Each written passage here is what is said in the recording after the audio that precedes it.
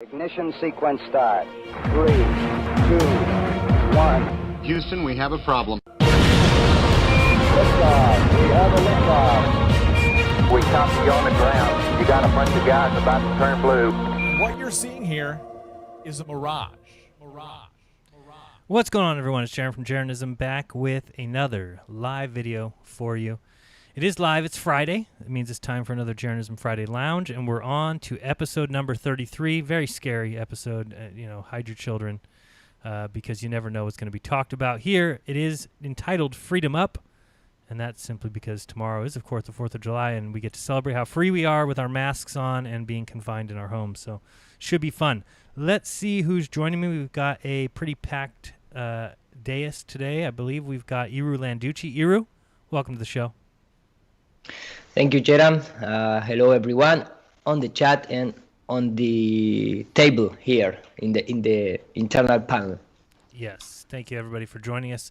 And we also have the Dr. Rodrigo Ferrari Nunez. Doctor, how's it going? How's it going, Jaron? How's it going, Iru? How's it going, everybody? Doing good? Thank you for having me, man. Yep. We also have Austin Whitsitt from Whitsitt Gets It. Austin, thanks for joining us. Austin Thomas. Of course. Man, just over here chilling. Hopefully the government allows us to celebrate our freedom tomorrow, and that'd be cool. Yeah. Did you go back to the old mic, or are you We'll on the see. new mic? Yeah, this is the old one. Oh, sounds a little shitty. Just letting you know. Now we'll tell you this mic. We went a little bit late because we were trying to figure out which mic sounded better, and now I think I was wrong. Maybe the other one sounds better. I don't know. We also have joining us again for the third week in a row, I believe, Mr. Alex Stein, Conspiracy Castle, the Conspiracy Asshole, is in the house. What's up, Alex? Guys, I can't tell you how much I appreciate coming on here for the last 3 weeks and talking for 3 hours with like-minded, intelligent human beings. Like, I know I say that not sarcastically. When you live in the Matrix and everything everybody believes is a lie, getting these 3 hours is like therapy for me. So thank you, guys. Thank you, Iru, Rodrigo, and Austin, and especially you, Jaron. I'm excited to talk to you guys today. Now say it with screaming.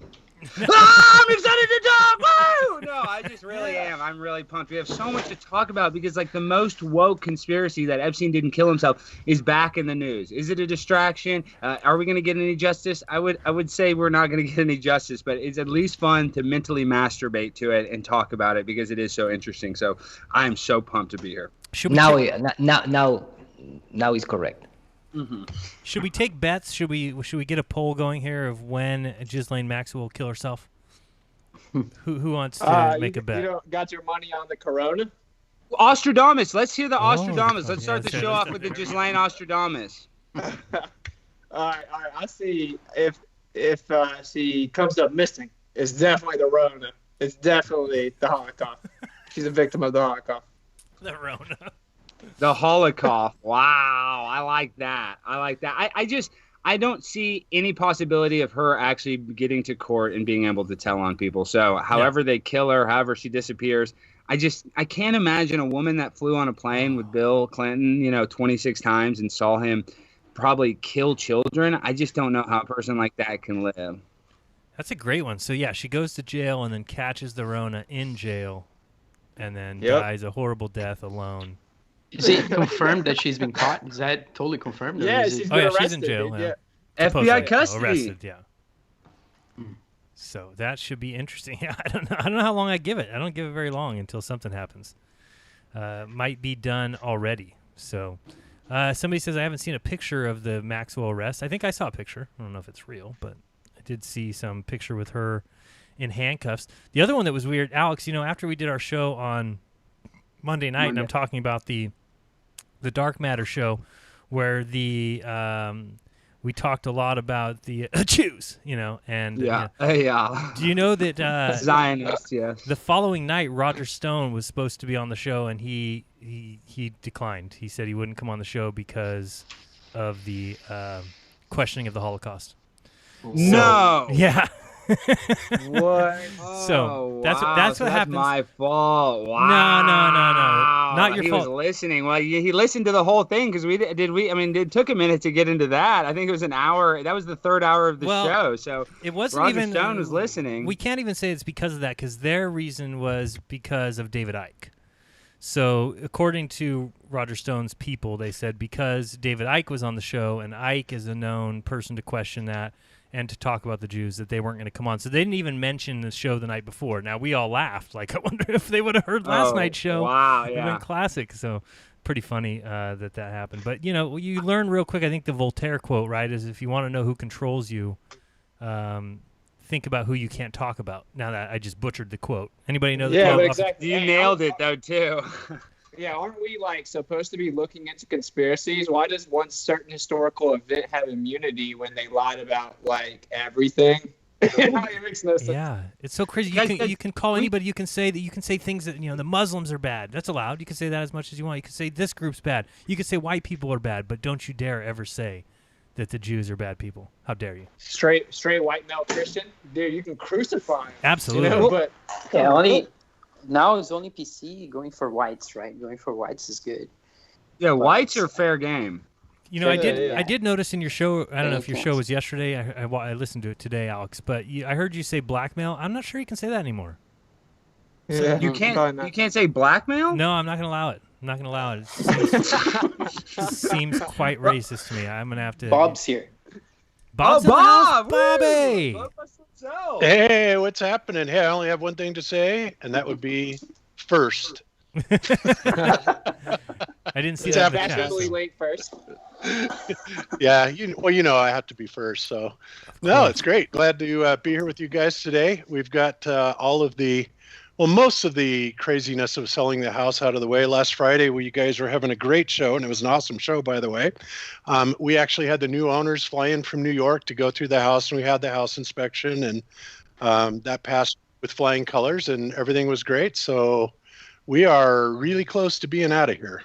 Nice. Yeah. Well, congratulations. Bob, I have to say this. This is the first time ever getting to talk to you. This is Alex Stein, Conspiracy Castle. I'm a huge fan, and this is coming from a pure place of love. But one of my favorite movies growing up was Revenge of the Nerds. So when I say this is out of a place of love. You are the biggest flat earth nerd in the world, Bob, and I listen to you religiously. I'm addicted to your nerdisms about the flat earth. So it's an honor to get to talk to you today, my friend. Awesome. Well, thank you, Alex. I appreciate that.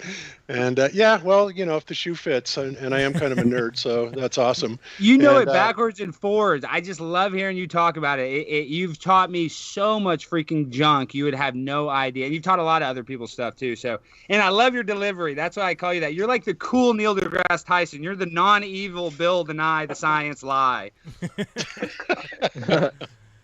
Awesome. Well, thank you, But Alex. I appreciate that. nerds don't ride Harleys, right? Yeah, touche. That's true. That's true. Yeah, he's not a nerd. See, in my mind, the nerds beat the jocks. So I think the nerd is cool. See, I can prove that isn't real. That's not true.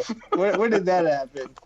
In the movie, the nerds are the champ, dude. Revenge of the Nerds, all of those movies, they were the first movies that showed boobs. That was the first boobs I ever saw was Revenge of the Nerds, dude. So that's my favorite movie, guys. I think I know it. I love it. I mean, it's like they try to make geek cool. You know what I mean? They try to make these things cool.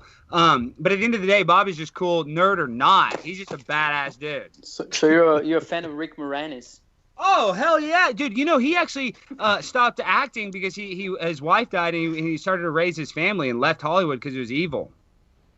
I didn't know that. Good for him. Yeah, good for him. Yeah, you didn't know that? Rick Moranis, he Honey, I Shrunk the Kids, he's literally left Hollywood because it was evil. He has one of the best stories, and then he died. But, or no, he's still alive, excuse me. No, he died in 1991. But oh, shit, I don't know if he's alive or Rick dead, Moranis? actually. But I know that he left Hollywood because it was evil.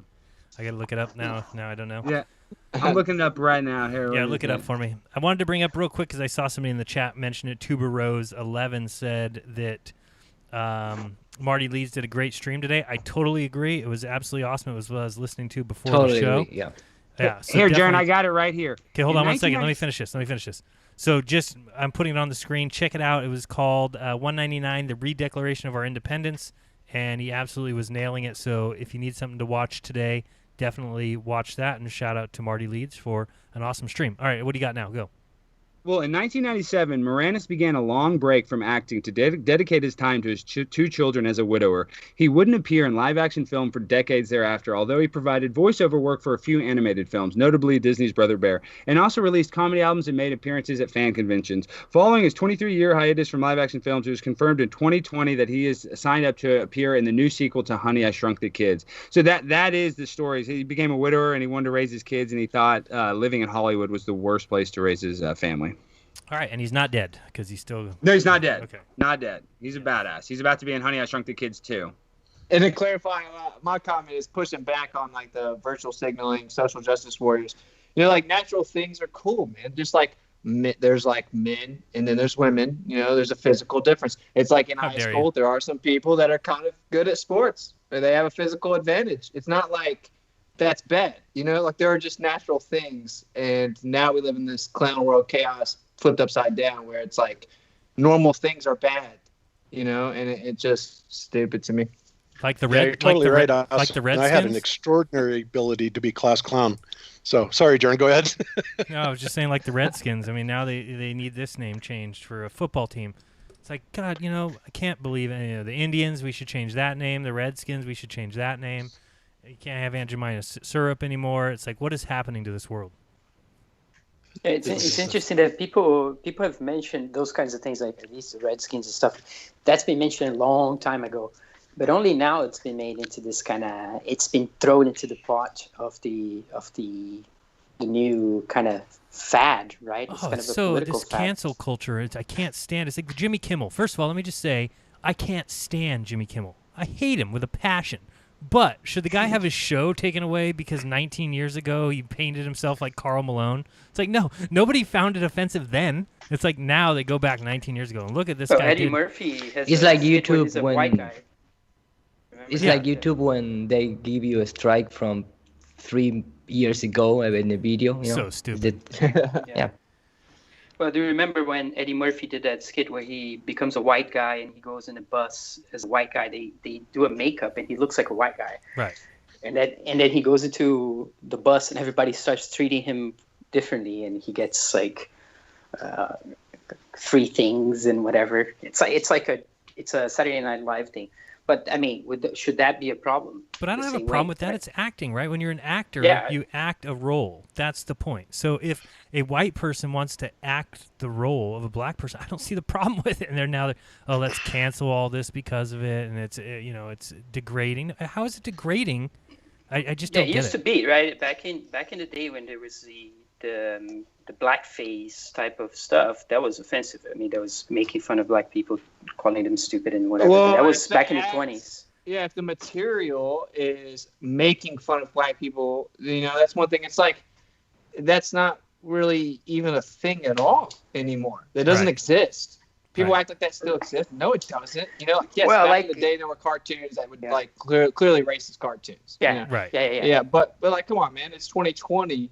I don't see, if you just imagine the mindset you have to be in to be offended based on how somebody else is dressed up. I see Masons. Dude, Masons run the world. They dress up all the time. I just laugh hysterically when I see their costumes. Right. You know, so I don't understand how it would ever offend me.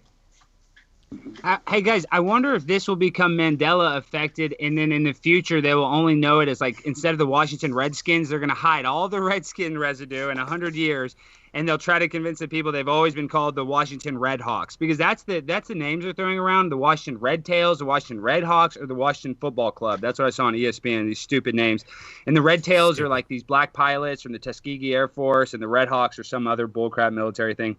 So what I'm saying is they literally want to do the 1984 George Orwell. They want to delete the pancake syrup and Jemima, so it just says pancake syrup. I just wonder how this plays into like what Brian Stavely thinks about how this affects the future, and if like later on 100 years from now, if the Washington Redskins will actually be deleted and they were always the Washington Red Hawks. You know, I wouldn't doubt too that they wouldn't allow you to wear a Redskins jersey into the ballpark. They probably wouldn't allow it. I bet you. Yeah, dude. I mean, literally, they're considering this so offensive. The team that won a Super Bowl, I think, like 30 years ago, has so much history. They're one of the most storied franchises. They're actually valued the 15th most valuable franchise overall. And now they're deleting their entire history, and they're giving them a restart. It's like ridiculous. It's like they just changed the simulation, like they say, to a new future where the past doesn't exist. It's disgusting as a football fan to see this change because it takes away all the character of the game and the character of all those players that played before. It's terrible. Dude, I will say that teams are changed before. In the history after World War II, teams that were associated with Germany and Italy, for instance, in Brazil, had their names changed. So there's one team, Palmeiras, which is an Italian team. It was called Palestra Italia, and then they changed it after the war to Palmeiras. I would certainly consider that some strong Mandela evidence where we all know it's the Redskins. And then now I look back at the playoffs in the 70s, and they're the Red Hawks. Yeah. I mean, that's what Brian Staby will tell you that could happen. There are people that tell you that could happen. I'll change my opinion. Yeah, we don't really. I'll change my opinion on that. Definitely. I don't believe that. I'm just saying that's the theory in use. We're in the middle of it. We're at the beginning effects. Yeah, I think there's a bunch of theories about that, but yeah, I guess is this the idea? One of the ideas is that because it is a simulation that we're on, supposedly then things can be changed. Just kind of like in the Matrix, you had the glitches and things like that. So, dude, look, if someone gets offended by brands and clothes and what people wear and say and do, other people, that's their own personal issue. Right. But I don't even think anybody does. I don't think anybody does get offended by that. It's like It's so ridiculous. I mean, if somebody got offended by Jimmy Kimmel acting like Karl Malone, then it would have been talked about 19 years ago, or 18 years ago, or 16 years ago, or 12 years ago. Or it's not like now. Now it's offensive.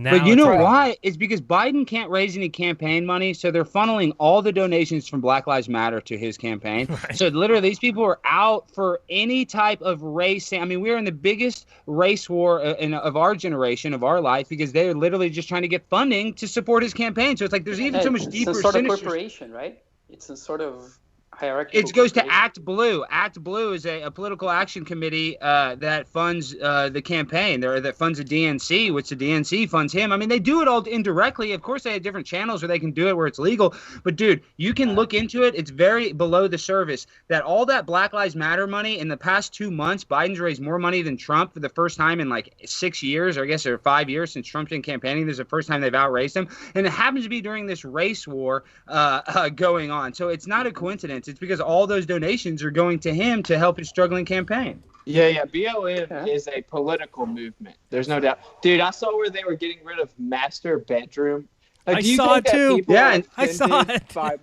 Come on, dude. Oh my God. God. In Texas, you can't say it. There's a bunch of articles about how people have been buying houses and they won't say master bedroom anymore. No, they're I think they call it the deluxe suite. Owner suite. Owner suite. Dude, oh my God, bro. Owner, what's the difference? It's like, dude, do you think there are actual humans that are real offended whenever someone shows them a house and they're like, this is the master bathroom? Austin, Austin, I could guarantee you there's not one person in the world that was actually offended by Aunt Jemima. I mean, maybe one, but I guarantee every single black person that saw it in the aisle probably bought it. They probably liked it. I'm just saying there's nothing offensive of saying black people have some of the best cuisine in the world. Louisiana has some of the best. They're all black cooks there. I'm just saying black people are known to be good cooks. So saying a black woman that's like black and French, right? It's a whole other mix there. But I'm saying black people are known as good cooks. That's not racist. Dude, that's not evil. Their food is super good and has a lot of flavor. Absolutely, that's a known thing. Yeah, why is that? Yeah, of course. That's a compliment. But what is interesting is how in the States, like you get this kind of suddenly anybody who ended up there became just black. But these are different peoples who are coming in, and in Africa, the variety of groups is just tremendous. In Louisiana we have a bunch of Creoles, a bunch of a lot of Africans that had kids with white people, and so they have like literally their own language. It's like a Creole community. You need to ask Jason Lingard a lot more about it, but they have their own style of Creole cooking. It's a whole different culture. And it's not like her name was dirty old filthy Aunt Jemima, right? I mean, it's like it's the same thing with the Redskins. It's not like it's the dirty old Redskins. I mean, this is the team. They're saying we're the Redskins. So how is that offensive to say exactly? We're the Redskins, we're the team of the Red, or we're the Indians? What's wrong with that? And what exactly is racist about the name Jemima or Aunt Jemima? What is racist about that? It's a name, right? You know, I don't even get that. It's like, so Strange. what? Yeah, if it was called slave girl, you know, whipped slave girl, right. Something with somebody being whipped on a post. Oh no, dude! If I make some pancakes and I go eat them in the master bedroom, doesn't qualify me as racist. You know, it's so stupid.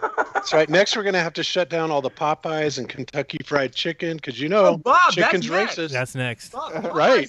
Fried chicken's racist. Fried chicken's racist.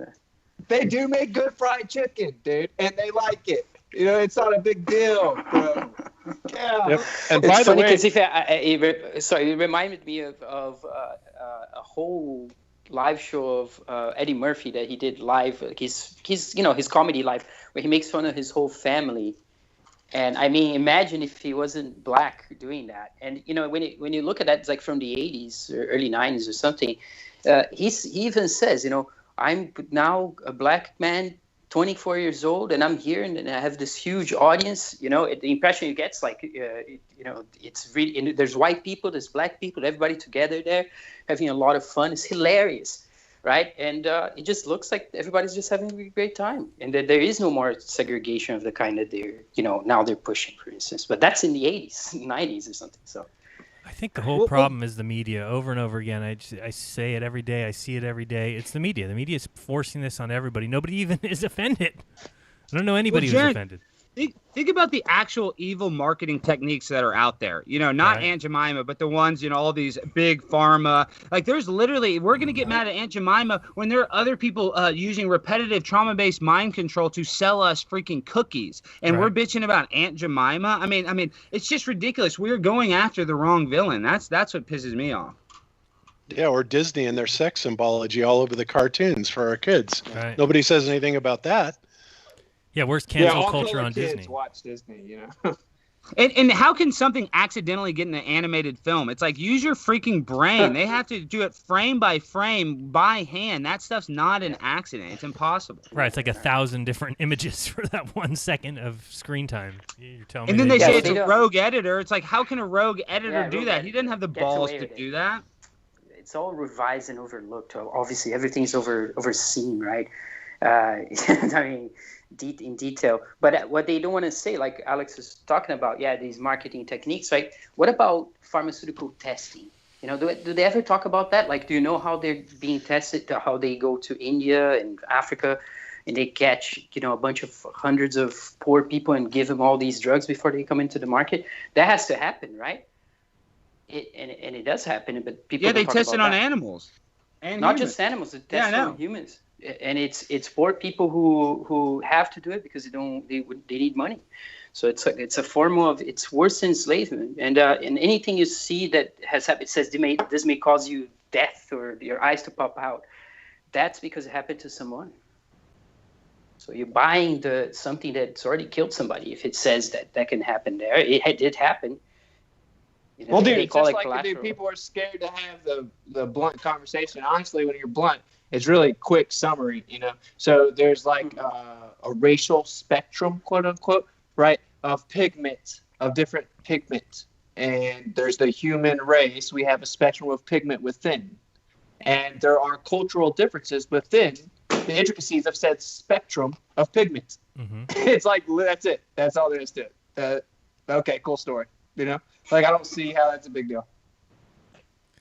No, and it's like the ones that put it on the media constantly are the ones who see it as different people, or some people are lesser. So, we need to get these lesser people. They need to be up and involved in the higher up. It's just ridiculous. It's like, no, we don't see it that way. Nobody does. We're all people. The thing is, like, if there is, and there is, of course, there is prejudice against minorities, so-called minorities, or different people. There's xenophobia. There's all kinds of things that people may feel prejudiced for. But this kind of campaign, right, it doesn't help with anything. It's not. It just exacerbates the issue, right? It makes people angry. Yeah, you need to which grow is- up, dude, and not let other people affect you based on their opinion. You know what I'm saying? It's the blunt, hard truth. Right, And get over it. It's like, yeah, there's a very small minority of ethnic supremacists. Coincidentally, the small amount of people that run everything happen to uphold that type of ideology, ethnic supremacy. That's where it really lies. It isn't Yeah, in the the general genesis. population. Well, just think about this. If the media talked about how 1% of the population has 99% of the wealth, and I'm not some pro-communist guy, then we could actually make changes. But they'll never talk about what's really happening. They'll never talk about that such a small amount of people control all the money in the world, and that's what the news should be talking about. But they never will. Instead, they're going to give us racist pancake syrup and evil marketing techniques. It's just it's all lies from the media, and everybody knows that now. But it's disgusting. Well, there are very few ideologies in the world that are founded on an ideal of ethnic supremacy. It's like basically none. So, and let's just say, obviously, that some people, they adhere to the ideology that has ethnic supremacy, and they do have a lot of power. But it's not a real thing in the general population. You are being told it's a real thing, what to think about it, where you fit within this false reality, and then now that's what you're supposed to say and how you're supposed to feel. It's wild. Yeah, these things have all come from these Genesis. I mean, the army. I've been reading up on the army tests and the IQ tests and the way that they prescribe it, the way they fiddle with the data is just it's just crazy. I mean, I've been reading 100 pages on this, but it's just there's a connection between fraud and what people call science, what has been called science, what people claim is science, which is a word that I think should become totally extinguished and obsolete. It really means nothing. It doesn't mean anything. What we have is people looking at stuff and making claims that anybody should be able to do. Make claims, look at the world, and explain what they think it is, and follow their own method. Because even the scientific, so-called scientific method, which people think it would actually lead to real truth, it's not really the case, and it can be abused in so many ways, especially statistics and reductive statistics and the generalizations. And it is a nightmare, the way that people have taken this idea that science is putting the world into a box of equations. It's just insanity. Well, it's just stupid that people care about other. I just don't understand it. It's like Asians have higher average IQ than me because I'm white, technically, right? Cool. I don't care. I don't dude, we need to get over it because the worst thing they can have is us all come together and just under common sense ground. That's the worst thing for them. That's what they've got to be so scared of. And real quick, a couple super chats. Thank you very much to Jaded Dingaling, who said, "Love this chat. Thanks, guys." My Dollface123 says, "This is to go towards your $2 million home and 210 acres of land. Do I have the right stream here?" All right, thank you. I'll put it forward towards that. And Hendrik Alerts, thank you very much, as always, a great supporter of the show, and I really appreciate that. Did you guys also see Stefan Molyneux was taken off YouTube? I mean, it's like, how do they call that guy racist? I mean, it's just ridiculous. Because he said that I think one time he did some study and he said, that white people have a higher IQ in general than black people, so they consider you can't say that now. I mean, that's what I'm saying. It's stupid. Asians have higher IQ supposedly than white people. I don't care. I don't understand that. IQ is a fraud. People have to understand how it's actually put together. I mean, it's something that is really big in America, but it is the whole history of it is a total fraud. Sure, but there is something to be said. Yeah, but there's something to be said about the idea of testing linear processing speed. That's a real thing. It tests for whether you have learned to do a task or not. People get better at the testing as they progress. They always have back in the day even, and they explained it away in many different ways, tried to racialize it, and they had their Nordic categories, the freaking Mediterraneans and Nordics, and they try to divide the world that way. They still do it. We call them Asians. That's ridiculous. There's so many different kinds of people over in that part of the world that just lumping them as Asians is just so bizarre because there's billions of people over there. And the amount of variation goes far beyond what you find in other places. So, I mean, indeed, languages. I mean, hundreds of languages in India and other, but presumably there's some intelligence, there's a thing that you can measure. I mean, what they measure is whether you learn to do a certain task, and what they measure is whether you know how to take the test, and you can do it 3-4 times, you can get better at it. But Rodrigo, you would of course agree that there is a spectrum of aptitudes for linear processing.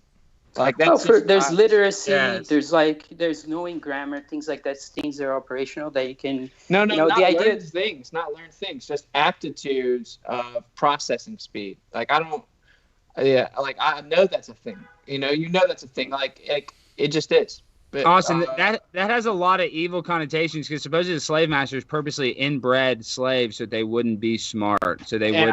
Maybe so.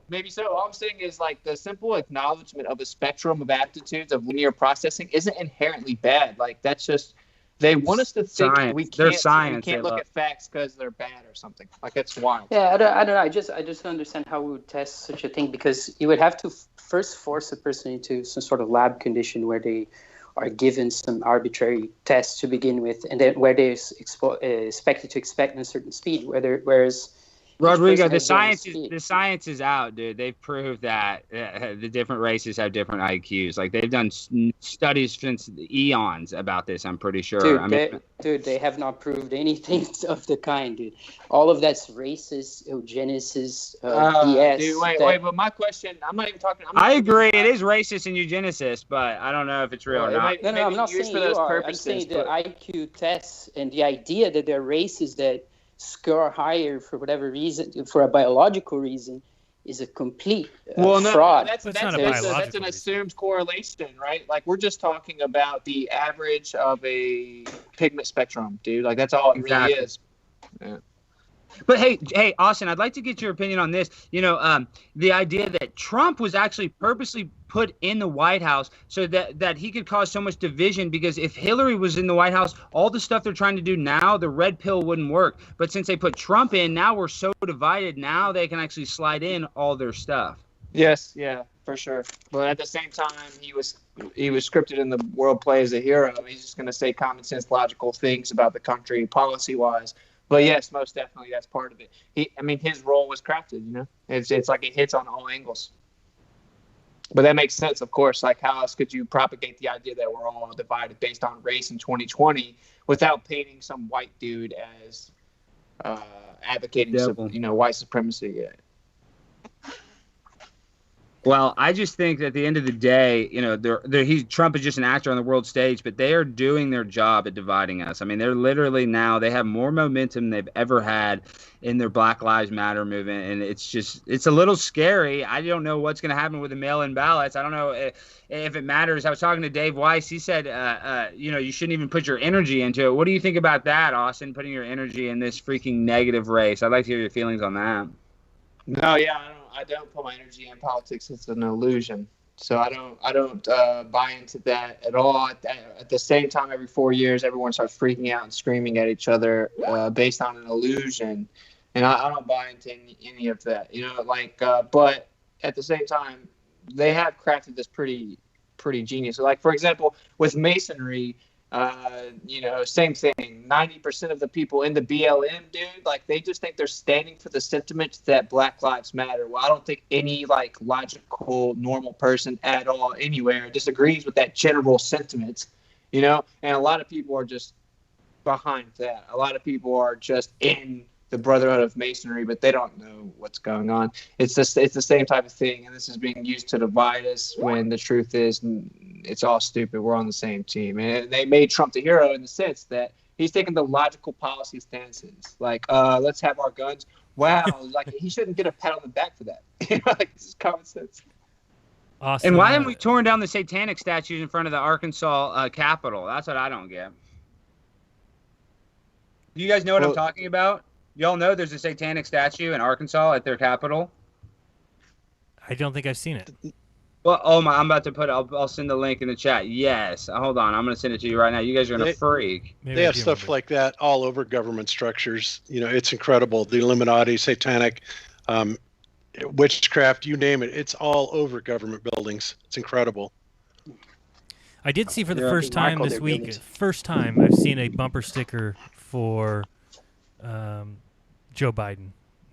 This week was the very first time driving. I'm like, oh my goodness, somebody actually, and that just tells me this whole idea of, oh, the polls say he's in the lead. It's just so laughable. And at least that's not giving energy to it, at least as far as I know, is just laughing at it, because that's all I can do is laugh at it. It's like, yeah, this guy's leading in the polls, and I've seen one bumper sticker in my entire life.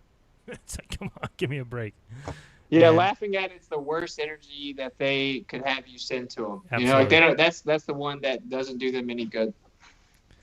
I hope not. And or I else put I'm the giving him more satanic energy. statue. I put the link to it if you want to show it. Sure. It's the Satanic Temple protested a Ten Commandments monument in Oh, Arkansas yeah, I have with its seen Baphomet this. statue. The Satanic Temple unveils its statue of Baphomet. I have seen this. I forgot where it was at. Let's Nobody's see. toppling this thing. This thing's sitting there perfect, Messed up. shining. They probably have an armed guard by it. Did you see Wow, that's crazy. You've never seen that, Bob? No, Dude, I wish I could say I yeah. was surprised though, but I'm not. It's Really massive. But surprising. that's unbelievable. And it's all supposed to be a funny, cute thing for the Satanists because they're left out of the Ten Commandments. That's under the guise. That's how they put it there. And I believe in freedom of speech. Somebody wants to put a freaky statue, whatever the hell, but nobody's complaining about this guy sitting right there. They're complaining about some statue 250 years old that's actually honoring slaves. They're literally, I think it was the Abe Lincoln statue they took down, and that's him freeing the slaves. Yet you got a satanic Baphomet in front of the capital of freaking Arkansas, where guess who's from? Billy Boy Clinton and Hillary, the devil worshippers herself. I wonder if that's a coincidence. I mean, it's like With What's children. going You should on? show that on the live feed. Yeah, I am. With What's children. behind this? Do you know more about it? Who put it up and everything? yeah, the satanic temple, and I'm Yeah, guessing like- that's the same one that's Anton LaVey. I'm guessing. I don't know that for a fact, but and Michael Lanucci. You know we have high government officials that are Satanists within the U.S. government and deep state. A guy named Michael Lanucci he actually wrote a paper called Mind War. You can look up this paper, and it's how to influence your own citizens through trauma-based mind control. He literally wrote a paper on it. So people don't think Satanists are real. You can see in the freaking capital of Arkansas, Hillary Clinton's hometown. Well, not hometown, but where she was the freaking governor's wife, sits right in front of the Capitol. Like it's just to mock us, just to laugh at us. Yeah, they even went as far as to tear down like abolitionist statues, but these will stay erected. Yeah, the Pretty enslavers, wild. right? Yeah, I mean, just even if you take the official narrative and then you have the abolitionist that's on record like his entire life trying to fight against slavery and for the abolition of it, he was vandalized, and they want to tear those down. So, I mean, just this, it's logically inconsistent is what I'm saying, but maybe that's kind of the thing. If you remove history, you're more liable to, or you're more, probable to repeat it, right? Like, that's all. Hey, Austin, did you do something with your mic, man? It sounds awful. It's got ALC problems. It's like compressing and then diving down in level, and it's like going all over the place. Dang, for real. Yeah, this is the different one, so I should switch back to the old one then. Which is Oh yeah, because this one honestly sounds like shit. This is a new one. yeah, this is the other, which I had the other ones on at first. They were saying it didn't sound good, but I guess I'll go back to the old ones. Oh, okay, yeah. I mean, it started to rain on the parade, but it's crazy. It's going up and down and jumping all over the place. So this is the statue that basically they're saying because you're allowed to have the Ten Commandments statue, we're going to put this statue. Isn't that kind of the reason they have this?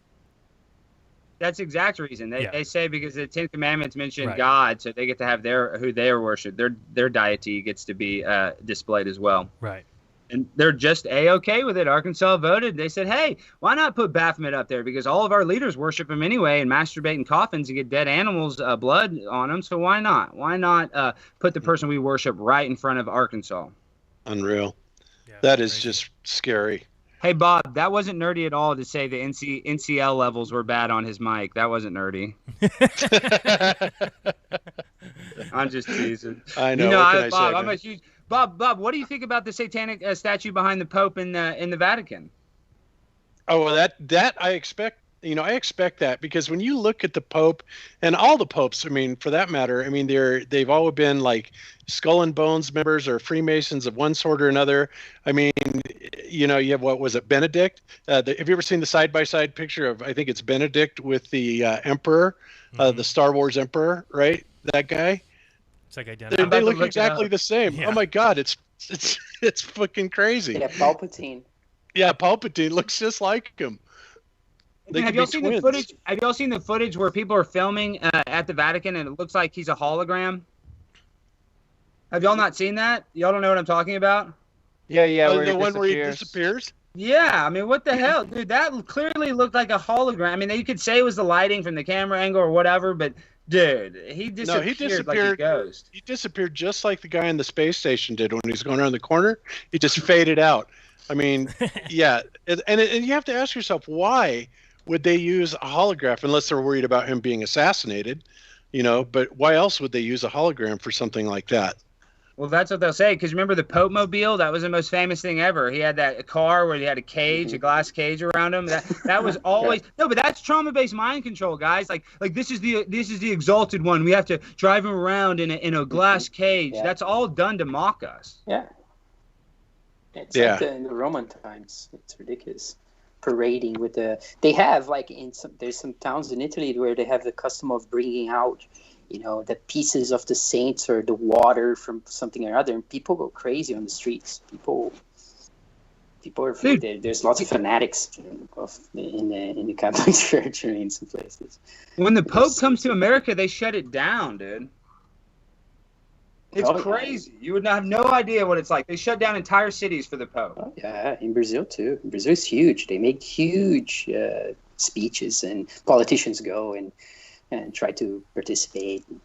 It's a show. It's a theater. Everything they do is just absurd and completely inverted from truth. It's just like a clown show. Everything. Everything. Rodrigo, Alex, didn't you tell me the tunnel? Weren't you the one the Catholic Church has a tunnel to DC? Yeah, do you know about the Ninth Circle? Is that what is that, like the Knights of the Templar type deal, or is that the nine circles of their saints? Ninth Circle is like a cult of the Jesuit high priests. They do sacrifices, and they've been caught recently. There's people rallying against them and whatnot. But yeah, it's basically kind of the Red Shoe Club type of people. Yes. Yeah, Jaron, show a picture. Bring up that image I just pasted in the chat. Let Alex see that. It's images like this that don't. That's why I'm not surprised about any satanic connections between the Vatican. And, is that unbelievable or what? They look like twins. Dude, they have the same smile. Their teeth are the same. Their eyes are the same. That's definite mockery. What do you think about all the predictive programming with Star Wars, about how that's tricked everybody into believing that we can thrust off of nothing? What do you think about that, Bob? Bob's a big Star Wars fan, so you got to be careful. Well, I'm saying with the science fiction, the social engineering, that because of Star Wars, that's what made you believe in space. Isn't that right? Or not Star Wars, Star Trek. Yeah. I'm not sure exactly where I got my belief in space from, but I think I believed in it before anything like that, just looking up in the sky. And, they tell you that all those planets are out there, but I will certainly say that Star Wars and Star Trek reinforce that belief hardcore.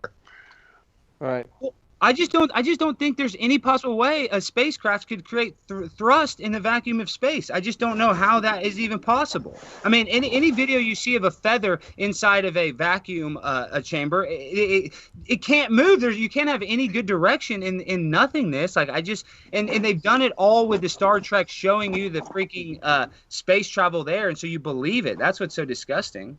I actually agree with it. I tend to agree with the idea that like we have to grant them the cartoon medium that defies the second law of thermodynamics to even talk about space. But when you're in space, like to say that you're not going to have anything reciprocate the energy for the equal and opposite reaction is pretty preposterous. And then they'll say that they'll try and test it on Earth. They'll put in a vacuum chamber, which is containment. It's not applicable or analogous to space at all. It has walls. It has containment. Yep. Things would bounce off that. But when you're talking infinite vacuum, it's just ridiculous. Mm-hmm. Well, of course, they have their supposed solutions for this, and they involve different kinds of science fiction propulsion that they proclaim: magnetic, electric. There's one I was just looking at, which is they claiming that they're going to go to Pegasus and Alpha Centauri or something like this, and they're going to accelerate this microprobe with lasers. They send it off, this microprobe, and they manage to hit it with a laser, and that will accelerate it for half the speed of light, and then they'll get there in 20 years. And that's something they speak about realistically, and this is with Stephen Hawking in it, like giving money. They gave $100 million to these people who are claiming they're doing this. So it's huge fraud, and it's it's grotesque. I mean, it makes absolutely no sense, and it's what you just said. It has everything to do with this kind of things being completely the opposite where they should be in space. Imagine it starts with them going underwater in the neutral buoyancy lab, and then claiming they're studying or training to go on the vacuum of space, right, at 17,500 miles an hour. So it's there's none of it makes sense, and that's the way it should be. Because well, yeah, I mean, Tesla had an issue with even in that aspect of the theory of relativity, curved space, like equal and opposite reaction, they would straighten out, is what he said. I mean, space isn't really very fond of the third law, because it has to defy it. So it defies the second law of thermodynamics to exist, and then once we get there, we have to defy the third law. So I don't know. By the way, Austin, you sound a million times better. Just FYI. Sweet. Well, is there a place in the stratosphere that's thin enough where these theoretical spaceships could fly? I mean, like I know that we believe that there's an enclosure, but I'm saying how high? If they're only 237 miles up, at 180 miles, can these spaceships float around? You know what I mean? Where is the level where it starts and stops that these are thrusting off of nothing? That's what I don't understand.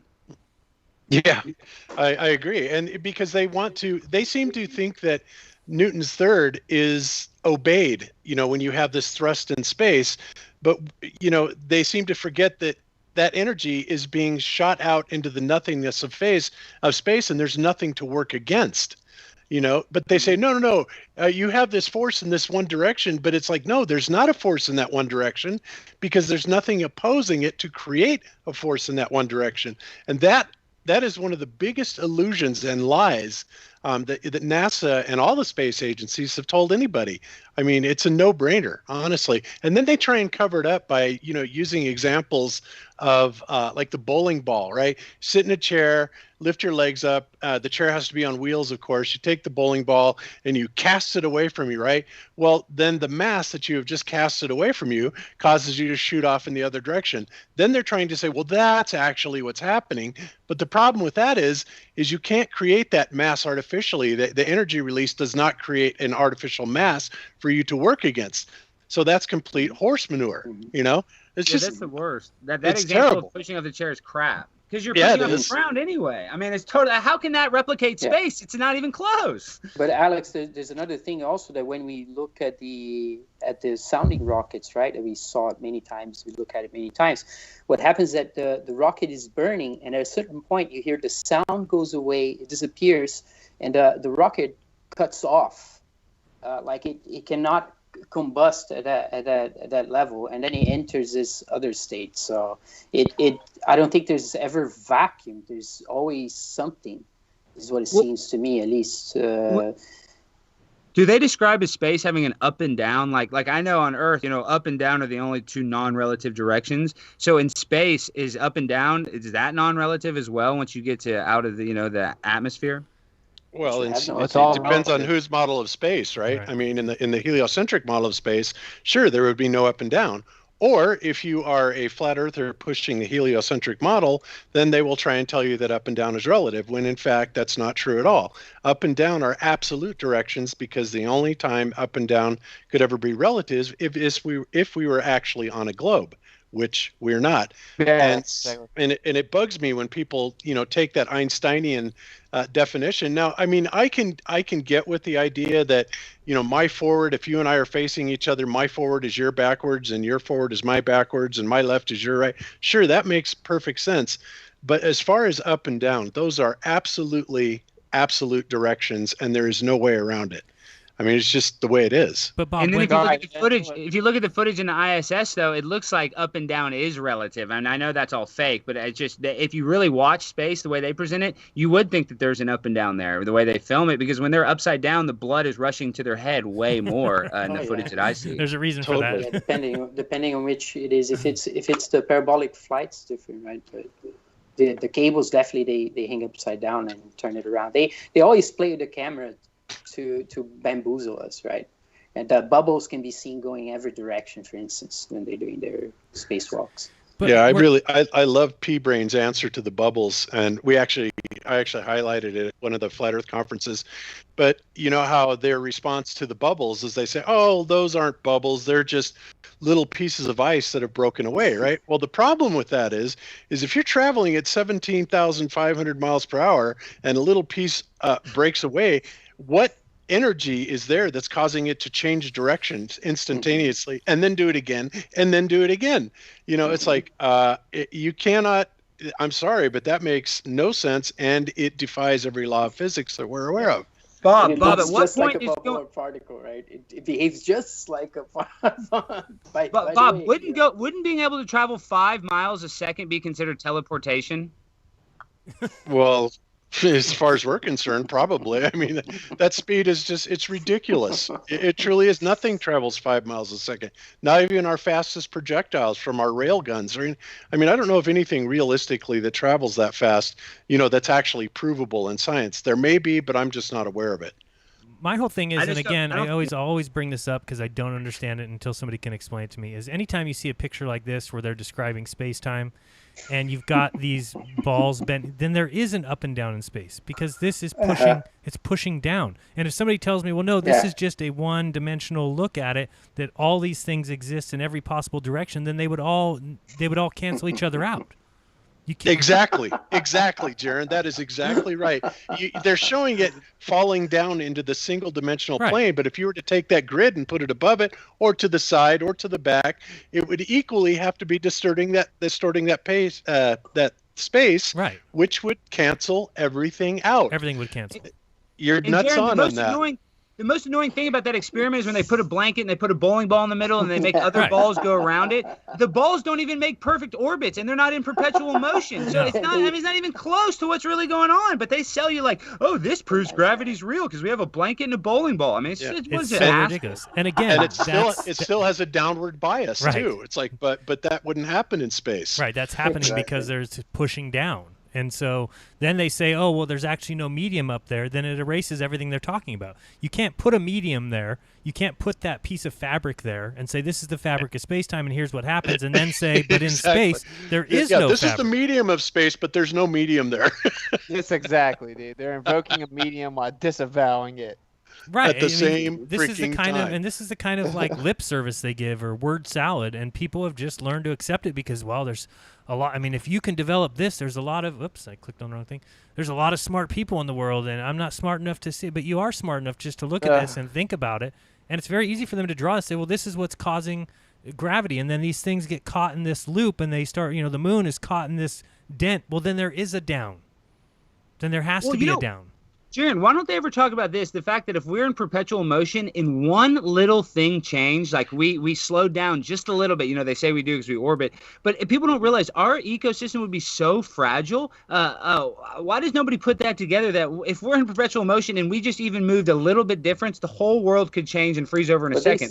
they say that, dude. They say that because my mom even told me this. She was like, you can't believe what they were saying about India. That they say that they changed the aquifers, that they moved the water in the continent, and that tilted the earth, changed the, did some change on the earth itself. Yeah, we'd all die. Yeah, well, it's kind of like when they said those little spinner toys that everybody had, that if everybody in the world did the spinner toys all at the same time, it would throw Earth off of I its remember orbit. that. I remember that. They actually said that. And people believe that, Bob. People are that dumb. They're that fluoridated. Their brain is that calcified, dude. They believe It's that. bad. I know, it's bad. We need a compilation. We need kind of a joke book about things ballers believe. Right. That'd be great. It'd be a pretty thick book. Well, it's like that article I saw you sent earlier, where you sent that article of those 10 things that guy pondered on. Was that you, Oh Rodrigo? my goodness! Yeah, What yeah, the hell is that? Yeah, the guy that was on Dark Matter the other night was talking about this kind of setup, and he's like, well, each planet rotates in one of these channels, and that's why you can't even, if you tried to move the moon out of its thing, it would just sling right back to its space. That's where it belongs. Just I imagine wanted to pulling throw a up in my blanket mouth. out and then comparing its physicality to space and time. Right. Like, this is so stupid. And then saying, well, why do these rocks and marbles always fall into the center rock? And they say, well, that's because there's friction. But in space, there would be no friction. And it's like, well, then how is there a blanket? How are we using this blanket to describe what has no friction? In the principle, when they took the cosmic microwave background picture, didn't they say all the planets are on the same plane? Am I getting that correct? I think they are pretty close. Yeah. Yeah, well, when they looked at the cosmic background, they said that, or they saw supposedly that these supposedly. Anyone ever seen this guy? These galaxies are lined up over the equator. Have you guys seen this guy talk about space? You've had to see Are this you guy. kidding? I did a whole show on him talking about space.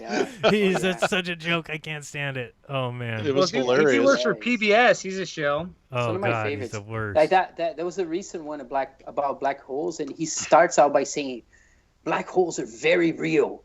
We know it theoretically. We know it because of theories, but they're very real. Oh, he's the worst. You know, the best part of the lecture that he did, you know, a lot of people, you know, talk about the flat earthers and how ridiculous we are, you know, by saying that, you know, gravity is actually caused by the Earth accelerating upwards at 9.8 meters per second. Well, this guy, it turns out, did a great show, and I showed it on Globebusters. Right, I remember. A presentation where he talks about this mock conversation between Einstein and Newton, right? And they're going back and forth about, you know, what's causing gravity. And it turns out that Einstein wins this argument about, it's Einstein that not only proposes the argument that the Earth is going up and, you know, causes gravity, but he wins the argument based on the fact that the only way that it could be possible is if the Earth is a completely flat plane, which I thought was so ironic, I about fell out of my chair. Wow. Right, and that's what the Flat Earth Society wants to take and sell us, right? That the Earth is this magic spinning disk in a solar system that's accelerating up at 9.8 meters per second squared. This is what flat earthers think, you know. It's like, no. Hey, what do ballers say when we show them the declassified NASA stuff that says it's a flat, non-rotating plane? What do they argue with that? That it just simplifies the math because rocket scientists can apply roughly 8 inches per mile squared to a math equation. It's too hard. That's what they always say. I mean, they'll say that about railroad tracks. I mean, I've heard somebody, you know, wrote me 10 emails about railroad tracks saying, don't you understand that if somebody built a railroad track in front of your house, that they would build it as if it was flat, and then you build the next segment as if it's flat, and you could do that forever, and you'll come back and touch yourself. That's what they say. That's their excuse. I mean, this is how it's crazy. Argue out of Go ahead. Have you guys? Oh, go ahead, Jaron. I'm sorry. No, I'm done. I was saying, go ahead. Oh, okay. I was just going to ask you guys, have you guys ever actually read you know how on the Below Flat Earth video, you get the little YouTube thing that directs you to Wikipedia on Flat Earth? Have you guys ever actually read that page? Yeah, every time almost. I know, but what's funny is when you go in there and you read it, they state categorically, right, that the Flat Earth Society makes this claim about gravity going upwards, and that the modern day version of the Flat Earther Society, known as IFERS, right? So they're saying straight up that Eric Dubé's IFERS is the Flat Earth Society. Wow. Well, it's all disinformation. We know that. We know it's all disinformation. Dude, we had a guy jump in Discord, claim that he was a flat earther for 13 years, and that he came across Flat Earth Society in 2007. I was like, you're not a flat earther. You know? Like, it takes a couple seconds to look at Flat Earth Society propaganda and be like, well, this is misinformation to make us look stupid. Yeah. Well, I don't know about y'all, but I don't think any of us wanted to be a flat earther when we got into it. You know what I mean? Like, I just think the evidence is overwhelming that we're not on a spinning ball. We all have common sense. So I just don't understand what these people are holding on to if they can't look at it objectively and tell that they're being lied to. Well, the name kind of throws them off because the name is not important. The label itself, that's a big problem. It shouldn't even be, I don't know why it is, but yeah, do you think, I was talking about globe skepticism or whatever, it's something else. Like people just curious about where they are, which is natural, it seems. And when they realize they're not where they're being told they are, then they're going to try to find out. But nobody actually claims they actually know. And they know more about the globe than most people who. And dude, the name is stupid. All societies are flat Earth. So Yeah, scroll down, Jaron, to the part that says Flat Earth Society, or just click on it. There in the menu. I'll scroll down. Where's it at the bottom? It's towards the bottom, but it's labeled right underneath Flat Earth Society. I read that and I went, boy, if I was Eric, I would be pissed. Whew. Because, I mean, they are. They're saying straight up that IFRS is the Flat Earth Society. Oh, yeah. The International Flat Earth Research Society, better known as the Flat Earth Society, was said they're not the same organization as far as I know. No, but there's wiki saying it is. And like I said, if I was Dubé, I would be pissed. And how many times did Obama say it? He said Flat Earth Society, I think 4 different times, I believe. But I thought wiki is always right. I think it's funny. It's such a stupid name. If all the architecture of all societies utilize planar geometry, then technically every society is flat Earth. Like, what? We don't need our own society. Like we're just all people that live on a geocentric stationary plane. Right. Yeah, it's almost as if you question the ball, all of a sudden you became a member of the Flat Earth Society. It's crazy. Well, I think we know that we're on a flat Earth when they have to censor us so much. I mean, that right there is all you need to know because the truth is what they have to hide. Yes, they have to censor us and then propagate this nonsense. That's basically an admission of guilt. Oh, yeah, the cover-up's always worse than the crime. And instead of just having an open forum where we could talk about this, it's literally degraded to where you can't even search it and find it. It's all shadow banned. It's all freaking and then it's all directs you to this fake bullcrap Flat Earth Society that's literally nobody that I've ever talked to in this community believes. And so it's a social engineering at play, and we can't even do anything about it. It's like it's kind of sad that it's working. Yep. I'm just laughing at this, how they always talk about, pseudoscientific. What's the pseudoscientific this year? Despite the scientific fact of Earth's sphericity, pseudoscientific flat Earth conspiracy theories are established by modern-day flat Earth societies and increasingly unaffiliated individuals. But, if I've talked about many times, if you look up what pseudoscientific means, it means anything that does not go through the scientific method. And, again, I'll show this if I have it available here. Let me see if I can bring this up. Let's see who claims that what they do is not by the scientific method. Let's see here. I believe it's here. On and on. Let's try. But I want to come back to one in particular to help us answer our question, and that is Michio Kaku. In a recent interview, Michio Kaku said the following. Now listen carefully, as I believe he gives us the answer pretty much straight up. You're not going to believe this. In science, we always say that you make observations, you have a theory, you go make more observations, and it's a very, very tedious process. Wrong. Nobody that I know of in my field uses the so-called scientific method. In our field, it's by the seat of your pants. It's leaps of logic. It's guesswork. In that quote, so nobody in my field uses the so-called scientific method. If you do not use the scientific method, by definition, you are practicing pseudoscience. It's that simple. When we're going out and measuring distances and we're measuring Lake Tahoe and we're measuring across water and we're doing laser tests, that is using the scientific method. So it's so funny how they can just turn it on people's heads and just think, no, I mean, the scientific fact that the Earth is a sphere and there's pseudoscientific claims that it's not. No, the pseudoscientific claims are the ones by these guys, Michio Kaku, Neil deGrasse, Bill Nye, these guys who don't use the scientific method, who just espouse theories. It's crazy. All right, he said, you're not going to believe this. I find it very easy to believe. And if we're talking about physical, natural science, you have an independent variable that you manipulate, and it substantiates cause, bro. Like right. They don't ever do anything like that. You know what I'm saying? Like, we can measure things, but like to a scientific experiment, you're going to have an independent variable that you manipulate, right? Based on a naturally occurring observable phenomenon. It can be so variable, right? But I mean, all people are doing is going out, making observations, saying, okay, if the ball is a ball, then we should see this, then we should see that. Do we see this? And people have been doing that for years, and they have confirmed that they have seen way too far. That's simple. Yep. Right? It's very clear. Hey, Austin, I thought manipulating was when you turned on an air conditioner at a strip club. But I'm bummed. The thing is, though, if we're the only people pushing back at these science liars, because nobody even realizes that we think that the sun, they say the sun's 93 million miles away because we measured it with Venus's transition over us. That's such bullcrap, dude, and people believe it because they don't look into it. And that's what's sad is, like, you look at the Flat Earth Society, it gives you a bunch of bullcrap, but look at their official story that they don't even do the scientific method correctly. They're off by the 120th power, and then they say the sun's this distance because of some other planet, some other arbitrary planet. I mean, it's not, that's not even scientific to me. How can they triangulate that? But they have to put in a factor that they guess. I mean, it's bullcrap. Yeah, spherical trigonometry, plus you're assuming that a parent location is actual location. What they do, like, is as opposed to having an independent variable that manipulate to substantiate causality with a physical, naturally occurring observable phenomena, they take that observable phenomena and they have this little ball fairy tale model that they just manipulate the theory, the model, to confine to what we see. It has nothing to do with science. That's completely different.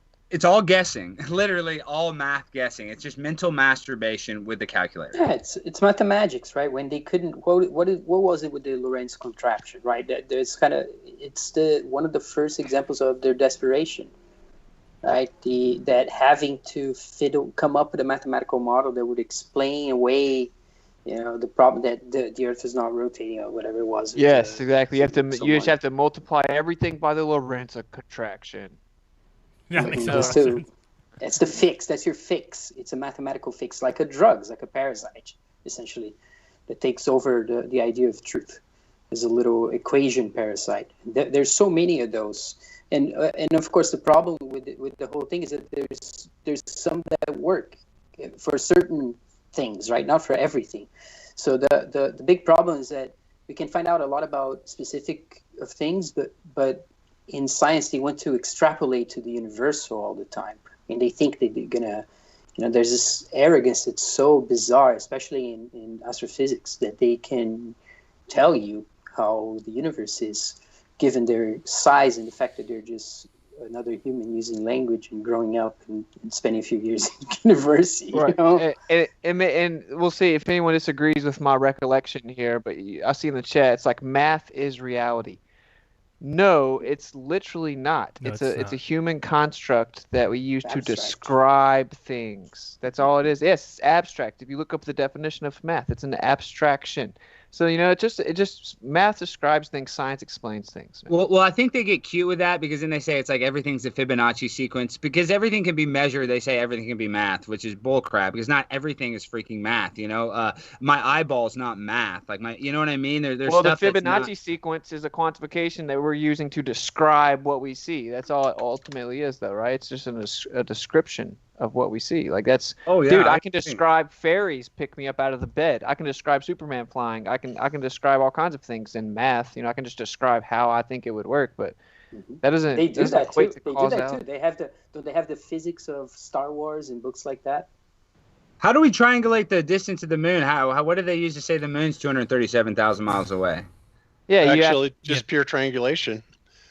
It's pretty simple, and what they do is they take they'll take 2 points, and we've actually shown this video several times on Globebusters. But if you take your position, like Reg Rhetoric was in California, and then his friend was in Florida, and they both took angles to the moon, and then they just simply used the Pythagorean theorem and they triangulated the position. But what you have to do in order to get the distance to the moon correctly in the globe model is you have to put in 0.6 degrees of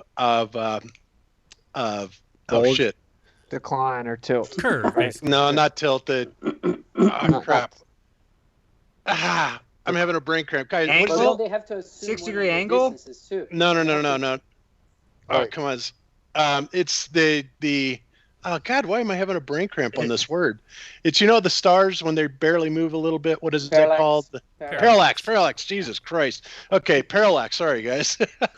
They have to put in that 0.6 parallax figure, right, for the curvature of the Earth. Excuse me. And then when you do that, you get the 238,000 miles or whatever it is. But if you leave that figure out, that parallax, and simply assume a flat plane, and not assume, know that it's a flat plane, it comes out to be about 3,400 miles away. I like to say 3,415.9 miles away. And the reason I use that 3415.9 miles is because if you look at a distance to the horizon calculator, from an elevation of 3,415.9 miles, which is exactly 180,360,000 feet, you will get a throw of exactly 1/4 the distance of the Earth. And of course, if you take that in two direction, then you have light over half of the distance around the Earth. So if you look at it purely geometrically, the 3415.9 miles is perfect. And I just think it's bizarre that it even comes out to be not only so close to pi, right, just a digit off, 3415.9, and also 180,360,000 feet. To me, that is such a mind screw, that it works out that way. Yeah, Well, it is Bob, crazy. Would the apparent size of the moon in the different locations, would that throw them off?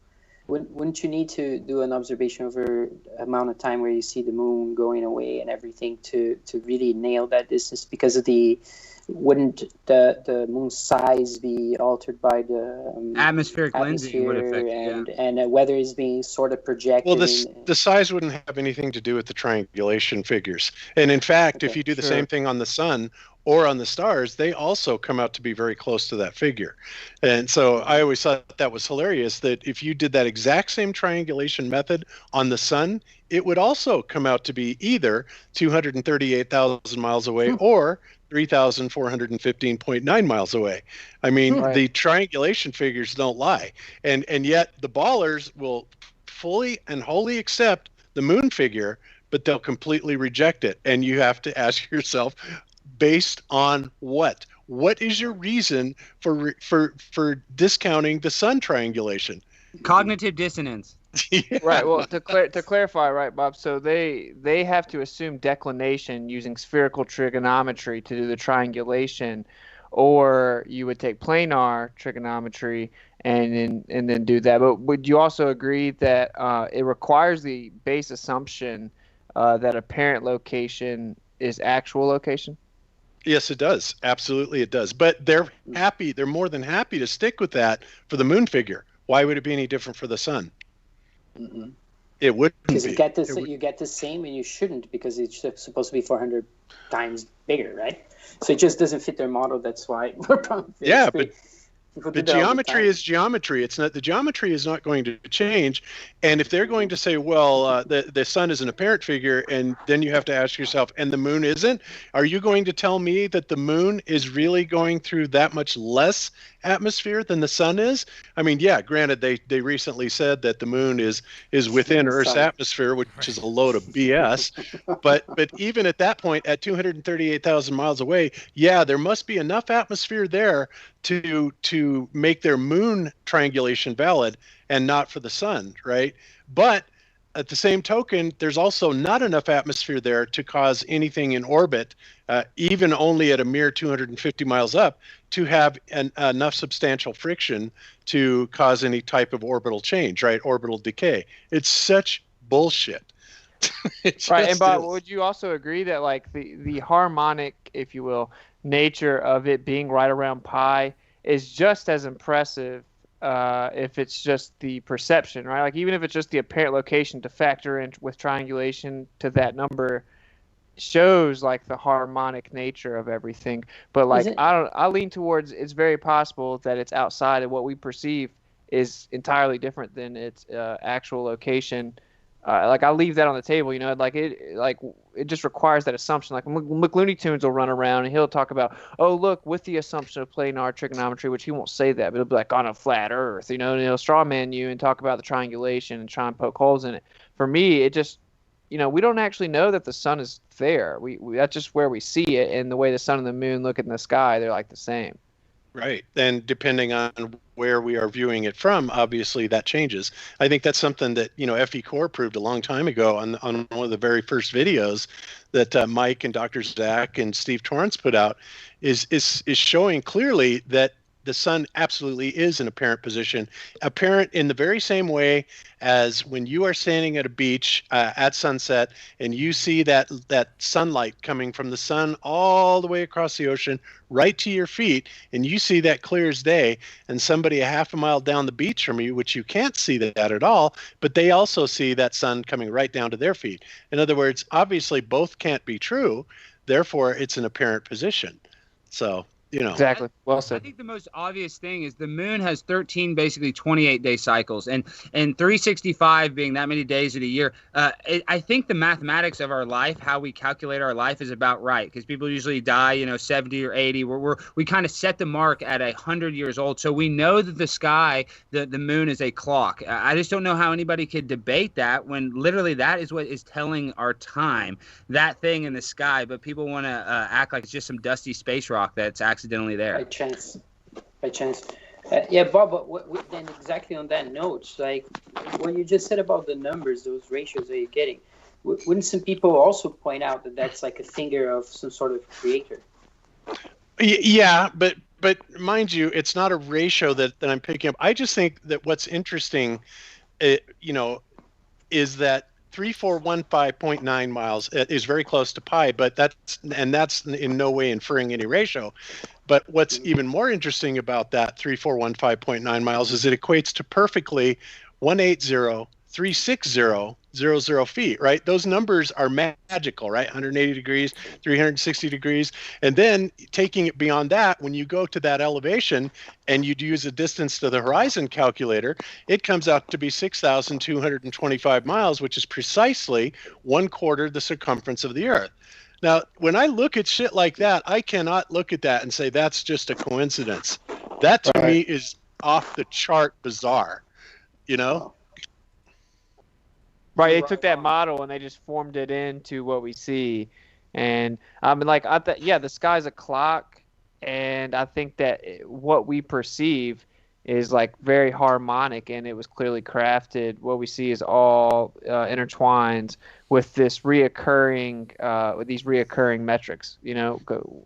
I don't disagree with that. I just think that for me, it's like that perception is perfect. Based on all of these like harmonic reoccurrences, but I think that more than likely we just perceive one thing, Exactly. And the other thing that's crazy, Austin, is if you think about in a flat Earth, when we see the orbits of the planets, right, and if you look at them, they go around in these perfect spirals, right, and they conform very much to not only Fibonacci secrets, but the golden mean, right, the phi ratio. They all will root back to the Platonic solids, right? The 5 Platonic solids mathematically. They all tie into that absolutely perfectly. And, that seems pretty crazy to me that could ever happen, to be so mathematically and geometrically perfect from something that just exploded, right? Yeah, exactly. Never could. How do it screams how design. Do you do with those retrograde motions like on Mars? What's the story there for you, Bob? Like those that they talk about. What do you mean? What's the story? Well, there's the retrograde motions, but yeah, like how does it work on a flat Earth? Well, how it works on the flat Earth, I'm not sure mechanically how it works, but when you look at it mathematically, it is a very elegant, mathematical, very coherent type of equation, right? In other words, it's not something that would have been derived. It's something that would have been designed first, not accidentally fallen into later by the heliocentric model. That just makes no sense whatsoever. And to me, again, it screams design. It's like God sat up there and he put this down on his drawing board and, mathematically got it all perfect and then brought it into existence. Now that makes a whole lot more sense than something going and then there it is in all its mathematical perfection. It's just nonsense. And you know what else I think proves a design is God made two different designs. He made a guy and girl. He designed a penis to work with a vagina. I don't think that's accidental. You know what I mean? Nope. Exactly. No, it's accidental. Not. That's just a space accident. Yeah. Yeah, I always think about when I get a fruit. There's so many different fruits, like so many flavors and plants and stuff, and they're all nutritious. Like if you start looking into how good is it for your health, but just imagine that's all just created by chance, right? Natural selection. It's just insane. I think Oh yeah, it would never happen like that. You would never see the golden ratio everywhere, right? You would never ever see that. Well, that's another thing too, guys. That's a big psyop. Is there are so many fruits and vegetables out there, and I'm not saying go vegetarian. I'm vegetarian, but we could literally end world hunger if we didn't have to use so many of our resources to feed the animals that we're going to slaughter. So God provided us with enough food. There would never be a hungry person, but we choose to engineer these animals and give that food that we give to other people to cows so we can eat them and have meatloaf. So well, even with that, there's plenty of food though, bro. Like yeah, you're right. You're right. That's right. Plenty. That's right. Yeah, it's about distribution, about sending it places. They don't want to spend the money to do that. In the States, there's a bunch of films about people throwing away food. There's one called We Feed the World. It's disgusting. Every restaurant. Disgusting. There's no restaurant that doesn't just dump food like crazy. Well, that's what all these potato farmers are losing tons of potatoes now. They're making them throw them away. It's ridiculous. Like they really want to create a famine. Wow. They want you to eat the Bill Gates, Kill Gates, genetically modified meat. That's what they want you on next. Yeah, that's the aluminum-resistant crops. Those are three huge illusions that we just touched on, right? Like that everything came from nothing. It's pure random happenstance. There's a shortage of land and a shortage of food. It's all stupid. Again, yeah, Ghislaine Maxwell just bought 134 acres in New Hampshire for $1 million. Yeah, right. We're short on land. We got land out of our asses. We could give all the black people an acre in Nevada. We wouldn't even miss a beat. But they're going to tell you we don't have enough land because they're not making more of it because it's all a trick to make us live in cities so they can socially engineer us and lock us in our apartments. That's what they want. Absolutely. Yeah.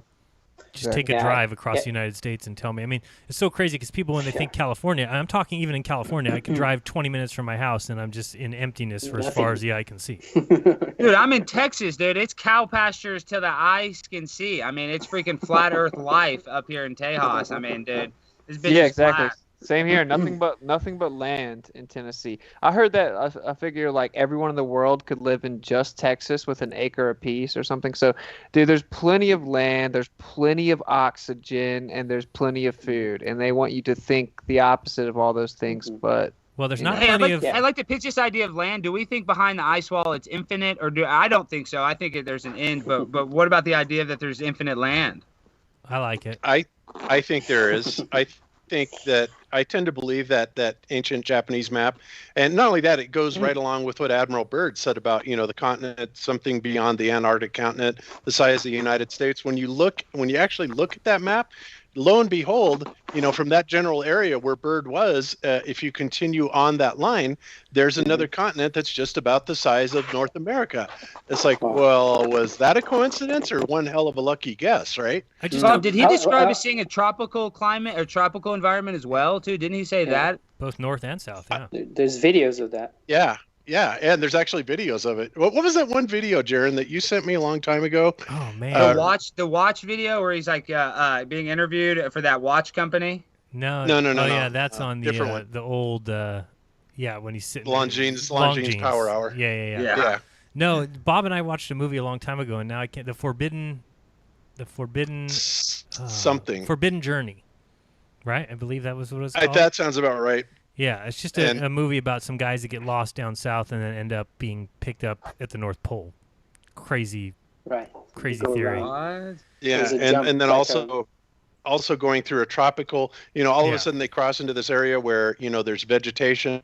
And by the way, there's supposedly true life stories of this happening as well, through various people that have talked to this. So it wasn't only in the supposedly science fiction movie, but there have been real accounts that have been written about like that, which is kind of interesting. I don't know exactly how that would manifest, but if it's true, that certainly would change the dynamic of things, wouldn't it? Hey, what if there's something what's that's the- acting as containment that prevents our physical manifestation from crossing it, but on the other side of it, it's infinite. It's just maybe there's some type of Spiritual. secret to get there, sure, but like maybe like the energy prevents the physical body to go through Crossover. it. Because we're only allowed Well, to there's experience a certain level of existence, right? I mean, it's just like any other dimensions, multiple dimensions. Who knows what's outside of the dimensions? There's things going on right around us that we don't see. I guarantee you. In the Mahabharata, Ghosts or whatever you want to call it. There's one point that Arjuna goes conquering the world for his brother, and he goes north towards the far north. And he gets to meet these guardians that say, "Hey, you cannot enter here. It's only for dead people. You cannot be alive here." And they give him these gems and send him off, and nothing would have stopped him before. But these guys, he totally respected them and went away. And I was going to ask Bob, the Japanese map that you're talking about, what do you know more than just the one newspaper clipping about it? Is that confirmed? Have people seen the actual artifact? Because I've only seen the newspaper clip. I don't know about the actual artifact, but there are other cultures that have talked about that as well, that are separate away from that. So again, obviously there's no absolute solid, go-to type of proof. Again, when you're dealing with things like this, especially when we know full well they're trying to hide this information, the only thing you have left to go with is a preponderance of evidence. You see a little bit here, you see a little bit here, you see a little bit over here, they seem to correlate. Okay, now we're starting to build a preponderance. And, like I've always said, that's our biggest asset, is to build that preponderance. And right now, the preponderance of evidence for flat Earth is freaking overwhelming. It's Hey, huge. and what if ancient civilizations were advanced and they knew some little tip or secret to get beyond this realm? It's not that it's unattainable. It's just like it requires you knowing what's going on, and they have absorbed that little trick or secret. They know how to kind of cross through, and they prevented us from being allowed to go there because then they have all the secrets, et cetera, et cetera. Well, if we think of a firmament, wouldn't there have to be a line where the firmament would come down and touch the ground if it's a dome? I mean, I'm saying if you think of that, and if we can't go through it through space, I believe there's liquid above us, because I look at the lunar wave. Maybe there's liquid outside of that. Maybe it's ocean water, and that's where I think maybe things can swim underneath and come up through our oceans. But what is that firmament? What if it's some energy field? Yeah. It could be some plasma field. I'm guessing that's what it is. I mean, it can hold in water. I mean, or hold in liquid. I don't know. I mean, I'm just going like what Bob said, a preponderance of evidence and mental masturbation. Right. And, and like we covered on our season finale show of Globebusters, the evidence for the firmament is overwhelming. Once again, this preponderance, the visual evidence, the logical evidence, the mathematical evidence, the historical, the government document. I mean, it's all there. And, it makes no sense in any model that we wouldn't have some sort of a barrier. Now, what that barrier is made of, your guess is as good as mine, Alex. It could be, I never even thought about, maybe being able to access it from underneath the water, but it would have to be fairly deep because you have to deal with the pressures, right? Pressure differentials. But, or maybe you can be like the Flammarion guy and just peek underneath it. I don't know. Well, Bob, but it's got to be there. I think that's part of the psyop. They tell us we know more about space than the ocean, and that can't be farther from the truth, dude. We've never caught a space fish, dude. I've never caught a space marlin. You're gonna tell me I know more about space? Yeah, right, dude. Exactly. Well, it's like when you listen to Marty Leeds talk today about spirit and how that comes from our breath and breathing, and then what they're doing with these masks. Just. Mm-hmm. Bob, I'd like to get your opinion. I think the masks are, a cultic initiation ritual. What do you think about? I'd like to hear you talk about the social engineers in the New World Order. What's your opinion on the masks?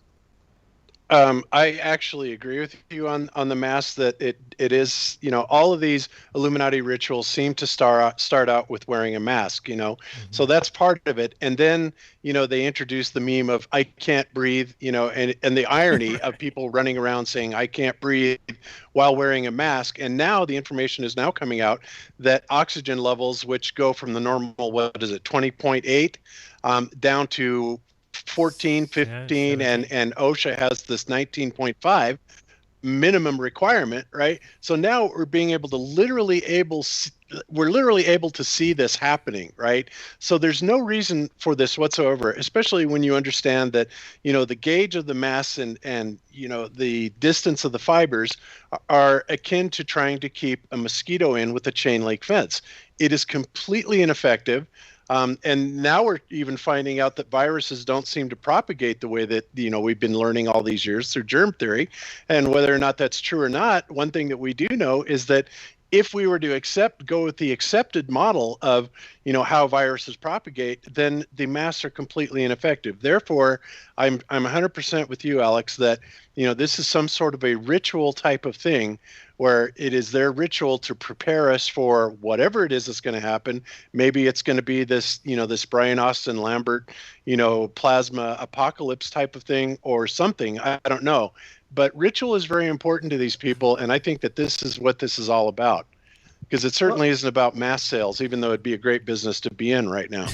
Yeah. Well, I hate to be gross, but if you think about your mouth, it's kind of like your reverse butthole. You know what I mean? It's where you put it. It's another place where you put food in, but you literally expel carbon dioxide from your mouth. You're expelling all your toxins, and when you put that mask, how can anybody tell me that is healthy to breathe in your own expelled toxins over and over again? I just don't know how a scientist can look you in the face and say that's good. It's insane. Dude, think about the reoccurring theme. I think Owen pointed this out, right? Like, they were scaring us with global warming and that there was going to be a carbon dioxide increase. And, of course, that's a result of these masks. So they've kind of, like, fear-mongered you with all this fear porn about global warming, but the net result being carbon increase. So they basically told you, there's this reoccurring theme about breathing. Mm-hmm. That's one of the issues with supposedly COVID. And then we know about some internet. And so it's like this reoccurring theme of like lack of oxygen, increase of carbon, and it's clearly a spell. Bob, your airport, your airport has it pretty dialed in. What do you think about the painting showing the soldier with a gas mask?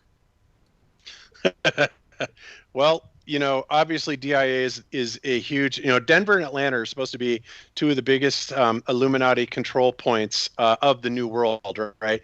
You've got the capstone at the Denver airport that talks about how it was dedicated by the New World Airport Commission, which of course is not even there. I can tell you just by what I've seen around that airport, there's something much more to it than meets the eye. Let's put it that way.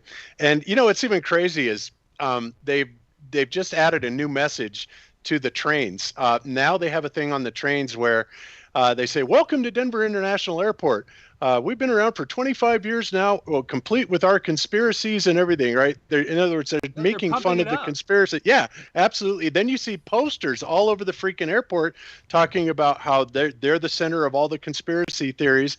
They're just going with it, right? They're just rolling with it, trying to laugh it off, Hey, Bob, I was recently just in Denver, and I could have sworn, I'm a conspiracy nut job, but I could have sworn I saw pilots wearing some boo-boo fake pilot uniforms on the train. They didn't look like real pilots to me. And I've also heard from pilots that there are certain places. I talked to the guy that worked at the Sunglass Hut. He said during his training that there are certain places in that airport, if you go restricted access, they can literally kill you and shoot you on the spot. Is that true?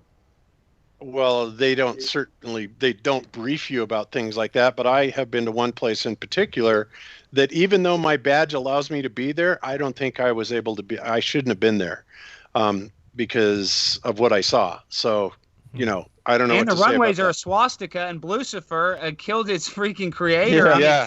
Yeah, exactly. Lucifer is too weird, and the runways absolutely are a swastika. Because it's designed by the OSS CIA. They want to put their little thing into it because it's this shadow government that designed it that was created by Nazis. So they want to put their little stink on it. You know what I mean? Yeah. So, but yeah, the DIA airport is definitely a big part of the plan, whatever that is. Well, if you think about like tactical location, right? I mean, you got Denver and Atlanta. That's would make tactical sense for those to be the headquarters. Yep.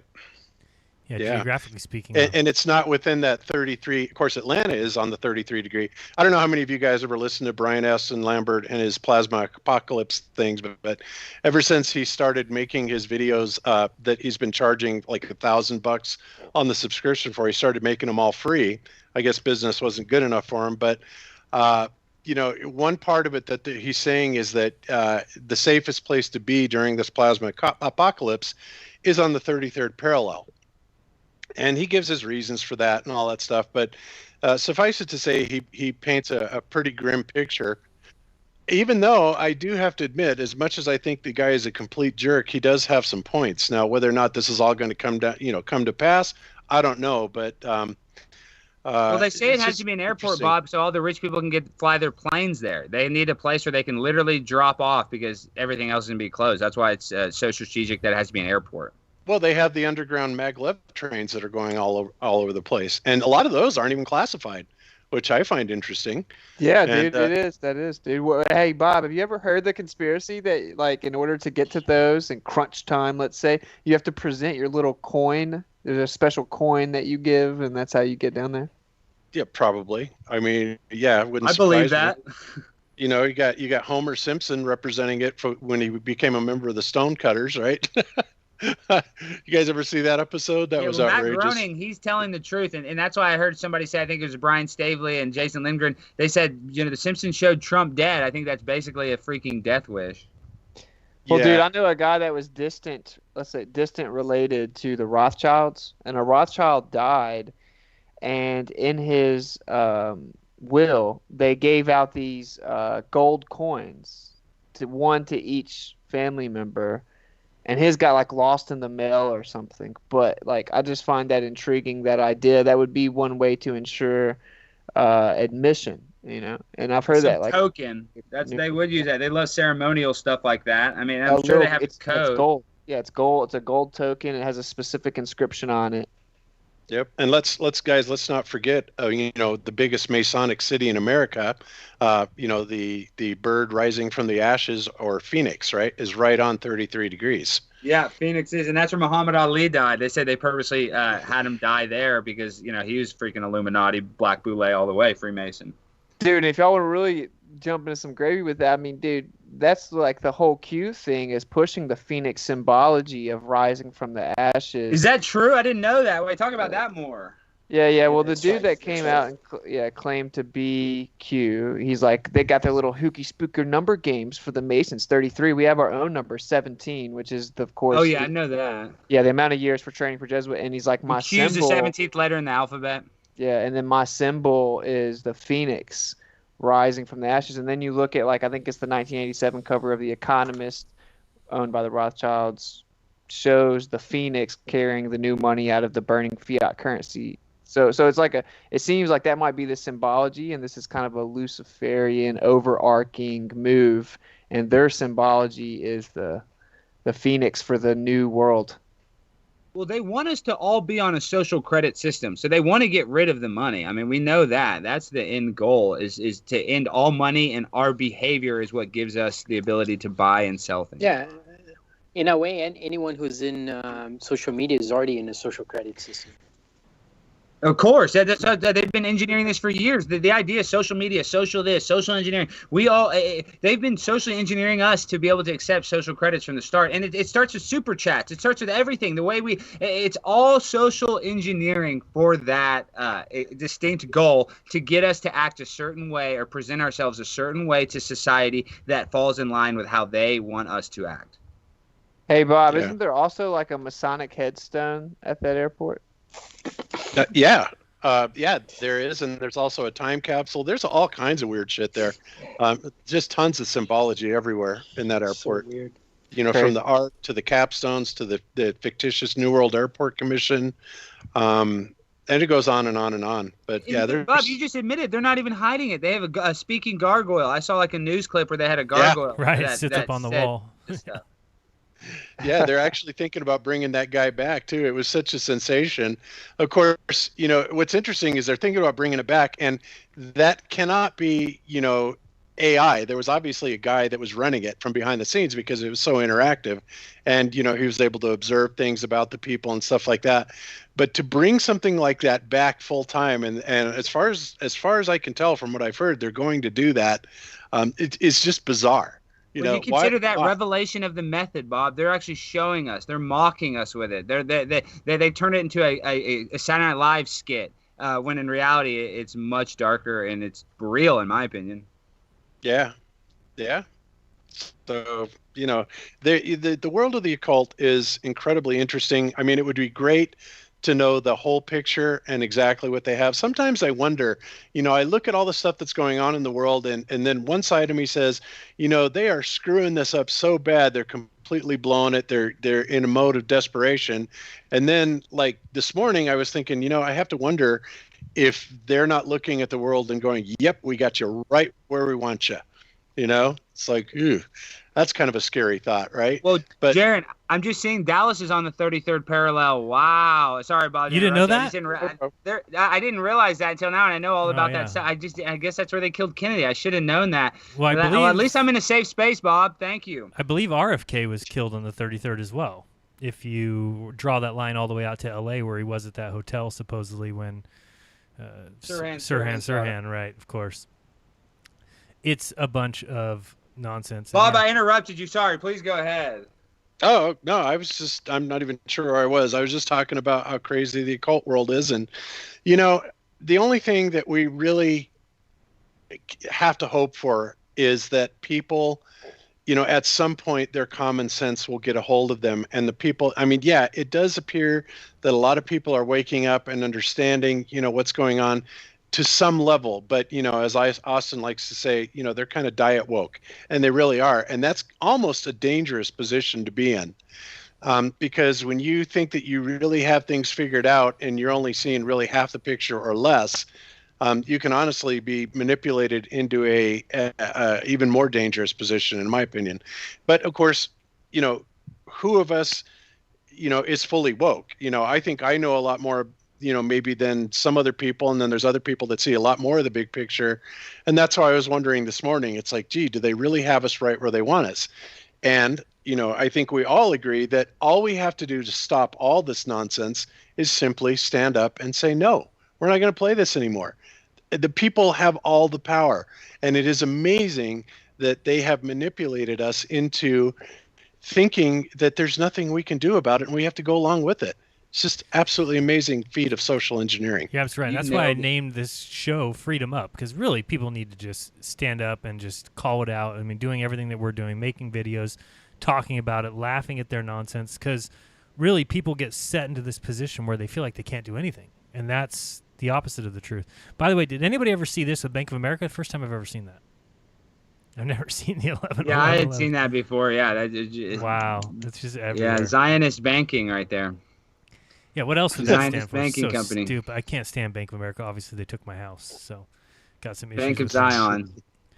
All right, back to you guys. What you're saying? Hey, Sorry. Bob, I like this idea. I always play in my head. These social engineers, their grandparents were the good ones, and now we're getting basically the inbred bloodline people. So these are kind of the mentally challenged generation of social engineers. So I think right now we do have the power, but they're rushing to get their plan in place because I think even they know it. Like, with their longevity of life, if they don't get it in their lifetime, they may not be able to get their plan. Like people don't realize we have so much power. These people are not perfect, at the end of the day, and we have the numbers. So that's the problem. The social engineering. People don't realize if we came together, we outnumber the military, the police force, everybody by a huge margin. Yeah, I absolutely agree. And the other thing I find really interesting is, we're always told about these doomsday scenarios, and like I said, it's infiltrated the flat Earth via Brian Austin Lambert. From what I'm getting from him, he's almost indicating that it's either this year or next year that is going to be this plasma apocalypse event. But I have to step back and ask myself, well, wait a minute.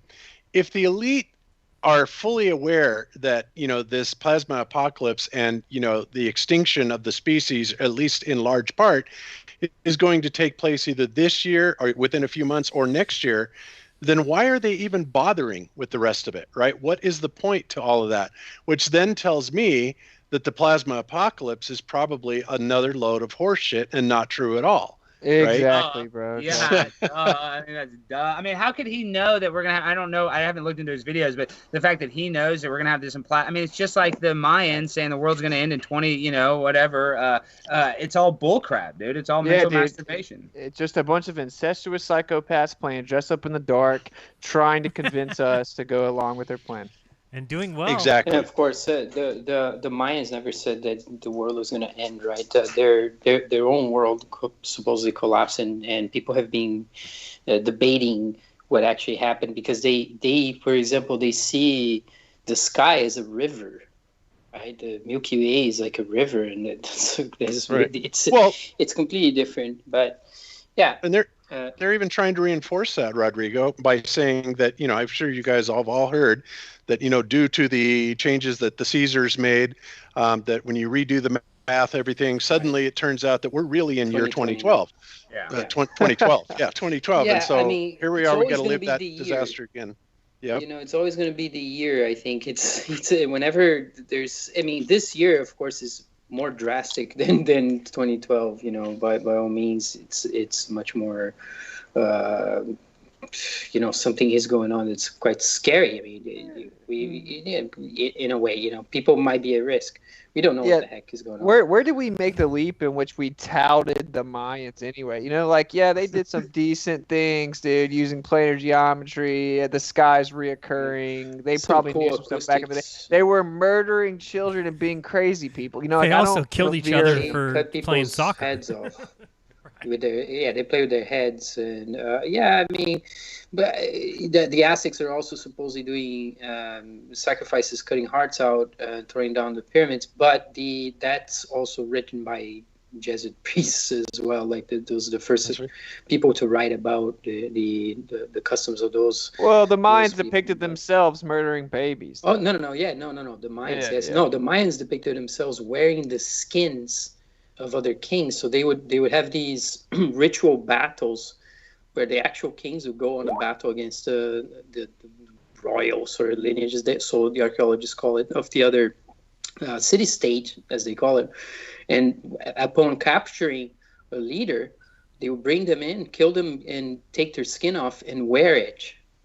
I don't find it a coincidence that the mainstream touts that civilization. Is what I'm saying. They were barbaric. The Mormons, for instance, they believe that Jesus went and talked to the Mayans, and that the Mayans are, they wear special underwear, dude. They believe John Smith found a bunch of stones when he was 13 and created a whole religion as a child, a literal child. Yeah, so we're all gods, dude, and we all get our own planet. You didn't know? Yeah, and my special underwear is going to protect me from Satan. My panties will protect me. Hey, Bob, I definitely have heard you and Jaron talk about it. Do you guys ever think there was a reset in history? Like, we don't even know what year it, we say it's 2020, but it could be, 1640. I don't know exactly what the word reset encompasses but it does seem logical to me that if there weren't something major that happened to civilizations, that we would have a lot more population than we do now. Now, granted, we have a lot of wars and there are natural disasters, but nothing that has been on the scale of, what they're telling us is coming, right? With plasma apocalypse and all this crazy stuff, where it literally wipes out, like the Georgia Guidestones are trying to say, they're going to get us down to 500 million people, which would mean that somehow they're going to have to wipe out 7 billion people. And not only that, if they knew this was going to happen again, why are they making such a concerted effort? Why are they trying to vaccinate us? Why are they, doing all this crazy stuff, trying to poison us, shorten our lifespans, kill us through medicine? Like Bill Gates says, well, if we do a really good job with vaccines and medical care and all this stuff, we can perhaps reduce that number by 15%. Why even bother, right? Exactly, dude. They can't even get us sick, bro. Exactly. Exactly. And I like the note that David put in chat. He says, Brian Austin Lambert says he knows what is going to happen because he has the 100% correct model and the elite don't know what is happening exactly. Now, Brian Austin Lambert is about the most egotistical jagoff I think I have ever heard on the net. To assume that he knows even better than the elite. But again, like I said, if any of this were true at all, they would not be making all these ridiculous claims or these ridiculous actions like trying to get us vaccinated and all the stuff that they're trying to do to clearly depopulate the world. They would just let nature take care of it, right? Bada bing, boom. The whole population's wiped. Bob, what do you think about the Great Flood? What do you think about that? Well, I think there's evidence for it, which is interesting. There's obviously the evidence for it. I didn't live through it, but if you look at the biblical model, then it seems to me that you see those things up there that are clearly like spill gates, right, coming into the firmament. So that's something that could facilitate that type of thing happening. But as far as it just happening with the resources that are here on Earth, it would take an amazing force to move all that water out of the oceans and bring it over the land, to the point where it flooded out the whole world. There would have to be something far more extraordinary, like water coming in from the spill gates, right? Agreed. Well, even in the mainstream model, they have the end of the ice age as a model for the flood, right? They claim that there was an ice age and that about 10,000 years ago the glaciers melted and the ocean rose a lot, and then you have your flood. Right? That's what they claim. But what we see from people's oral histories, just like in the Bible, there are floods. Even the Mayans had a story of the flood, and all people seem to have some sort of flood story. Right, exactly. My point, of course, being like, as far as cataclysmic events go, that's the only one that I will say there's a lot of evidence for, like geographical evidence, like all over the place, right? So I'll concede that, but like something else to me is just kind of reaching, and I think they want us to be in that state of mind where we actually think it's feasible that we all get wiped out, but it's really not, in my opinion, and they just want us scared. Well, I don't think it's going to happen with some sort of cataclysmic event. Personally, I think what's going to happen is it'll be like they'll use the Black Lives Matter movement to start infiltrating houses. They'll get the thugs to come to your house door to door, and the cops will stand down. And so then they'll have to put in, once all these gangbangers are going to your house, robbing you, then they're going to have to put in the martial law. And then once the martial law happens, they'll have to delete the internet because there'll be a resistance that's using the internet to organize against the martial law. So boom, the internet's off. Then they slow down the food. Then people will be rushing to the FEMA camps. And then once they have us in the FEMA camps, boom, they can cull us in a second. So I don't think it's going to be one night we're going to wake up. It's going to be a slow burn like they're currently doing. That's what I think is going to happen. Yeah, I agree with that, except for one thing, Alex, and that is that for whatever reason, these guys seem to obey these universal laws. And one of those laws is the law of free will. Now, they cannot just go around arbitrarily mass exterminating people, in such a blatant way. They have to bring it around to, people are demanding it, or they bring it on themselves. They do it to themselves, or they cause conflicts where people kill each other. But for them to just blatantly go out, this is why I think that the whole, thing with the Jewish people and the Germany and all that, I'm not going to say what it is. How dare you? Well, I think a lot of that was horseshit, because that's something that is simply not. That it brings about a karmic repercussion that they are not willing to deal with. And I think that karmic repercussion is real, and I think they know that it's real. But imagine, Agreed. Imagine if they did turn off the internet, though, which I think is coming. When that happens... Well, yeah, you're right. That would be catastrophic. But if you think about it, like to compound on what he's saying, like from a tactical perspective, they adhere to the hermetic principle, or the idea of this natural law. In addition to that, the only way that you could actually like really ensure success is that the people do it themselves. Like I think that it's even a tactical thing. I think they just know that it's way too iffy to try and like take us all out. They have to get us to just go do it. But we've all taken on the internet, right? We've all accepted it as part of life. We've all integrated it into everything we do. So when they turn it off, we by extension, we did that. If people start going crazy, I mean, there's no supply line now. How does your grocery store get food? How does this happen? It all falls apart. Why? Because we've all adopted this technological advancement that they've given us. So I think that's a way around that cosmic or karmic issue. Exactly. That's Bob, the whole reason. You're 100% right about them. They give us the rope to hang ourselves, but I think the natural law is as simple as like if you go into the woods. I've heard Dave Weiss say this. All they have to do is say there's a bear trap in the woods. They don't have to tell you where the trap is. So that's why I think you're right. They'll socially engineer us to kill each other. Exactly. That's the whole reason the Hegelian dialect was created. Right? They cannot do it directly. They cannot do it directly. Therefore, they have to create the circumstances in which the people will do it themselves. Right. And they are damn good at it. So the whole idea Yeah, of a no, reset they is like not always going to wanna happen the way be- they teach you. It's not going to be a reset of that kind of proportion or some sort of, they want you to think there's some sort of Carrington event coming or something like that. Whereas they might give that in name, right? Oh, it was a solar flare and that's what shut down the internet. But by doing that, it would cause people to fall apart in their own way. I think Yeah, it's part easier of said the- than part of done to the- shut down the internet, you know. Sorry, yeah, Just Dude, part- I think part it'd of be the- easy in a second if It'd they be said there's easy. so much chaos on the streets you can't go to work at AT&T. How's the internet going to stay up? If they're Well, literally not- people. Yeah. I feel you. Like they could attack portions of the internet infrastructure, sure, but just to, like completely wipe out internet, it's easier said than done. And I think we just kind of assume reasonably based on our dependence on internet, like, wow, that would be catastrophic. But I think they know, dude, people are very persistent and we would figure something out. It's going to be like the Matrix. We're going to be plugging into random government phone lines and stealing the government's internet. That's what we're going to be doing. We're going to have hackers stealing because they're still going to have the internet. I guarantee you the government that's plotting against us, they'll have their own internet. What country didn't? I don't know. I don't think they would need that because part of the long-term plan that they always had, the eugenesis, that is to create the perfect slave. So that's what they've been trying to breed. That's their ideal kind of population. And this is kind of, if they're rolling this out right now, that's because they think they have it. If they could just wipe the internet out, they would have already done it. That's kind of my point. They don't take chances. They adhere to the Hermetic principle. They take surefire bets, and they're like, if we can convince these people to conform to our Hegelian dialectic, that ensures success. And that's the only thing that does ensure success. They don't go around just like rolling dice. That's just my opinion. Like I think that they know there's a certain amount of compliance they have to attain, and that's where their full focus is. Austin, did you hear what happened in Ethiopia 2 days ago or 3 days ago?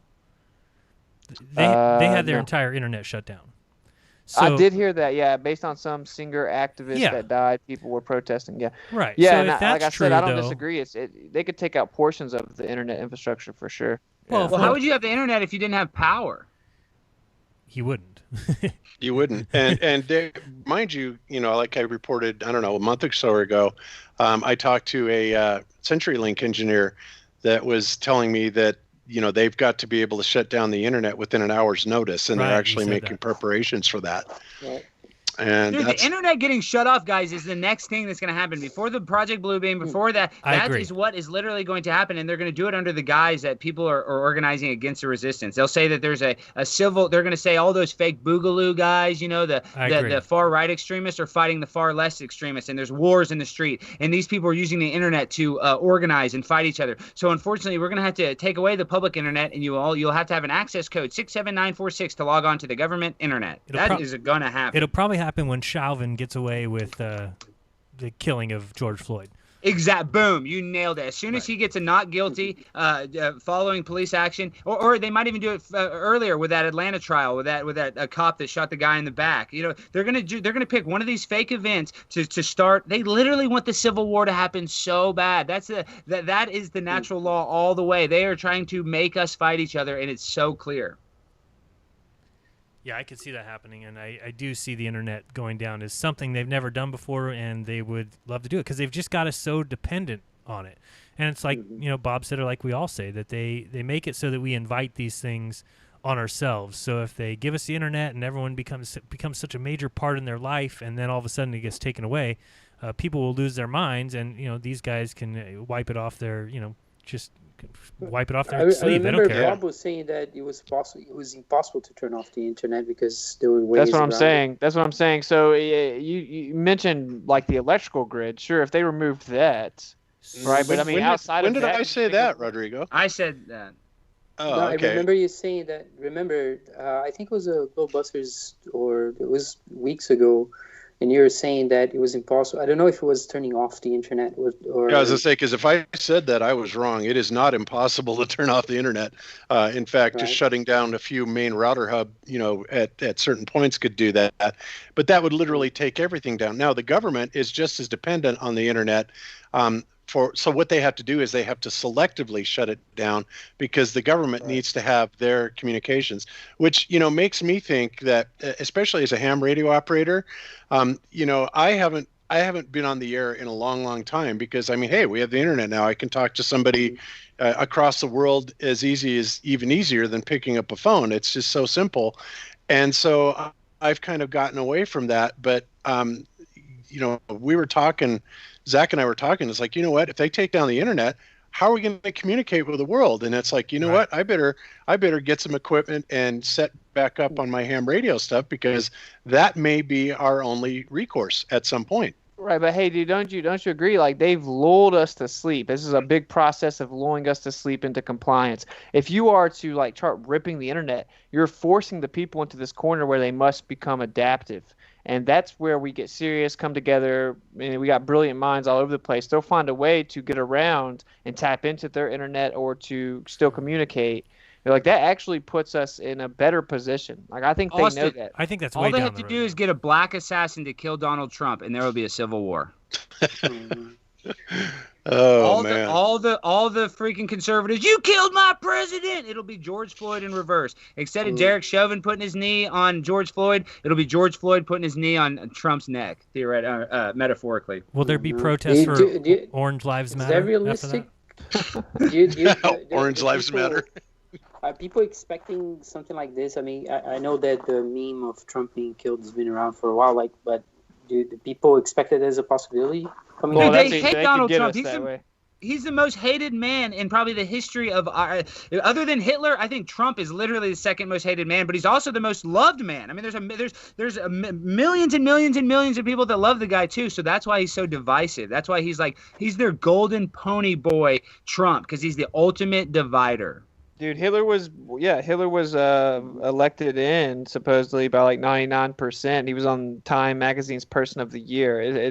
It's the same idea. Like, there's silent majorities behind Trump. There's no doubt about that. And if they orchestrate something to divide us based on him getting taken out, I mean, that would definitely have repercussions. But you don't even have to do that. Y'all mentioned it. You could just let that cop off, and they would do that. That's what I'm saying. Him just being there is a psyop. Right. Wow. Yeah, but imagine Trump dying. I know you're right. You both are right. You know that it only take a little match to start a forest fire. But I'm saying they're going to use a flamethrower if they do that. That would kind of get their results in all in one if they killed him. But all in one, right? Yeah, and they have to catch the assassin, even though it's going to be 6 CIA people that do it. They're going to pin it on Lee Harvey Blackwell. You know what I mean? It's going to be the Black Lee Harvey Oswald. Jared Loughner all over again. Yeah, unbelievable. Could happen, but I don't know. I don't think they need to go that route. Like you said, just one of these fake events. All of a sudden, you have the cop get off, and people are going to lose their minds because the media will tell them to. It'll be all part of the same media. I just think, anytime you look at the media and you realize that they just want people sitting in front of the TV, it's what they want. And this is the tool of the CIA and always has been. This Mockingbird media will, they've convinced the world of anything that they want. People sit there and it affects their lives like it really happened to their friends. Although one thing I noticed, I don't know if you guys have had this happen, has anyone had to see any member of their family wearing a mask yet?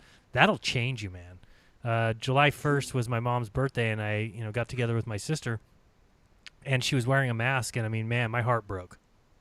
You're like, dude, Jared, my dad purposely puts on a mask around me because he knows I don't believe in any of this stuff. So he wears it not to mock me. My dad and I are best friends, but he's literally thinks I'm going to get him sick because he knows I go to the gym, I do whatever. He is so socially engineered. He puts on the mask when I come around him. I'm like, Dad, you're such a dickhead. Take that thing off. But he's literally scared. So I'm not going to argue with him. I'm not. He's in fight or flight. So me combating him, that doesn't help his fight or flight syndrome. I got to be nice. That's the problem. That's why all these YouTube videos are going viral. These people are in such fight or flight, it only takes one little thing to set them off, and then they're at Trader Joe's cussing out a manager. Right, and my sister has asthma, and I asked her, don't you have a harder time breathing with the mask on? She says, absolutely. I'm like, well, what are you doing? What are you doing? Take it off. Oh, well, we got to do this together, and it's just for a time, and it's not, I can understand if people were upset because this is going to be the way it is forever, but it's just right now. I'm like, Kelly, this is how everything happens. This is how you get your rights taken away, is it's a little at a time. They can't do it all at once, but they take it a little at a time, and you're right. If we just give in right now and say, okay, we'll all wear masks, and, yeah, we got to do it for each other, and okay, it's just, then watch how far they take it the next time, and the next time, and the next time. That's why you got to freedom up. You got to stand up now. It's not like, if they came out and said, okay, we need everybody to wear a mask for 1 month only, and it will never happen again, people would be like, whatever, we'll get over it. I'll wear a mask for a month. That's not what it's going on here. It's not what's going on. People need to recognize that. There are the psychological implications, like you're discussing, right? And then, like, also, does anyone find it unfounded that, a lot of people may start dying if you wear masks for long, extended periods of time? Yeah, you're going to cause health side effects. Yep, and then it'll be written up as a COVID death. Well, I mean, it's a win-win scenario for them every single time. The sickest thing is you can tell the media is not mad that more people aren't dead. That's the sickest thing of the media is they are literally sad that more people aren't dead. They just change their line every day. If you watch them, they just change it. Now it's, look at all these cases that are up, and they drop the whole death number. Why? Because that death number is going down. They don't want to talk about that. Don't talk about that. It's just, now all these people are getting sick, and the numbers are going up, and they ignore the truth. It's what they do, and people fall for it all the time. CNN just had to walk back. They said hydroxychloroquine didn't work, that Brian Stelter went on this huge campaign because Trump said he was taking it. Right. The media literally went on a freaking a blitzkrieg of disinformation saying this drug will hurt you. And they just did a study, and it was a miracle compared to a Z-Pack alone. It saved, I think, 16% more people. And this is the media. They want people to die because when people die, we all focus on the TV. We all love that trauma-based mind control. We eat it up. It's addicting. Hey, Bob, what would happen if you were to pump 60 gigahertz out while people wear masks? Oh, man. And that's exactly what's happening. In fact, I just noticed just down the street about a half a block on my block, up went one of those 60 gigahertz backbone 5G transmitter stations, and it's not fully in, but it's there. And, you see stuff like that. And like I said, all they have to do is turn those things on, crank up the power a little bit higher than it should be, and people are just going to start dropping like flies. And they're wearing masks. Pandemic. Yeah, and they're wearing masks. Yeah. Dude. That's a terrible Don't they admit equation. that they use that technology as a crowd disbursement tool? Is that correct, Bob? Yes, they absolutely do. So we know it right there. It can be used as a weapon. We have a weaponized system that's going up on every street in America. Yep. That's absolutely right. So they'll either get us with the irradiation, and now if they use it specifically in the 60 gigahertz, which of course oxygen has the 100% absorption of that, that's going to be a quick kill methodology. But even if they don't use 60 gigahertz and they drop their carriers down to, 15, 20 gigahertz, something like that, it's still going to have enough of an oxygen absorption effect as well as a simple electromagnetic radiation absorption into the body that it's going to start heating. I mean, I don't know about you guys, but if I hold a cell phone to my ear long enough, the side of my head starts getting hot, right? And that's with a mere 900 milliwatts, less than 1 watt of power, that this is happening. So, and these stations are capable of far more power than that, and the power is fully adjustable. Hey, Bob, what about this? They make us all take a mandatory vaccine that's full of aluminum. Then they turn the 5G on, and it's like aluminum in a microwave. We all could, our livers or wherever the aluminum is could literally combust. Yeah, well, we're already breathing it in. So, but what gets me, the thing that bothers me is the delivery method they're talking about. Andrew Kaufman talked about it, is that, in addition to the hypo itself, that, when you get the prick, you also get 2 other needles that introduce a charge into the skin, which then causes the cells to open up, and it changes it so the RNA can be reprogrammed, and all of a sudden you're a genetically modified organism. That scares the hell out of me. Well, that's and it has to add chemicals to make it past the blood-brain barrier. So it actually literally changes your genetic makeup. They're prepping us for everyone to be sick, right? There'll be a spectrum of people. Say you get the aluminum in your body, and you're older, already have some issues with breathing. You're going down quick, done. Yep. And then we have the people that didn't get the vaccine, but they're stupid enough to wear the masks, and then they combine that with oxygen deprivation levels or oxygen absorption levels. They're going down eventually too. It's going to be like a spectrum. Of course, people are going to start getting sick.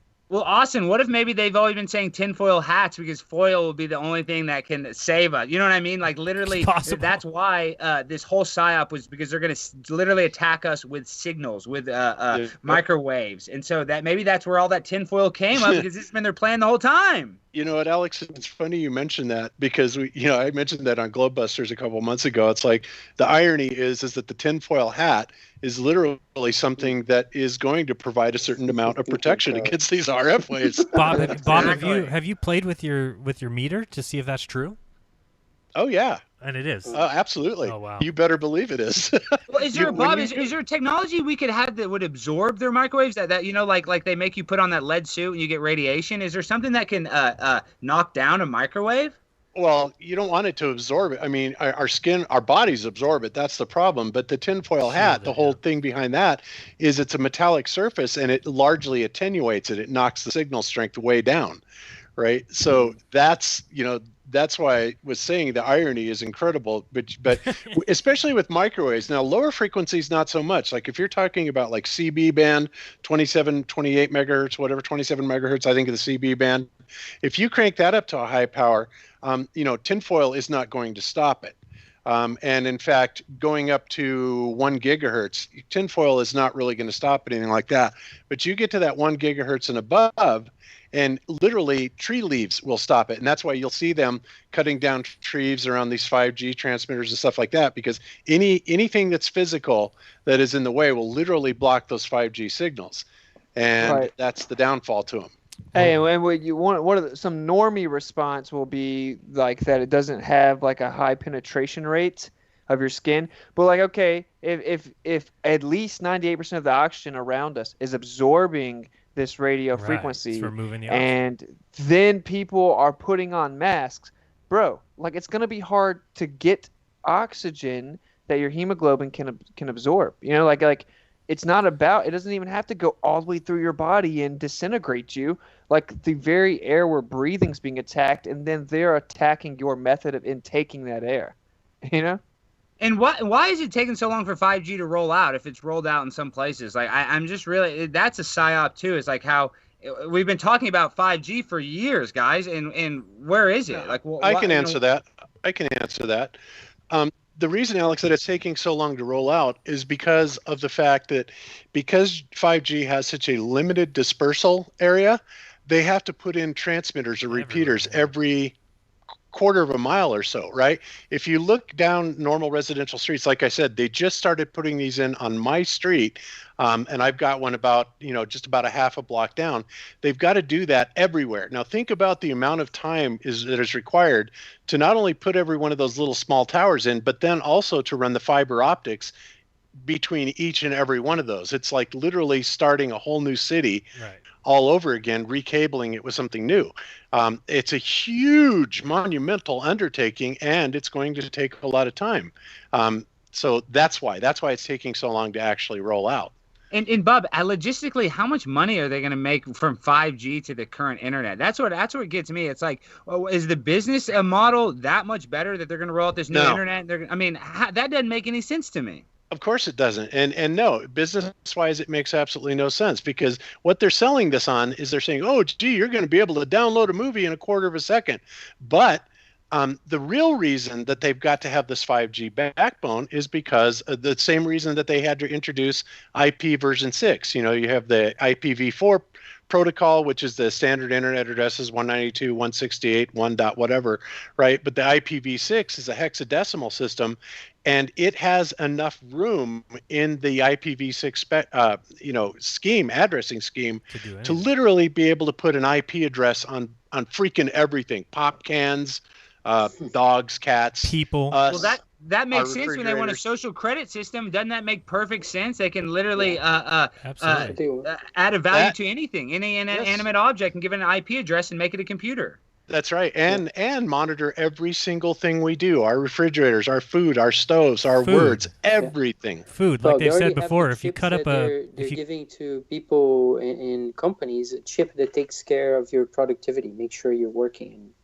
on your hand. Yeah, they've been talking about that forever, but they also could do it with food, everything, right? I mean, they've talked about it before. Like, you could have a number not Internet on just of Things. Yeah, just not on a piece of fish, but every piece of fish is then segmented out. So when you go to the store and you just buy a little slab of salmon, that might have its own unique number. So if they can do that, I mean, they can do it with anything. Oh, and they can because of absolutely. what Bob said. And then there's new crypto technologies like VeChain is one of them. And it's being utilized to track every singular product with a blockchain. Right. They've So been doing it at you know, Walmart they are forever. implementing this infrastructure where they can literally categorize or itinerize every single thing that exists with a specific blockchain. And again, You know, they'll build it up and tell you it's for your own good, right? So eventually, if you find out that one of these pieces of fish is tainted with salmonella or whatever, well, they could stop the sale of all the segments of fish, and so they'll try and build it up as it's a great idea for everybody. You know, Yeah, they're going to sell it like it's going to help keep up with and track the products and prevent anyone from scamming and blah, blah, blah. Mm-hmm. Well, I like this idea. You know, they have it so much so that the reason why when you go to the grocery store and it's $3 cheaper if you give them your phone number is they want to know exactly what foods you want so they know how to entice you. They're going to say, Austin, you really like Chips Ahoy cookies? Well, you're good this week. You can go. You're allowed to purchase Chips Ahoy cookies. Like they literally, it's that deep that they can find what we like and what we most, shop for. And then they'll be able to engineer us like a carrot with a horse. Well, think of how far we've come. I saw that meme that you posted. No Chips Ahoy this week. Right. Yeah. Think of how far we've come in 50 years, and then if you think where we'll be in 50 years from now, it's absolutely dreadful. A couple super chats real quick. The realm is like Minecraft, goes on forever. Thank you very much, Jeremy Gann. Gerardo Olivas says, first time sending, but not the last time. Thank you very much. Stuart Green, loving the show, guys. Cell towers popping up all over my town in the UK, but they disguise them to look like big vertical cylinders. The second radio wave could be true. And then to William, who sent me a Venmo super chat and questioned whether or not he was actually talking to me during the show. Yes, I do not have a staff. You are actually talking to me. There is nobody answering my Venmos during the show. So just letting you know. So thank you, everybody, for the super chats. But yeah, it's getting kind of...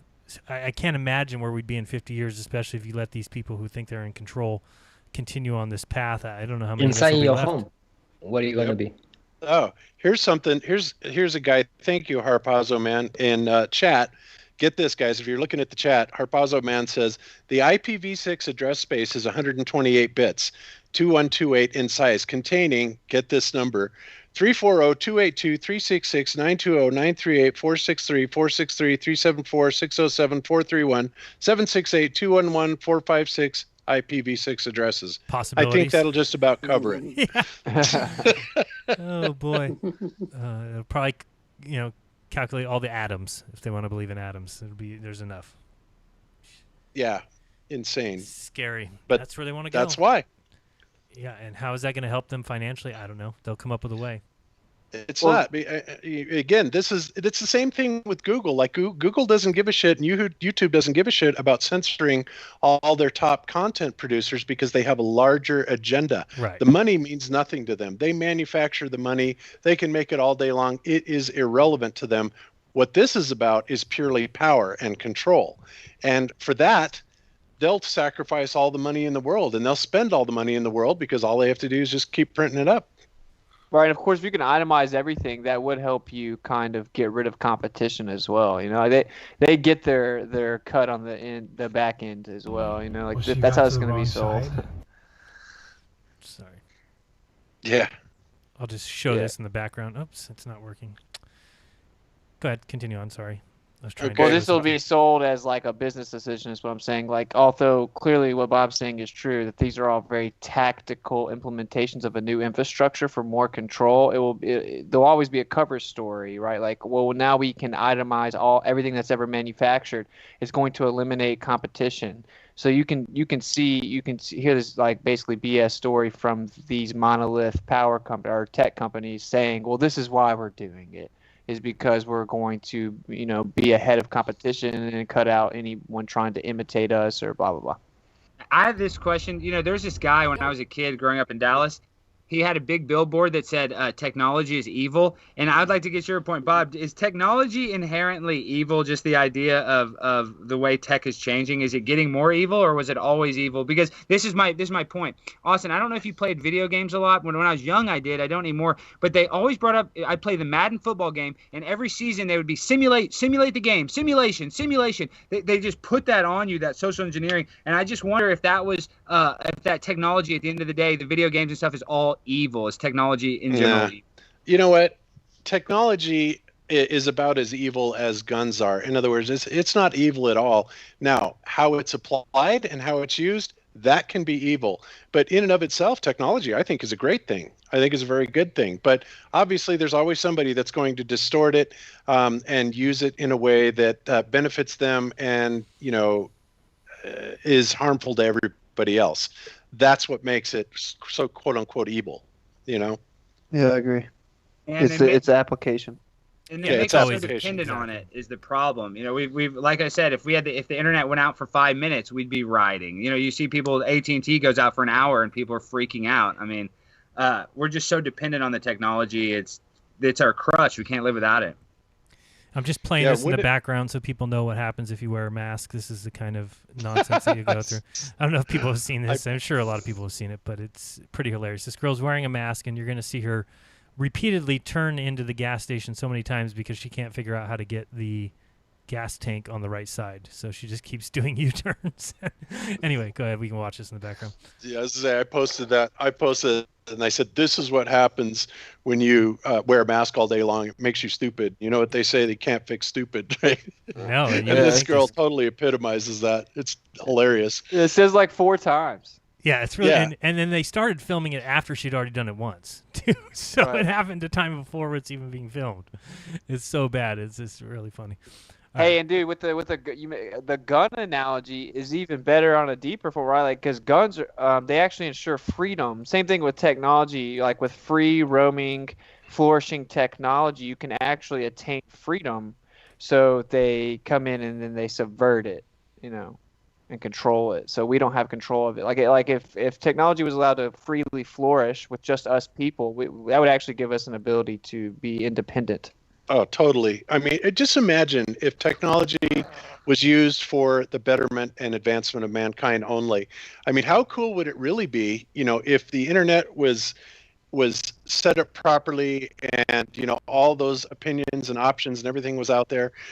If we could, have some sort of a technological implant where we could simply think a question and have the answers, come back to us holographically so that we see all the possibilities at once. I mean, that would make us essentially like Superman. But of course, when you would have that type of technology, somebody's going to turn it around and say, oh, not only can we give them the wrong answer and make them think the way that we want them to, but we can also literally take over their mind by putting these thoughts into their head, right? But again, it's the application of the technology. But technology could be freaking awesome if it were used properly. I don't know. I think there's all kinds of technology, right? I mean, a hammer is a kind of technology, but and some people will say the body might be some sort of technology or something, but. And if that's the case, I think even though some people may want to be involved with gadgets, and we don't have an option, I think there's just the same case to be made on the other side, saying why do we need any of this if you already have the body and everything we need? Well, they just reluctantly drip feed the technology, and it comes like with stipulations, But like technology in and of itself. It actually would free us. Yeah, it's great. Just energy, for example. Yeah, the problem is who is going to be the oracle in the deep sense. Exactly. If you want to fix your card, of course you can receive advice for everyone.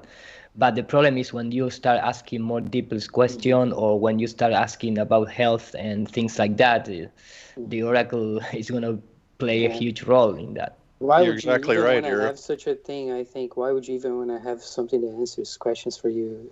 What's if the whole fun is about figuring out for yourself, right? I mean, why would you need all these answers? I mean, I don't know. I'm just questioning it. The idea of we go onto the internet and we see what already happens when you look at Google. It's a mess. If you don't know how to find things, you won't find it. But that's a perfect example of how like the technology of Google isn't bad inherently. Searching for things and having all information at your fingertips is incredibly beneficial to us, but they've corrupted it, right? Like technology in and of itself is actually very useful, and that's why they make sure that they control it and drip feed it to us, and we still live on electrical grids where we pay utility companies. The thing is maybe we start getting, confused about what is technology, what is technical things, and what is information. Because, for example, the procedure that Bob described is more to achieve information than technology itself. Of course, it's going to be hand to hand, because he's trying to say, okay, if we have something implanted in our head, to ask question and receive information. Yes, indeed, there is some new technology, but we can use the advantage of technology in so many things without implement information itself. You know what I mean? I mean, things like get better cars or better surgery or better, technical stuff, technology applied to technical solid things without information itself. Because for me, one of the most dangerous things is the information. It's when you start using information, which is something intangible, because it's something that there are concepts and opinion. We don't have that, powerful, all knowledge oracle to give us the information. We receive information from other peoples who has their own bias in that terms. And the thing is that you can ask for technical things. You can apply technology to solid things, like mobile phone, computer, television, cars, planes, etc., etc., etc. And then it comes this idea of transcended, which is have things connected to your body and ask question and receive information. Well, that's Sure, that's the transhumanism idea. That's what they want. They want us to be a bionic being and then just put our brain and eyeballs into a robot. I agree. It's an important distinction with information and technology. But it's like they took Tesla's name. They have an electric car you have to plug into a wall, dude. Like, he would be laughing hysterically. He's like, right. He's like, that's stupid. So it's just they control the technology. Yeah. Mm-hmm. Yeah, I mean, you see, one example that's really easy to see how what you say is right, Austin, is like what they did to YouTube, right? They bought it, and of course, when the media started becoming absolutely obsolete, if technology was actually guided the right way, just the way people wanted, even it's completely unguided, right? The mass media would have totally collapsed by now. They get money from huge advertisers and the government. They get bailouts essentially to actually exist. And you see how they flooded YouTube, right? That's their desperation. And this is what happened. We ended up on the, there was a moment on YouTube where things were working fine. And then they decided to take over because it was working fine. So.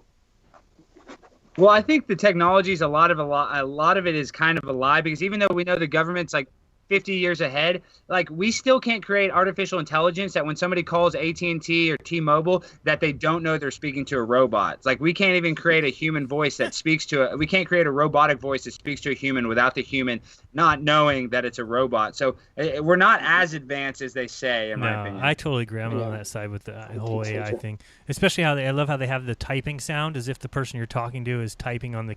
Have you ever called somewhere and they have like a typing sound, like the person is looking something up on the computer? And they literally have a 99% failure rate. Like, AT&T has a specific division of people. I forget their job's called, but they're testers. They literally they do focus groups. But what these testers do is they literally test to see if the robot tricks them. They ask them. They do a phone call, then they ask them after the phone call, were you talking to a human or not? And literally, their 99% failure rate for AT&T. Everybody knows they're talking to a freaking robot. Yeah, but I think that those kind of things is just a matter of time.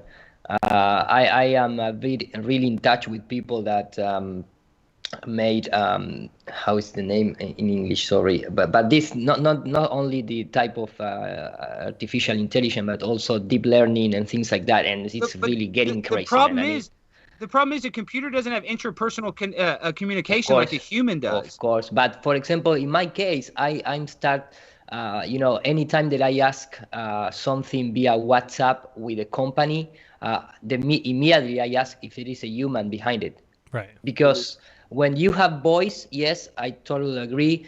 We still can detect that difference. But when you are chatting, I don't know if it's correct how I pronounce, but when you are typing, that's became really difficult eventually, nowadays to like right now, to differentiate it. Yeah, right now you could probably tell them, well, what's 6 + 5, and see what they say. But eventually they'll be able to answer that, and it'll be hard to tell whether you're ever talking to a person or not. It's Blade Runner, text. right? That's what's going on. I think it's important also to point out, I mean, that's all operating under the confinements of the technology we've accepted to be the most up to date, right? Like we have the electrical grid, and then everything is underneath that umbrella, right? Imagine the efficacy of a computer that has like an endless supply of energy. You can't top it out. What would it be capable of doing? Obviously, I would say a ton more, so just like when we look at AT&T can't do this, or Tesla can't do this, or whatever, they're all operating under that old confinement, that those parameters of current accepted technology, which I think has intentionally been drip fed to us. And I think that goes way back. I think they knew they had better technology way back, and it's just been hidden from us. Yeah, it's like all those old buildings that have antennas on them. I mean, don't we think that was for some sort of free energy? Absolutely. Yeah. There's no doubt in my mind about that. In fact, you have to wonder how many cycles, we have gone through with having technology, not just, 2,000 years ago and, what the Egyptians were trying to depict with their helicopters and stuff like that, but maybe 4,000, maybe even 10,000 years ago, and if so, then that would kind of lend credence to some sort of a major disaster that is stopping this information from propagating forward. And yet the elites somehow are always seem to be in control of it. Well, imagine if they're just that good, like they have mystery schools going back to the Greeks. We know the Romans just went around destroying everything. So they just went around destroying all these ancient truths, took them for themselves, touted some of it as if they were their own, and kept the very valuable secrets for themselves in secret. If you have a decent period of time, I find that to be pretty achievable. I don't think that's then. what happened. For one reason, that when I look into the Masonic texts and the rituals and Aleister Crowley, they seem to know close to nothing about ancient scriptures or Eastern scriptures or Sanskrit. And Blavatsky and those people, the people from the Theosophy, they try to basically gatekeep to claim. There's a lot of people that believe that these people are spiritual masters, there's all these ascended masters, all this stuff, and that they contacted, that they are creating this new religion, this new age, this Aleister Crowlerism, essentially, through this Masonic rituals, and all of that really doesn't fit. It's a thing of its own that's invented, and it doesn't. Right. If they went back, they would go back and try to imitate or copy, but they do it in this very tacky way. It's not genuine. And they just convinced the people that they read. Yeah, they just convinced the people that read them, or they convinced the people that were interested in them that what they were talking about is true. I didn't believe any of it. I even did some research into it because I figured these guys must know something, and I don't want to flirt with the occult. Yeah, well, I mean, cult's the wrong word, but it comes down to the do what thou wilt mentality. It's just chaos. They just want whatever you feel is right, you can do. So they don't even care about the stuff that happened before them. Yeah, it's fantasy. It's just like Dianetics, same thing, right? But you're right. I mean, to be fair, like Aleister Crowley, that's 2,000 years after or more after the Romans destroyed. Let's just to use that example, the Library of Alexandria, where they tens of thousands of scrolls they burned down, right? Yeah, and guys, we're talking about technology, but I don't know. This is a conspiracy that I like to subscribe to. Supposedly, the Egyptians used hempcrete, not concrete, and they were able, and it's much lighter. So they could have had technology like that instead of we have this crappy concrete. They had their own. You know what I mean? They have totally different tools. In India as well, in the Vedic sort of temples, you find very strong kind of constructions that are using hemp inside and all kinds of other things. They definitely, if you want to call that technology, definitely they definitely want that hidden from us. Stone. Sorry. So they definitely want to hide that from us. Eru, do you want to? Eru, do you have anything you want to share today? Because I got to go to the restroom, and you can take over if you want. No, I didn't prepare. In fact, I Okay. was absent of the show like 1 hour and a half because I was working. And yes. sorry, today is not going to screen share. Unacceptable. And please, let's tell Yeah, people real I- quick, because I didn't mention it, but Iru, if people could support Iru, patreon.com/Nurpatatodos. If they don't know, Iru's channel was pulled from monetization yesterday. Yeah. So just letting people know. You can Oh, talk about it if Jesus. you want. I Yeah, gotta, 2 days I ago. gotta pee. I'll be back in a minute and a half. Hey, yeah, go ahead, Jaron. I'll handle it. Thank you, sir. YouTube loves you, Iru. Yeah, man. They give me two guidelines, community guidelines strikes. So I cannot upload videos or change anything until the 10th of July. And then 1 week, 3 days ago, I received an email that saying that my channel is not, is not allowed to monetize. I don't know how to pronounce. You got it, so- monetize. And they did the same thing Yeah. to Globebusters too. Yeah, Not only does Globebusters and Globebusters 2 have an active strike on them for 90 days, and they were complete bullshit strikes. One of them was for something over 4 years old, and the other one, they struck me and then deleted the video, and I have no idea even what it was that I was struck for, right? So my only option is to I have to reverse notification, right? Send them notification that I'm going to pursue this legally. And I can't do that because I don't even know what the hell it's about. So talk about a rigged system, Yes. and they took away my monetization. It's like, well, that I'm not so concerned about, but not being able to broadcast live really pisses me off because that's what Globebusters does, Mm-hmm. And of course, they took you out when you're so big, Bob. That's not a coincidence. And Iru, you're a bilingual flat earther, dude. You're like their number one enemy, dude. You can not only talk in your native language, but you can come here and talk to a bunch of freaking Texans and guys from Colorado and sound just as smart. So you're like a dual threat Illuminati agent. They got to demonetize you. No.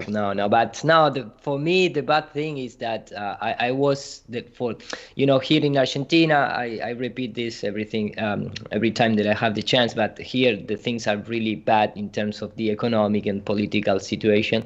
So 4 months ago, the company that I've been working like the last 5 years get closed. Was television channel. Get close, and so at that time was December 90. 6 months ago. The time passed really fast.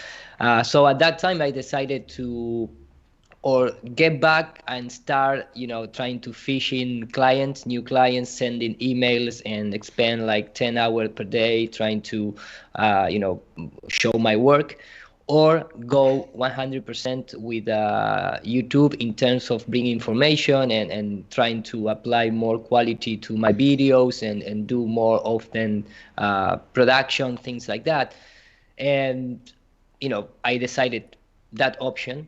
And things start working good in terms of the monetization of YouTube, because of course I always ask for support, but I don't want to, just quote unquote obligate people to support me, because if I am like an employee of YouTube, why I am not going to use the advertising and the publicity stuff that YouTube has to pay to their so-called employees.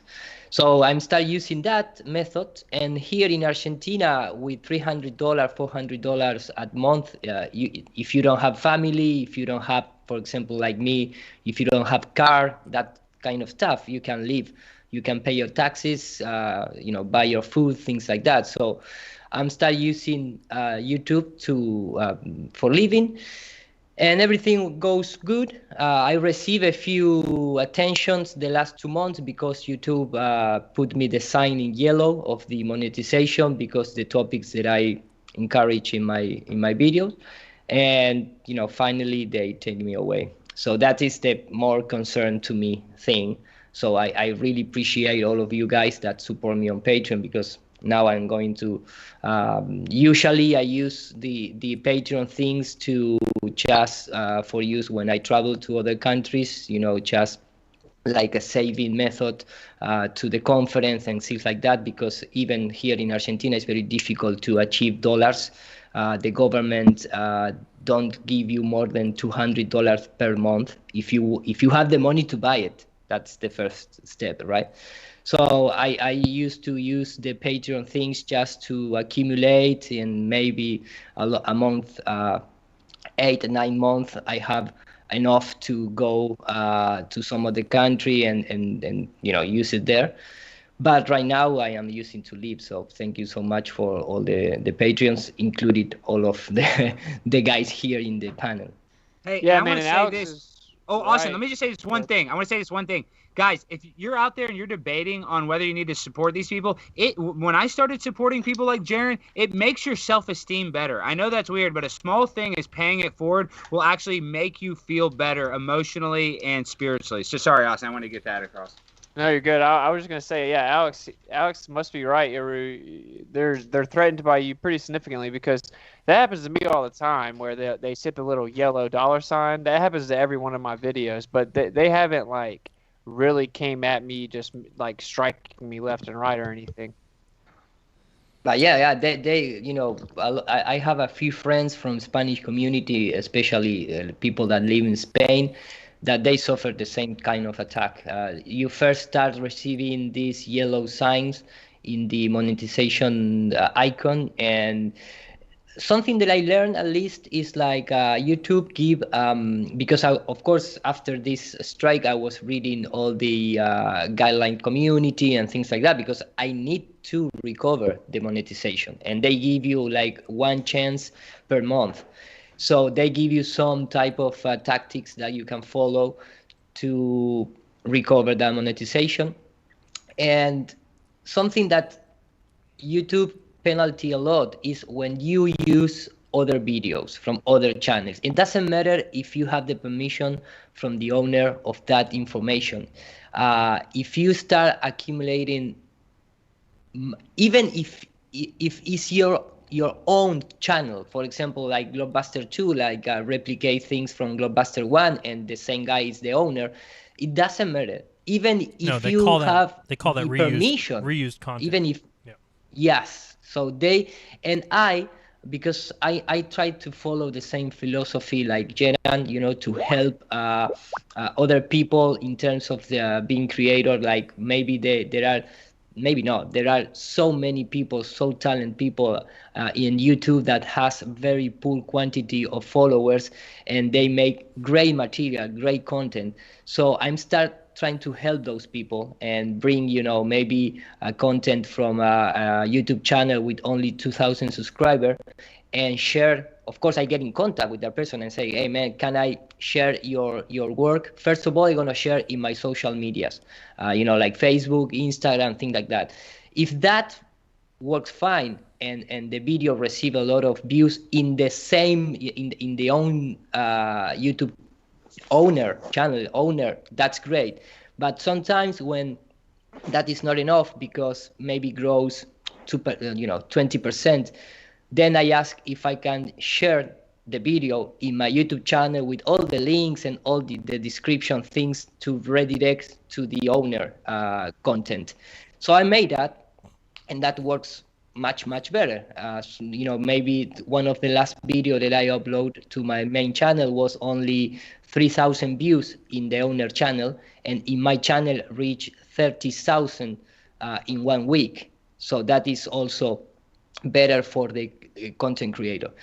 And in the last month, I shared like maybe more than usual things, that I did in the past. So I create like 10 videos from my own, 3 or 4 live shows, and maybe I share like 12 or 14 videos from other channels. And I believe that is why I was penalized and take out the monetization. Grabblers. You're a target for sure. You're too well educated. You can speak to too many people, and too many people can understand your message. Because I guarantee you, if Austin spoke Spanish, they'd be a lot harder on you, Austin. Yeah. Well, but Austin is not. He didn't study Spanish. Well, I'm just saying, you're a very educated man. You are a target. We're all targets. I mean, you guys are much bigger than me, but sadly, the censorship is so real. And that's what proves, at the end of the day, that's how I know the earth is flat, is not by the science, even though the science is on our side. It's the social engineering. The fact that they have to hide the existence of God, they got to use dinosaurs, they got to use evolution, and the social engineering of space. They teach it to you when you're a child and you have no cognitive ability to really think about what they're saying is bullcrap. And it's all done on purpose, and Right. it's kind of scary, but the social side, that's all you got to know is the censorship. If they're censoring you, then you're saying the right stuff. Yeah, the thing is that, first of all, in these terms of monetization, they don't give even a warning. They don't have these, like strikes or guide of the community that you receive maybe a warning and, hey, man, start changing this, or don't share so many content from other creator because you are in the red line right now. If you keep doing this, you're gonna lose the monetization. No, the guys, every first of every month they made like a recheck of your YouTube channel. So then is where things, you need to have a clean channel in terms of the guide of community guidelines to be at least in that safe zone, if you want to call like that. But they don't warn it. And the fact is that behind those YouTube channels, there are real people, with, for example, in my case, I don't use that money to buy me a car.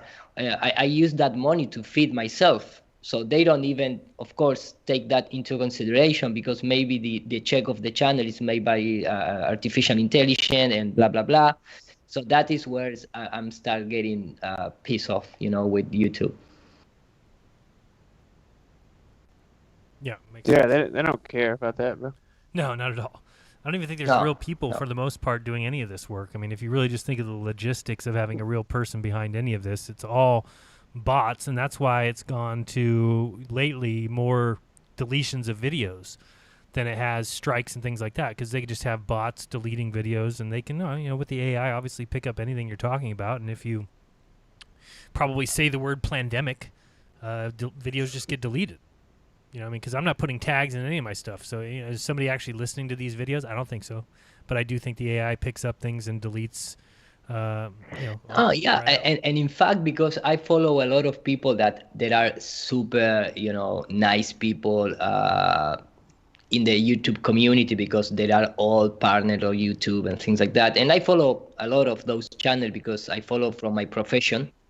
And supposedly the last 2 months, YouTube start using more than ever the artificial intelligence, because from this Corona thing, right, they start not losing, but a lot of human employees, they are not going to work. Right. So they are, all the videos that, all those thousands of videos that are deleted by the judgment of a computer. Right. So that is why you can appeal, and the most probable thing is you are going to recover, at least if you don't talk about medicines and treatment for some disease, because that is one of the biggest They're smart too, errors. because they know that if you were to question that, right? So let's say they delete one of my videos. Well, if we're talking about things that go against the CDC, that go against the WHO, we're calling coronavirus a hoax. If you're doing things like that, and then you actually do it and a person looks at it, then you risk losing your channel. So they're very smart in the fact that if they delete my videos, chances are I'm just going to go, oh, okay, let's move on, right? I'm not going to be the guy that stands up and says, no, I want a human to check that, because a human's going to imagine if a human listened to this show today, right, that works for YouTube. It's not going to go well for my channel. So, Right. So for the most part, you just sit back, and this is what they're doing all over. And I'm seeing it happen to lots of channels that are losing 50% of what they put up. What about the other video from the other night that David came in? I mean, is it still up? Yeah, but I think it's blocked in some countries. You're talking about was that 9/11? Mm-hmm. Was that last week's Friday Lounge, or was that the Yes. Globebusters show? It's a Sunday, I think. It was Sunday Globebusters. Was it Globebusters? I think so. Buster-ish. Yeah, that's still up. It's not deleted. It probably will be shortly, but it certainly is not monetized. Well, we know the closed captioning is instant, so they know exactly what we say. I mean, Right. they know what's in there. It's just deciding if they want to cancel it or not, or pull it or not. Right, and then just delete it outright. Yeah, I mean that's the thing. They've taken away the monetization. The great thing is that Super Chat still exists. It's the only thing getting my channel by because I'm certainly not making any money on ads. The funniest thing, the way you know there's something up, is that the people who, like, I think last week's show, you showed some video and it got claimed, copyright claimed. Then the Sunday show was copyright claimed for the Michelle Thaler video. So those videos will actually have ads on them, which is hilarious to me. It's like nothing that I do can be monetized. Nothing that I do can. But the second did you appeal it, Jaron? No. Do you mean the Michelle Thaler video? Oh, appeal it, dude. Appeal it, man. I always win on those appeals. Copyright ones. Look, you were showing it. And again, it's all in the verbiage. If you want me to write the verbiage for you, I will. But I have a huge success rate on copyright claim appeals. But you're missing what I'm saying. So the second that if I did claim, if I say, okay, no, they're not right, whatever, the second I did that, it would show up yellow. So that's what I'm saying, is that they won't allow me to get, so I just leave it. Why wouldn't I just leave it? Because if they're saying, okay, now she's getting paid for that, right? If I just claim against it and say, no, she shouldn't get copyright, the second that goes through, it's going to turn to yellow.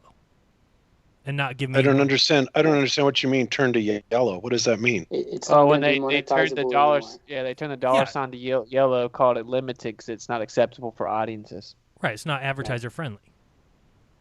It's gonna stay that way. That's what Jaron's saying. It's gonna stay that way even if it disputes it.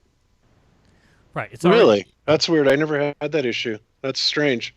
Okay. You mean all of Globebuster? You mean all of Globebuster shows would never come back yellow? Not once, not ever. Like I said, I know the verbiage very well. It's all in how you write it. No. I'm talking about. No, I know what you're saying, but no, they're not going back to yellow. They give up and they say, okay, they will either agree with me or. Well, they usually just release it and say, okay, yeah, you're right. It's fair use. All right, great. I'll do that. If you're using it to teach somebody something, you should be fair use technically. I mean, especially when it's a 4-hour video and like we're using that for like 5 minutes of commentary. Yeah, no, and like I said, if you want me to write it for you, it'll give you a demo, Jaron, I'll do it. Okay. It's real simple. Yeah, I think you've actually shared it with me before, and it's worked. So it's just right now it seems like things are different and they're kind of buckling down more on this stuff. And like I said before, when I know that I'm going against CDC and WHO, sometimes I just feel like it's better just to leave it. You see what I'm saying? Like I don't want somebody looking further into my videos. So that's what it comes down to, where it's kind of like, okay, well, they're letting me talk. I'm getting my point across, and the video's staying up.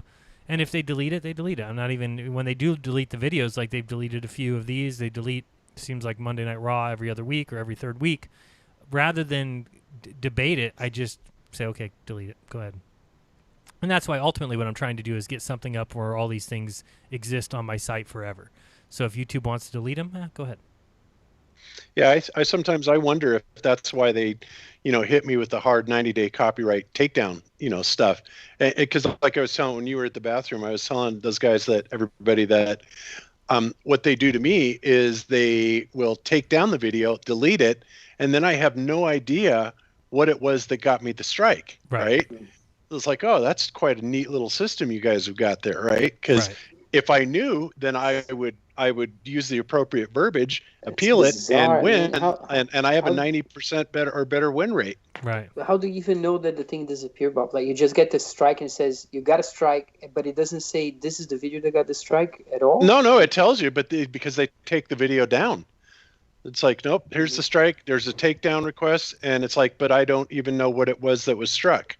Right. It's like, brilliant, Well, you know which video was, just not exactly what it was inside the video. Right. I know which video of mine it was, but I don't know what it was or whose material I used that they had the problem with. That's weird. It's like, talk about a racket. Yeah, dude, I'm pretty new to this, but like I just took a little screenshot. I'm gonna drop in the chat where my lives. I have one that says ineligible instead of yellow, and it's got a copyright claim, but it's still on my channel. So I they don't always remove copyrights, maybe. No, those are the ones that it's not a problem. Yeah, Right. if you look on Yeah. Globebusters, Jaron, you'll find that there's hardly any of those limited things in Globebusters. Wow.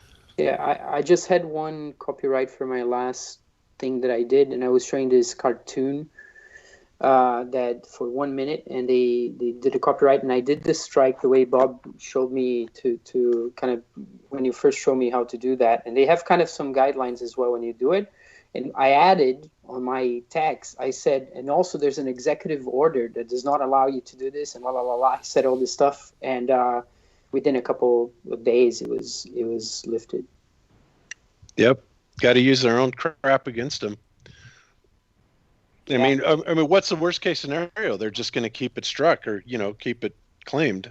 So, Guys, what have you got what about to lose? this? What y'all's take? I'll be mid live stream, and if I go to YouTube Studio, it automatically already have switched it over to limited. Yeah. Oh, that happens That to me all the time, man.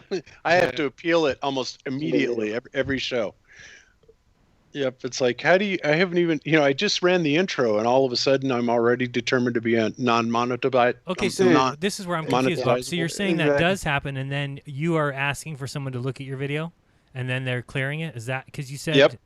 Oh, see now maybe that's one case. There's more. I mean, it happens on other things too. But no, I always see the show where it's limited, has been determined unsuitable for advertisers.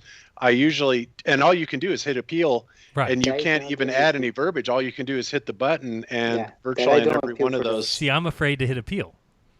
I don't appeal for those. I That's appeal my just problem. the copyrights. Because I don't. Because I don't want people looking at the video. Like, obviously, what we're talking about is not okay by them. So when it says that to me, I'm afraid to hit appeal. But you're saying you hit appeal and it comes back as every they say, time. okay, wow, okay. Yeah, and if they do stick to it, which once in a while they do, it's not very often. So I'd say 90%, at least 90% of them, I win. Awesome. Bob, should YouTube be a public utility? YouTube, right? You'll be the company that got the copyright, not YouTube itself that is the lifting, right? For the copyright strikes, it's not YouTube. It is the person that did the copyright strike.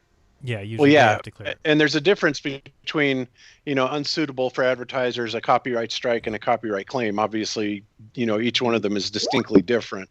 Right. And as far as whether or not YouTube should be a utility, I don't know. I wouldn't say it's a utility necessarily because of the fact it's not providing a necessary service. So But I'm not exactly sure. It shouldn't have the benefits of a utility then, right? I mean, it should. Oh, definitely not. Yeah, Right. definitely not. No. It gets the best of both worlds. How convenient. Yeah. Schmucks. Schmucks, yeah, that's the actual answer there. That's what we need to see. Yeah, I saw that thing. I think who sent that? Was it Alex sent that thing that... Oh, by the way, I was going to ask Austin on this little image that you sent that shows the ad suitability. Do you challenge those or no? No, I never have. Yeah, okay. That's what I don't either. And then the other thing that I saw...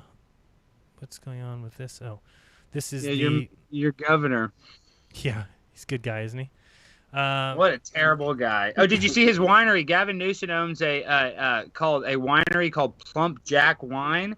And this weekend, everything's closed in California, but you're still able to have private wine tastings at the Plump Jack Winery. I don't know if you saw that. Oh, the guy's a joke, period. Yeah, protests still allowed. And, the reason that they're allowing stuff like that, and I'll show this in a second because I saw this article. So funny. I'm starting to see, I don't know about you guys, whenever I see any mainstream anything on YouTube, the comments are hilarious. I mean, people are just pissed.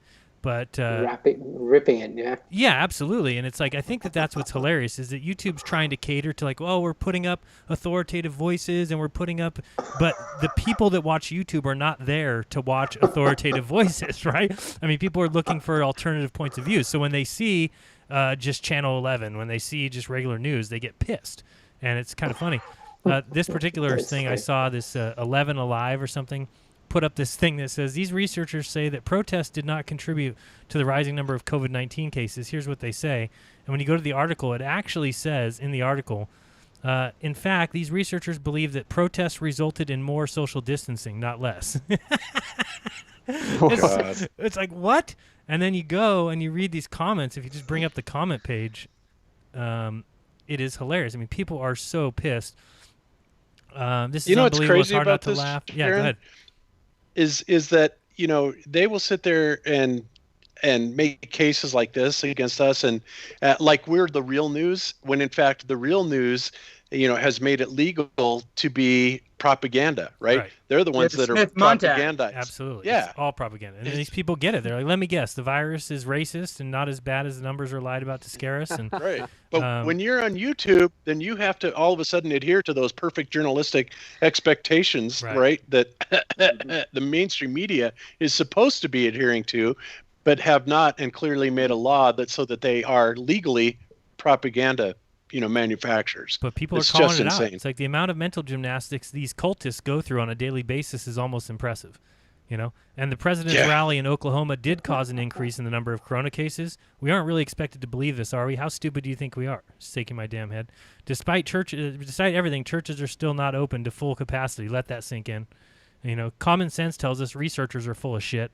It's like one after another. You're like, wow, everybody see it, you know. Jared, click that link that I just sent. Okay. It says, you know, viruses can infect people who are standing up for social justice. Everyone who's not racist knows that. I do not believe this story whatsoever. Lies. Man, you people are shameless liars. Just wow. You realize this makes absolutely no sense. People passed it on just doing everyday things. It's just so funny. Every single person, even people that believe in the corona, know that that's nonsense. All right, I'll bring this up. But I'm just seeing more and more stuff like that. If you just go look at any mainstream, and even if you look at the thumbs up, thumbs down of the articles, it's great because now people are doing a lot of these posts where you can't see the thumbs down. Have you seen that? I don't know if you're seeing. Jaron, the best one's Bill Gates. Go to Bill Gates' Instagram and look at his comments. Every single one of them is woke. You're trying to poison me. Dude, if you want to see that, you got to go to Bill Gates' Instagram. Jaron, your mind will be blown, dude. You guys like the word gravy? You're gravy overload. Bill Gates' Instagram. Doesn't it make you feel good? It's like at least we know that people are waking. I mean, and this is the problem with watching the mainstream, believing the mainstream, is you really do think that we're alone. There's nobody else out there. And there may not be people speaking out like we are. I mean, obviously there are, but not as many as we would like. But so what am I looking at? This is what you sent me to. I'm just saying, Gavin Newsom has a winery. All the other wineries are closed, but his is still available. His is still open. What a hypocrite! Well, I hate to be Debbie Downer. I think that's like the core foundation of my Nostradamus predictions is that it's so overtly obvious at this point that like you can just chug fluoride all day and still be like, CNN's full of shit. You know, like it's too obvious. So I don't know. Dude, but Jared, log into Instagram on the browser and go to Bill Gates' freaking photos if you can do that. You guys will trip out, dude. I'm telling you. Do you know I read it for an hour yesterday. You can do it. You know how to share your screen? Oh, here. Let me log in. Hold on. I'm logging right now. Yeah. Hold on. How are people not outraged by Newsom doing that, closing all the other wineries and keeping his open? I mean, exactly. How is it even possible, something like this? Corruption right in your face. Oh my God, I would be getting an attorney. I would be lawyering up so fast if I were a winery. I mean, that's just insane. Okay, here, let me share my screen. Let me go to start sharing. Can you see my screen? Hold on, I'm not quite there yet. Okay. See if I can zoom in. Oops, I need to go to call. That's my problem. You got to see this stuff. Yeah, I see your screen, I think. Okay. So you see like the first comment. Can't wait to see you in jail. You see that? Yeehaw. You see that? Yeah. Okay, and then it just goes down and down. You and your husband are sick. Pizza, you blackmailed him. Just laying arrested. Bill Gates next. Shame on you. All the VIPs. Let's see. Hold on. This isn't the best picture. It's this picture. Dude, let me see. This is the one. Is it sad that this makes me so happy? You're going down for crimes against humanity, and you will hand over your fortune over to the people of the world that you harm. Sir, God is my witness with a bunch of pizza. Leave us alone. Go help your own devil. Satan. I mean, look at this, dude. Dude, stay the fuck out of Africa. Satanists. You're going to hang, Gates. Woohoo. Leave Africa alone. Give it to your family. Look at these people, dude. These people are freaking whoa, dude. I mean, everyone. You know that people are doing voodoo and hoodoo to get this monster out. I mean, look at all this pizza, dude. All this pizza. You two are trying to kill us. I mean, dude, we could do this for hours. Where's the people telling him thank you for everything that he's doing for us and for I humanity? haven't seen one. I haven't seen God, one. Alex. Where's the one that hell says that? Alex, I love how animated you get, dude. Well, look at that. I mean, dude, That's a Bob, crack look at this. I like how too. you just admitted to sterilizing people, but used big, uncommon words so nobody understood what you just said. I'm saying some people are woke to this. People killers. Get out of Africa. Y'all don't care. It's like, Bob, Yeah. it gets me so pumped right. up. It's because we know they're social engineering us, and we're still letting them do it because of freaking natural law, dude. I know. It's insane. Straight up.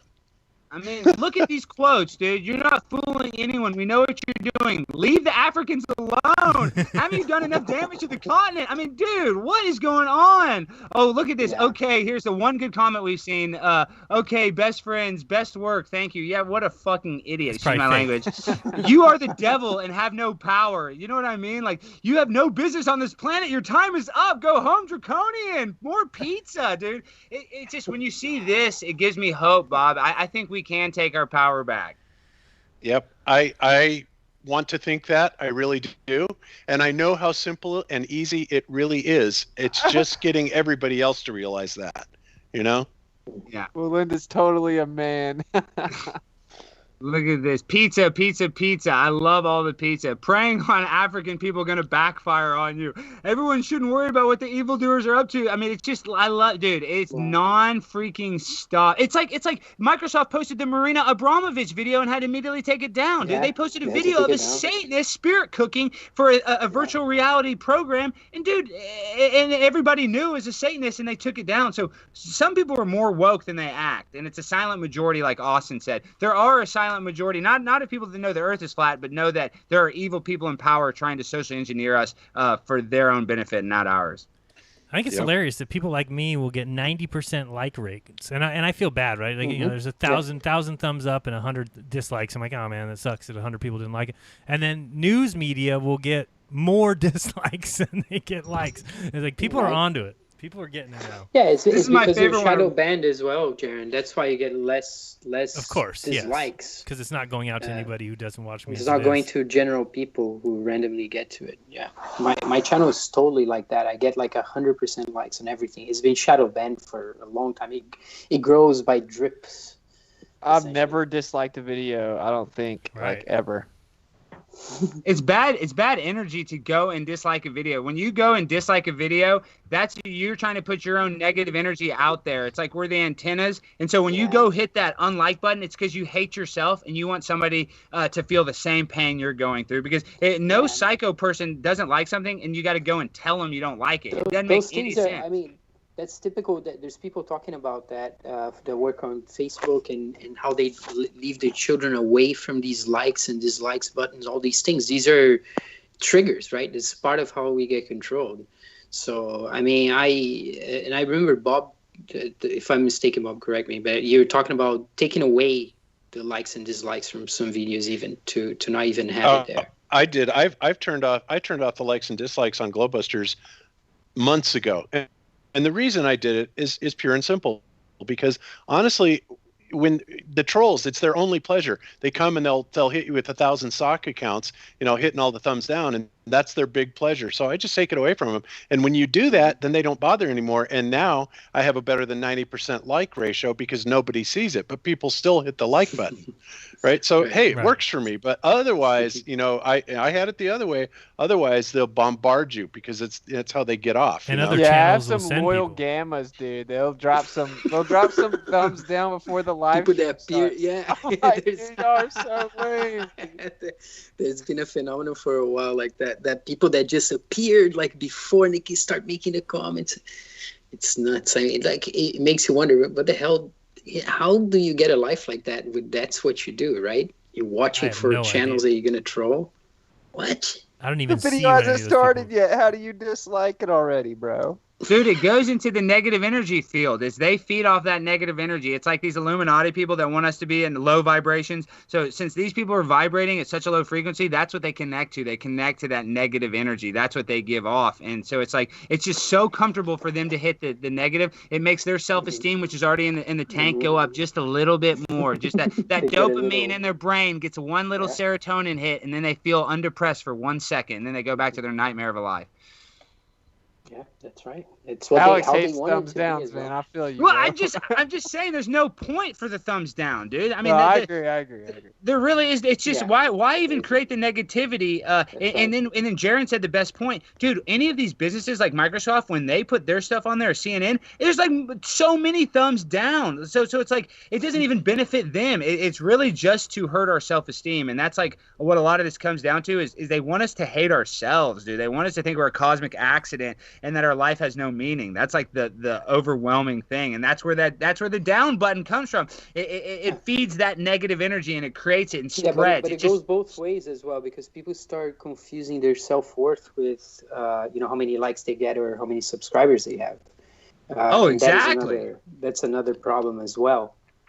Well, it's called proximal abandonment. What we've done is we've all put ourselves into technology, into our social media, into our Facebook page. That's who we are. We're not even ourselves anymore. And so, like, you can be in a house living with your family and you don't even talk to them because you're constantly making your avatar look a certain way. So, yeah, that's definitely the social engineering all the way. But they got us on both ends. They can spread the self-hate by you being a vapid person and constantly using social media, or you can spread it by saying your video stinks, Austin. Thumbs down. I'll show this real quick to everybody because I'm going to take back over here. Unless you have something else you want to show. No, I'm good. Just because I was thinking about what has the worst... Oops, now I got to bring this up. What has the worst numbers ever? And you guys remember when Bill Nye did his sex junk video? Oh, that was terrible.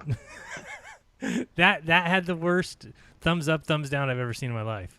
Let's see if I can bring it up. What didn't he back in the day do one explaining how there's only two genders based on chromosomes? They pulled that. They don't have that anymore. Okay. They pulled that. No, I never saw that. Oh, he did that on his show where there's only, he says there's only two genders, but then because the new line is that there's infinity genders. But this is the one that, and I don't know if this is a great video because this one only has 579,000 views. I thought there was one with a lot more. But it's My Sex Junk, Rachel Bloom, Bill Nye Saves the World. Look at the thumbs up, thumbs down. 1.3 thousand to 27,000. Wow. That's the worst I've ever seen. Wow. That's, of course, him, dancing around saying that, and her, Rachel Bloom, saying that it's okay to get a handy from some guy behind a building or something. I don't remember the whole thing. Dude, imagine his little Jesuit puppeteers calling him, being like, Bill, you got to get on stage and dance about how there's all kinds of genders. He was probably pissed, He's like, damn, being a grappler's tough work. Dude, I believe he liked it, Austin. I believe he freaking thought this was going to be so funny. It was going to go viral, and then all the kids will become hermaphrodites like Baphomet. Like, I honestly think he loved it. He thought this is so cute and funny. Did you see the Tom Hanks thing on Jimmy Kimmel with his daughter playing the beauty pageant thing? Yeah, he looks like a predator. That's a really weird clip where he's acting like a gay show mom, kind of. Yeah. It's like, I mean... It's just insanity, right? The kinds of things that they're able to get away with. Look at this. I'm down for anything. Well, first of all, it starts out with, if they're alive, I'll date them. I'm down for anything, including give somebody new a handy. This is on Bill Nye Saves the World. This is the song that they're singing. And you wonder, well, why are they teaching sex ed in like 5th grade and 4th grade? You know what I mean? They're teaching 12-year-olds how to have sex. I mean, this is not surprising at all. Sexuality is a spectrum. Everyone's on it. And Austin's exactly right. That Bill Nye has a show from Bill Nye, the Science Guy, whatever, that says that there's two genders, and they've had to remove that since then. So scientific fact has to give way to political correctness, huh? Yeah, even if you might like it, if you sit up on it. To be honest, I mean, it is sex, right? It's not gender, queen, sex. Drag queen, drag king, just do what feels right. Wow. There's two sexes. So reality is fluid. Actually, there's more than two sexes. Yeah, reality is fluid, exactly. there's hermaphrodites, of course. I mean, they're anomalous. They were persecuted in antiquity. I mean, they were killed. If the Romans would find a hermaphrodite, if you're 10 years old, they would kill it immediately. And there's other conditions where there's another condition which is it's natural, you get born with it, but it looks like you have a vagina, but then at 14 there's a penis that comes out, and they used to cut it off at birth, and that creates problems because the person comes up as a male. So there's nature. I mean, yes, you do have these things that humans mostly. There's males and females. That's how it works. Other animals have different things. There's animals that can change the sex, right? The way and plants that can do that as well, which is pretty fascinating how that works. But in humans, many different societies have gender systems. In some places, in India, for instance, there are men who dress as women, and they're not disrespected, but this is within a particular cultural system. There's a whole other situation here. What they have now is just what they're doing is that they crossing this line and going into school children who have nothing should have nothing to do with any talk about sexuality. Whose talk about this should be with the parents, or it shouldn't be the role of the government to teach these things. Rodrigo, overreaching. Hermaphrodites born in America, I took a class on this. Most of the time, if they're born a hermaphrodite, they make the parent choose right then and there if they're going to perform the sexual orientation surgery, because they want to get them on hormones as soon as possible. So you could argue that there's three sexes. There's people born male, female, and then born intersex with either both parts or no parts. So that does happen. Yeah, there's different. Yeah. But even society decides at the birth to either cut its penis off and give its female hormones, or vice versa. So even they decide at the freaking hospital to assign it a gender. That's violent, right? Of course, it's not. It's really an intervention. It's this kind of transhumanist enhancement intervention that is done for who knows what. There's no logic behind it, right? And it's basically going against. And this is one of the things you see with transhumanists. They are revolted against nature itself. They're revolted against creation, so they must meddle with it. They must change it. They must add things. Gotta be something wrong. Yeah, I mean, that's such an anomaly, dude. I know white people that can windmill dunk. Like that. They take that and then conflate it to where now you just get to choose your gender, and society should conform to. Honestly, I think it's just to create malleable state of minds through constant propagation of confusion. But imagine if you tell a little kid that should be doing many other things, that they have to worry about masturbation. And have you seen the kinds of materials they've been giving to school children? It's just, it is appalling to me.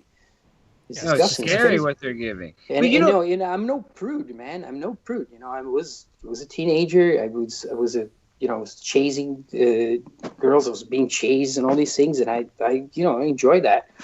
But what's going on here? Rodrigo, let me tell you what's going on. Let me tell you where the line is drawn. I'm cool. I'm laid back. I would consider myself pretty liberal. If you guys want to have a drag queen fest, that's great. You guys want to dress in drag, that's great. But once guys start cutting off their cocks, that's where I think that's where we cross the line. Is where you can go to a doctor in Mexico and they're going to remove your genitals. It's like you wouldn't remove your hand, you wouldn't remove your foot, but yet you're going to socially engineer these people and tell them that because they think they're a girl, we're going to cut off your penis. That's self-mutilation. No other way in my mind can you tell me that that's not self-harm and self-mutilation. Dude, I've met kids that think they're spaceships, dude. Come on, dude. And they encourage it, Austin. They encourage that type of thinking. Like there's no restriction anymore. There's no reality. It's literally you can be a gay astronaut, transsexual, because if you can think it, you can become it, basically. But the things they're thinking is evil.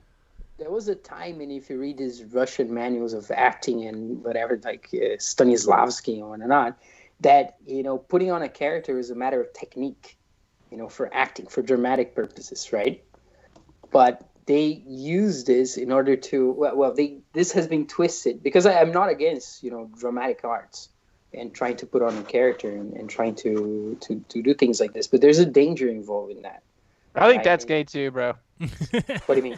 Yeah, that's gay. That's gay as hell. And drag queens are gay as hell. But if a guy wants to wear a dress, I don't care. But as soon as a guy wants to cut off his penis, that's where I think we should have a talk, bud. We might want to think this the way through because the suicide rate is so high. I mean, that's all you got to do is look at the suicide stats of after reassignment surgery. It's astonishingly high. Or the people who change their mind and wish they wouldn't have and spend all day crying about it. Yeah, I don't know. I mean, I'm just saying this because, I could, for instance, I like opera, right? I think it's amazing the way it's done, the way it's written, and so on. Imagine if you couldn't do that because of some, role they have to fulfill. Nobody's saying that. Nobody's saying that. That's, no, not Oh, so. you have to dress saying up like a girl and put on makeup and then pretend that you're a female, right? Like that's just you want to wear a wig and sing, go for it. But I don't. Yeah, but that's fine. Go ahead and do it in a theater where people paid for tickets to go see that. Whatever. That's adults being adults. I don't really mind that. But when you start introducing it to children and you have drag time, music hour, or reading time, and you have to put these 11-year-old kids on Good Morning America, I have a problem. Yeah, what I was trying to say is that there's when you do things in name of technique for an exercise and it's different than what's happening, which is people taking up these roles that are being manufactured, they're fictional roles, and actually living as their new identity that they're taking up, celebrity, for example, cults, right? That is taking those characters and really like Comic-Con kind of people, right? They dress in the characters of the comics and the cartoons and these transhuman characters. Cosplay. We talk about kids, dude. It's something right. It's like, hello, class. 2 + 2 is 4, and you can be a transsexual dinosaur. Right. I know. That's crazy. Yeah, that's what I'm saying. I totally, on board with that. But what I'm saying is that this extent, the world we live in now. I guess what you're trying to say as well is that there's these what we may call dwelling things that are very important for living your life, taking care of your home, having a family, being happy, having love, having food, and taking care and learning, all these things. And that has all been substituted with a lot of fantasy, right? Things that are not important. They're basically make up of all of what we discuss almost here, like space mythology, government itself, right? All these things are completely just kind of veneers. But I don't know where I'm going with this. I'm just saying everything's a veneer. Because if you look past the surface 1 inch, Bill Clinton's riding in a Lolita Express with Ghislaine Maxwell. I mean, I'm just saying the connections are so freaking simple to put together, and people still don't believe it because they have the left Democratic Party distracting us with bullcrap. Right, in charge of the media. So everything that you see is just a completely opposite of the truth. They've done that well for as long as you can go back. Mockingbird Media, it's all a psyop. Everything that they put out is meant to confuse you, distract you, and again, like I always say, it keeps you looking horizontally and never looking vertically. Nobody ever looks up at who's oppressing, who's keeping us down, who's taking freedoms, because they'd rather you looking left and right and saying, oh, well, who's racist, who hates other people here, and there is a group that hates society, and the group is above you. There's a group that hates humanity. They're right above you. Yeah, and the reason that none of the girls in your class like you is because you're actually a gay tranny dinosaur. No, Billy, step your game up. Like yeah. Stop wearing those high away that that now they want us all online dating. People. There's no way to even court a girl normally now. Now you have to use technology. If you ask a girl out in public, they almost look at you like a psychopath because they don't know what your job is. They don't know your age. They don't know your height. I'm just saying they've literally factory farmed dating. That's why these kids, they want to be trans. They don't want any of us to be happy. Is what I'm saying. They affect us from children to adults. And I think that one thing you also said, Alex, you're talking about cities and people getting clustered in cities, and how, in my opinion, that allows people that makes people lose sense of the actual environment, of their perceptions get easily distorted. They're more locked into the media. They're more in a labyrinth outside when in the city. They're flux like rats in a maze. and they barely ever get to really feel what the world is like. So it's think an of easier, a it's like family a cage. think of a family out on a homestead, right? Growing their own food. Difference between some family living on a 16th floor apartment in Mm-hmm. Manhattan. Yeah, it's like night and day. There's not even anything close to those two families. Well, they're like normalizing and promoting this stuff, right? That's my point. It's the issue is they're normalizing. It's like let's use Billy for example again. Little Billy's put on, he's dressed up like a girl, and some experimental kid went into the sister's closet and dressed up like a girl. Well, what we should do and what we used to do is like, okay, I guess Billy's playing tackle football in a dress today, But instead, it's like, oh, this is who you really are. Like, no, he's just a kid that wandered into the closet. It's like it's just wild. Yeah, but it's the participation trophy era. Now all these kids that I didn't get participation trophies, but the kids right behind me did. And now that's a society that we're building. That everything is okay. Pancake syrup's racist. You can be a dinosaur. You can have a vagina and a penis. A man's beehole is just as good as a vagina. That's like literally what they want you to think. Here's your Another thing seventh place for trophy. me, it's kind of disturbing as well is how you have campaigns by women showing signs saying that they're for abortion, right? The beehole got me, bro. dude, abortion's the biggest joke in the world, dude. I mean, obviously we know that's a eugenicist scam. I mean, and they're always in the poorest neighborhoods. Well, what are they like in Brazil, Rodrigo? Do they have abortion clinics in the crappy neighborhoods there? Oh, yeah, they would. There would be people doing it for what they would call humanitarian purposes, right? Because they think the poor people shouldn't reproduce. Thank you, Bill Gates. We're not. And there's in Brazil, I think it's illegal, and there's lots of these illegal clinics, but there's also a lot of people who are against it. Oh, abortion's illegal in Brazil? I think it is. That's good. It should be. I mean, I'm not saying a rapist, if somebody gets raped, they should be able to have an abortion. But other than that, I mean, we need to have these babies, dude. We don't need to 86 these babies, because what it does is it releases hormones in these women that causes them to have breast cancer the more abortions they have. It's like, it's just so sinister, and it puts them in such a, I just know a lot of friend girls that had abortions, and I know that it affected them tremendously, but they make it seem like it's no big deal. You just go to a clinic, you take a pill, or they cut your vagina or whatever. They literally memes of girls on TikTok going to the abortion clinic. Have you guys seen that? God, I don't want it. Have y'all not seen? There's memes of girls making videos joking like, oh, I found out I'm pregnant, acting like they're all happy about it, and then they go to an abortion clinic. I'll find one right now. Hold on, give me a sec. Yeah, it's sick. And it's getting millions of likes of girls joking about getting abortions. And the abortions are... The problem is it disproportionately affects the races. So it's like, man, if you really look into it, it's just so clear what they're doing. They're trying to kill humans. Doing well. Yeah, and what they do is that they sell the parts, right? It's very grotesque.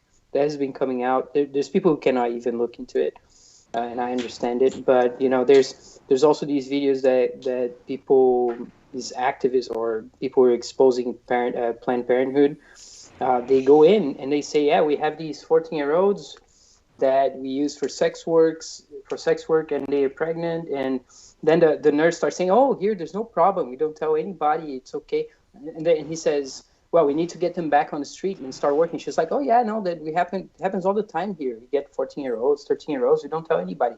No need to tell their parents. Basically colluding and helping with child sex trafficking. These they have them on camera saying they sell the baby parts. They have them on video saying that they sell the aborted fetuses. Yeah, according to Big what money researchers ask. It's according to what researchers need in terms of what they want to. It's just so. I mean, it is hellish. I mean, you have to say it, right. It is something from hell, like really from something really dark. It's really horrible, and it's incredible. That's just under our noses, and it's accepted by people who think themselves as intelligent and educated. Well, why it's so important is you have all these people on the left screaming "my body, my choice" when it comes to abortion, and then you have all the people on the right screaming "my body, my choice" when it comes to a mask. And they couldn't be farther issues, but they've described them to be the same freaking thing because the social engineers are freaking evil. They say because I'm not wearing a mask, that's the same as me taking away somebody's right to abortion. Give me a freaking break. But that is literally the conversation that's going on, or at least the conversation that I'm seeing when I see that "my body, my choice." So backwards. Yeah, it's the baby's choice, right? It's so stupid. It's the baby's a different body there. And I think this is deeper. Right. Yeah, it's like eugenics. They're stifling fertility. But, like, I think this is a cultic rituals. This is baby sacrifice is nothing new. They just have it on a massive scale where it's normalized now. Yeah, they want their adrenochrome. They want their access to fetal baby parts. Yeah, I think you're right about that. You know, they just figured out how can we get these unwanted because what I'm saying is these girls that are having the abortions don't want the baby, but I guarantee you there's some evil people in the world that want that freaking baby, that want that fetal body. So it's just them creating a system where they benefit from it. Yeah, especially the pharmaceutical for making vaccine. Yes, right. Exactly. And Sandra Bullock's face cream. Ew, so gross. So bad. Yeah, they say they use baby's penis foreskin in their face cream, and then it's sold for like $500 a gram. I mean, give me a break, dude. That is such mockery. And it might work. You know what? It might freaking work, but that is so evil. And girls at the department store laugh at it. Oh, there's little baby penises in here. Ha, ha, ha, ha, ha. And it's just disgusting and sick if you look at the, real truth behind it. Yeah, but the problem is that, for example, I make it, maybe my comment is a little off, but for example, the elite said that, the research said that the elite used the adrenochrome or all these child abuse sex to, drink that magic potion, whatever the name is. Mm-hmm. But the people of the elite, they die. Right, young. Young. Yeah, they die young, or maybe you have some guy like Henry Kissinger or David Rockefeller that maybe die 92, or something, 95. Yeah, but he's not living more than 100 years, 105. Right. Supposedly, my grandma, she lives 98 years old, just with the eating good food and have a good health. That's impossible without vaccines. How many vaccines did you have? That's impossible. So I mean, I drink chloride dioxide, trying to drink distilled water, trying to eat organic food. Of course, you can die in any moment, but I don't believe that it's so necessary, because if you start looking and you start seeing that these people of the elite, they live 150 years, well, then we got something going. Yeah, you have a proof right there. But when these people, George Bush dies, they die like us. So right. quote unquote, if you just have a good good health and good eating and that kind of stuff. So for me, it's a little strange. I think you could call it relative, because what if it only makes them live a little bit longer? It extends their life by 2 or 3 years. They would do it. Dude, if it extended their life by 2 minutes, they would eat a baby. Hillary Clinton would eat a baby if they told her it would make her live for 20 more seconds. I guarantee Isn't it about I believe it's more for blackmail. Something they say? It's about looking, not getting younger, right? Well, I think it's kind of both. Yeah, I was going to say that. It's supposed to keep you looking longer. It's supposed to add a little bit to your life. I don't think anyone's going above 120. At least that's what the Bible says. Yeah, but, Well, the Illuminati card game, what did they call it? Anti-aging serum is what they considered adrenochrome. I don't know if you guys are into that, but I think there's a card, and they describe it as having the anti-aging benefits. I believe it appears in films. If anybody saw George Bush, when George Bush died, he looked about 110. So he wasn't, of course. He was like 90. Right. Yeah, that's what I'm saying. You can look at some of these like male elite, quote unquote elites, and they disgusting. Look awful, dude. Yeah, man. No, Prince Philip looks terrible. He looks so bad. Philip is the devil. I mean, what else? Ugh. Yeah, but maybe it's more useful for blackmailing. If that happened, that really happened. Maybe it's more useful if you're going to blackmail some politicians or some people to do or I told you I'm not allowing that word anymore. For that, there's for no blackmail. more. They don't need babies. 3 times you guys have said it. I'm not allowing blackmail anymore. You cannot say that. Come up with a new word. What cracks me up is these so-called health officials look like freaking death warmed over. Have you seen the pictures of some of these They look people? so terrible, like the Bob, girl what in about Chicago. Rachel Levine was born Dickie Levine, Richard Levine. He's a transgender. What do you think about that, Bob? The From Secretary Canada. of Health of Pennsylvania. Oh, I thought it was No Canada. surprise. Well, they say No adrenochrome surprise. gives a high not comparable to any other drug. So Oh. it's like a drug, and then Yeah, that's another way to look at that movie. Fear and Loathing in Las Vegas. Yes, we call just Panic on Las Vegas. That is the translated name. But yeah, The Johnny Depp thing. I don't know, Austin. I think Kool-Aid must give a pretty good high. With LSD? I ain't drinking that Kool-Aid. I mean, look how many people are addicted to it. They say they say that someone said LSD. They say it's comparable to LSD, but just way cleaner, way better, way more of a high. That's what they say. Well, I've never done LSD, so I have no clue what that's like. Well, yeah, I was just bringing that to the table, right? So, like, these people probably do think it makes them look a little younger, gives them some youthful energy, which actually makes sense, like the adrenaline-saturated blood from a youthful person. But I think it's more so, it's like their drug. Once they take that drug and get addicted, they're like, I'm special. I'm a special boy. I have the drug no one else does.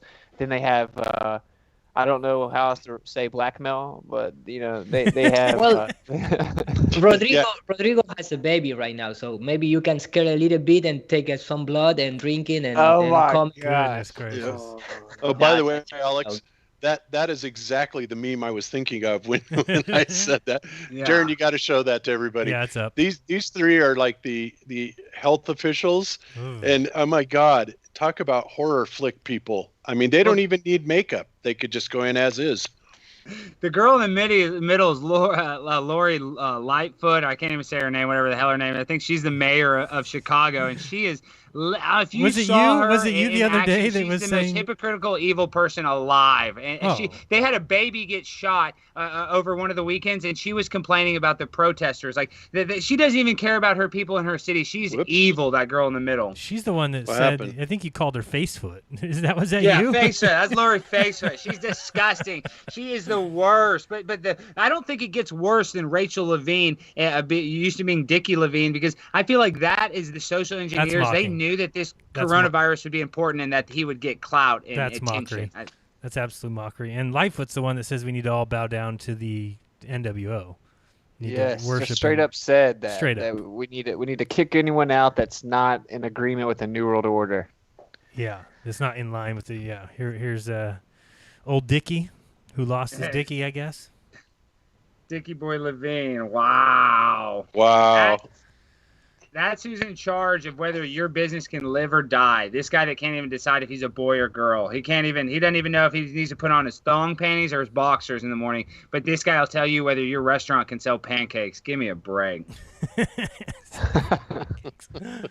Oh man, yeah, and these guys absolutely frightening. Bob, how are the masks in Colorado? Is everybody wearing masks? Are they bought into the mask there, or are they hip to it? Well, it depends. Some places, yes. Other places, not so much. I mean, Denver's got the public places so-called mask mandate, but especially at the airport. And last time I was at the airport, more people are wearing the mask there, but now apparently they've really started cracking down on the employees, and they'll actually issue fines if you're not wearing a mask. As I'm going around not wearing a mask at DIA. But honestly, I don't give a shit because I'm short and out of here in a month anyway. So they fire me, they do. Yeah, So dude, I weird. have a flight coming up, and they have sent me 3 emails informing me that masks are now mandatory. And I had a person talking to me yesterday that was flying out, and they were swarming her, telling her she had to wear a mask and all this stuff. And she just said, no, I have a medical condition. She said, okay, well, you need to provide the documentation to the next stewardess or whatever, the next agent. And then that person, she said, I have a medical condition. She said, you talked to the other agent? She said, yeah, they let her on. So it's just about, like, you still have to just comply. They send that email out, and then 99% of people in my position are like, well, I'm definitely wearing a mask. You Right. have to. That's what they want for people. That's why they have these signs up everywhere. In California, it's gotten so bad. And I don't know if maybe they're just not saying anything to my wife because she's pregnant or saying anything to me because I'm with her. But we just walk into these places, do our shopping, and get out. and we don't worry about the mandates. I mean, there is nobody standing at the doors anymore, but I will tell you that we are the only ones without masks. So right, that's the point. Yeah, like I expect the whole airplane to have on mask, Right. and that I walk right through no problem, and then everyone looks at me like I'm from another Earth. Right, so it's like 98% here. It's really, You really better have bad. the exemption on you. But No, you don't need by to and have any large- exemption on you because there's no need for any exemption. I mean, they can't even ask for it technically. So I don't even think you need to carry anything with you anymore is kind of the point. That's what I mean by freedom up. Just do you. Yeah, Jaron, you nailed it because by using that card, you're using their tricks to help you. You're doing Right. the Zionist trick when you fake the fake card because really and truly you don't have a medical condition. It's just it's uncomfortable and you can't breathe as well. But really and truly, if you're not asthmatic, or I thought you might be asthmatic, I'm saying when we do the card, we're using their own tricks. Now we become almost as bad as them because we have to lie. We can't live in our truth. Well, it's a but natural thing. Alex, Yeah, we have I'm asthma. I'm not taking it. I'm not faking it when I use that card because you know I do have an allergy against not being able to breathe. Yeah, exactly. Bob, I don't Right. feel like Well, that. it Bob, makes you Bob, claustrophobic. Claustrophobic is another one, right? I know. I'm there just are messing with reasons- you. There are reasons to wear the mask. I'm not saying that, but I'm saying once we whip out this card and then we try to become a lawyer and we try to argue with them rules, we're almost becoming them. I'm not saying wear the mask, but it's a futile fight. No, I get what you're saying. Just do We go it. on their level.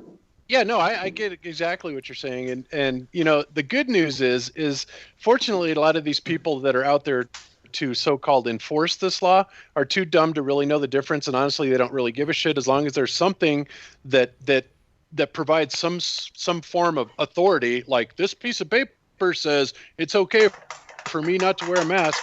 They're going to go with that, you know. Yeah, exactly. That's probably true. Absolutely. Yeah. God, what is that? Whoa, what is that? Who's playing with their Sounds like a tin can. tin can? That Or they're something? No, I pulled something off the outlet. Sorry, it was me. Oh God, that have was that loud as picture, hell. have that picture saved on my iPhone. In worst case, if they start pushing me into a corner, I'm just going to show it to them. Nice idea. And like Bob said, that Well, person's not guys, even going to comprehend that- what's going on. They're just going to Austin, be like, oh, okay. that's the problem, guys, is once you start having that negative conversation with them, we've already lost. You know, once we're already going back and forth and pulling crap out of our wallet and trying to show them proof, now we're in their negative vector. We're in this constant negative thing where we're trying to prove their point, they're trying to prove theirs, and we just it brings us in such a bad space. David was saying that when he showed the card and people asked for the card when they were wearing masks and he was like, yeah, I have this card and you can touch me, and then people come up to him and say, hey, can I have this card as well? Yeah, but the problem is when you show them the card, then they even treat you like a bigger asshole. Then you're even a bigger dickhead. You know what I mean? Then the negative energy is 10 times. You know what I mean? I'm not saying don't use a card, and I'm not saying wear a mask. You don't need to. I'm just saying we really should be doing neither. We really tell them to fuck off. You can't tell me to do one freaking thing, wear a mask, or have to present you evidence that I don't need to wear a mask. You know what I mean? Right. I told my wife when we walked into the grocery store the other day, if anybody says anything to me, I'm just going to turn around and be no speaker. And just keep walking on, so that they didn't think I speak a language or something. But nobody's bothered us, so I'm just not going to worry about it. Now, if I was going on a flight, then in that case, I probably would, like Austin's doing, put it on my cell phone or something, just so that I have something if they start to question me. But I haven't gone on any flights since this whole thing happened because I don't want to give my business to anybody that's. I mean, that's another thing is I just choose to take my business elsewhere wherever possible. That was working really well until California mandated this nonsense and of course closed down everything, and now they're closing down. And the other thing is the list of 19 counties or something that they're putting all these restrictions on. My county's one of them. It doesn't even make sense. Like my county's it's not even close to a big city. It's ridiculous that they would even include this. I can't stand it. But Bob, can you tell the shame? Oh, sorry. Go ahead. I was just saying, can you tell the shame of people looking at you when you're not wearing your mask at the airport? Well, I don't know. Honestly, I don't think they really give a crap, to be honest with you, Alex, because you look around the city, even in the places where the masks are mandated, nobody seems to really care if you're not. And a lot of people in general are not wearing the mask. Right. So a lot of people are they just put on bucking the TV. system anyway. That stuff they put on TV, right? They love this little isolated incident where one person gets thrown out of because by putting that video on the internet or putting it on the news, and everyone's afraid to go to the grocery store. I mean, I see those people get thrown out of Trader Joe's. I'm like, oh my goodness, if I believed in the media, then I would think, oh, that's going to happen to me when we go to the grocery store. But it doesn't happen in real life. I go to the grocery store, we walk in, we do our shopping, nobody even says anything. So that's the difference between real life and the media. Well, Austin, it's like that couple with the gun. They put that all over the news. Those protesters broke into their house in Missouri, and they were protecting their house just like they should. But the media can paint them to be these terrible people. It's just they can control everything by the way they paint it. They've always done that. And they're great at it because, I mean, think of how many people are sitting home. I mean, really, when you just picture how many human beings are in one block and then kind of pull like you're zooming out of Google Earth, right? How many people are in 10 blocks? Then all of a sudden think how many people are in a city. Think how many people are in a county. Think how many people are in a state. That's just a ridiculous amount of people. How do you control them all? It's very easy. They all have the control box sitting in their living rooms. So it's very easy to get them all believing a certain thing.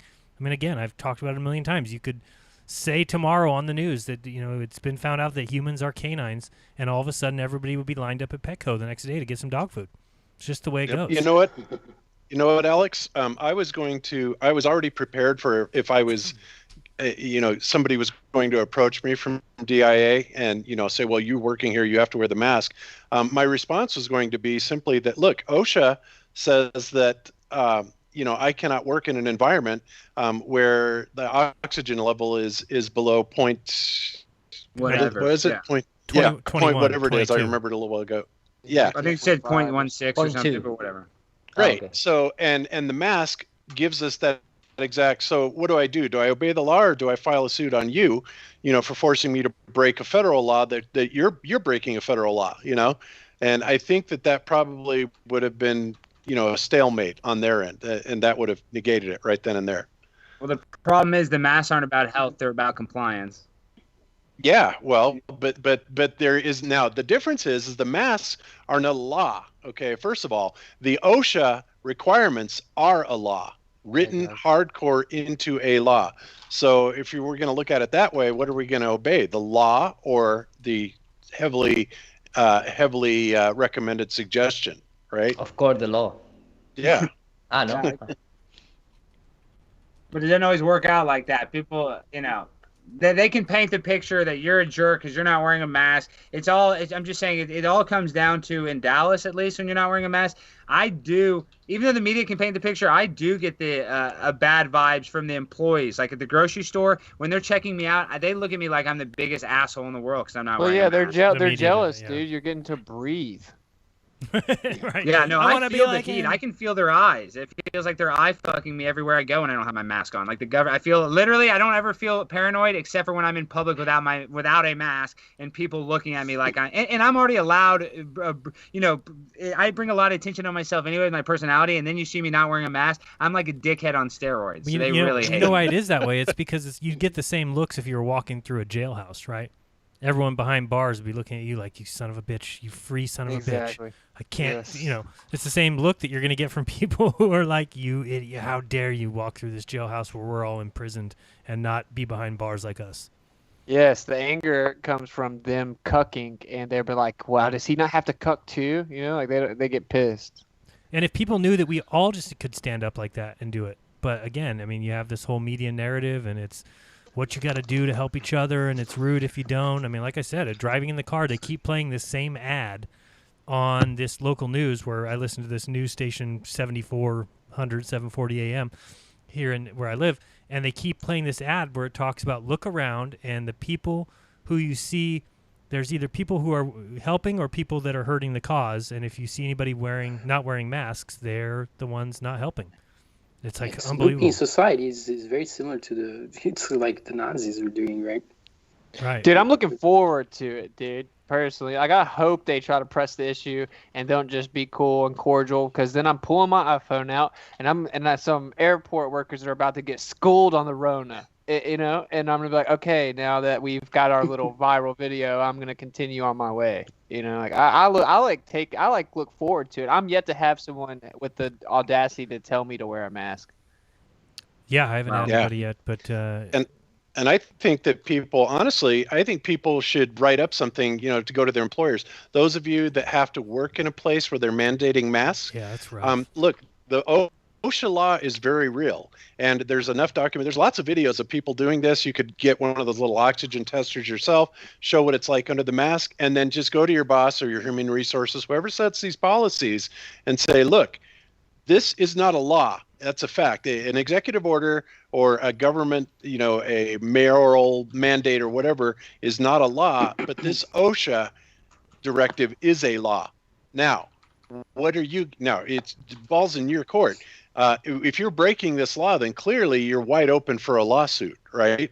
And I think that most employers will see the wisdom in backing off from that stance if they're confronted in that way.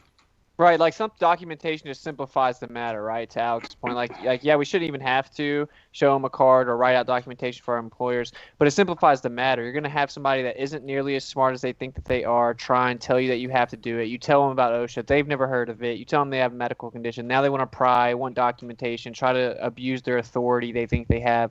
Whenever you show them that and it shows the fine on it and everything, it just straight to the chase. Let's simplify the matter. You can shut up now. Yeah, that's why. Right. You know what's weird about that, Austin, is like I was amazed. I was telling people at the airport about this, and they didn't know what OSHA was. And I'm like, "Are you freaking kidding me? How can you not know what OSHA is?" Yeah, I mean, wow. But as they have these little signs hung up, employment, this, that, and the other thing by OSHA, they have no. They have to have those signs. I know. Signs up by law. I know.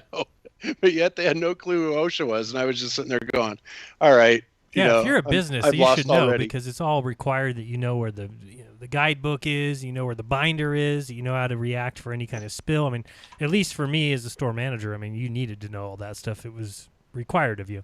And when we brought employees on, those employees had to learn different things about OSHA as well. So I don't think there was any. Yeah, don't you have to like everywhere I've been, like you have to take like a test about it. Yeah, you'd have to go online and do some sort of certification or something. I can't imagine just an employee not having any idea. Like I never heard of that. Which is. Hey, Jaron, this is totally random. Quick question: when you're at CVS, did a lot of people try to use fake coupons? Was that rampant at your CVS? Yeah, I mean it's everywhere, but it depends. That's a big thing here in Texas. A lot of Hispanic families they have whole coupon rings where they go around to stores with fake coupons. Don't and be resell racist. the stuff. Why Spanish people? Why Spanish community? Come on, because man. they can't get a job. Let's talk this face to face.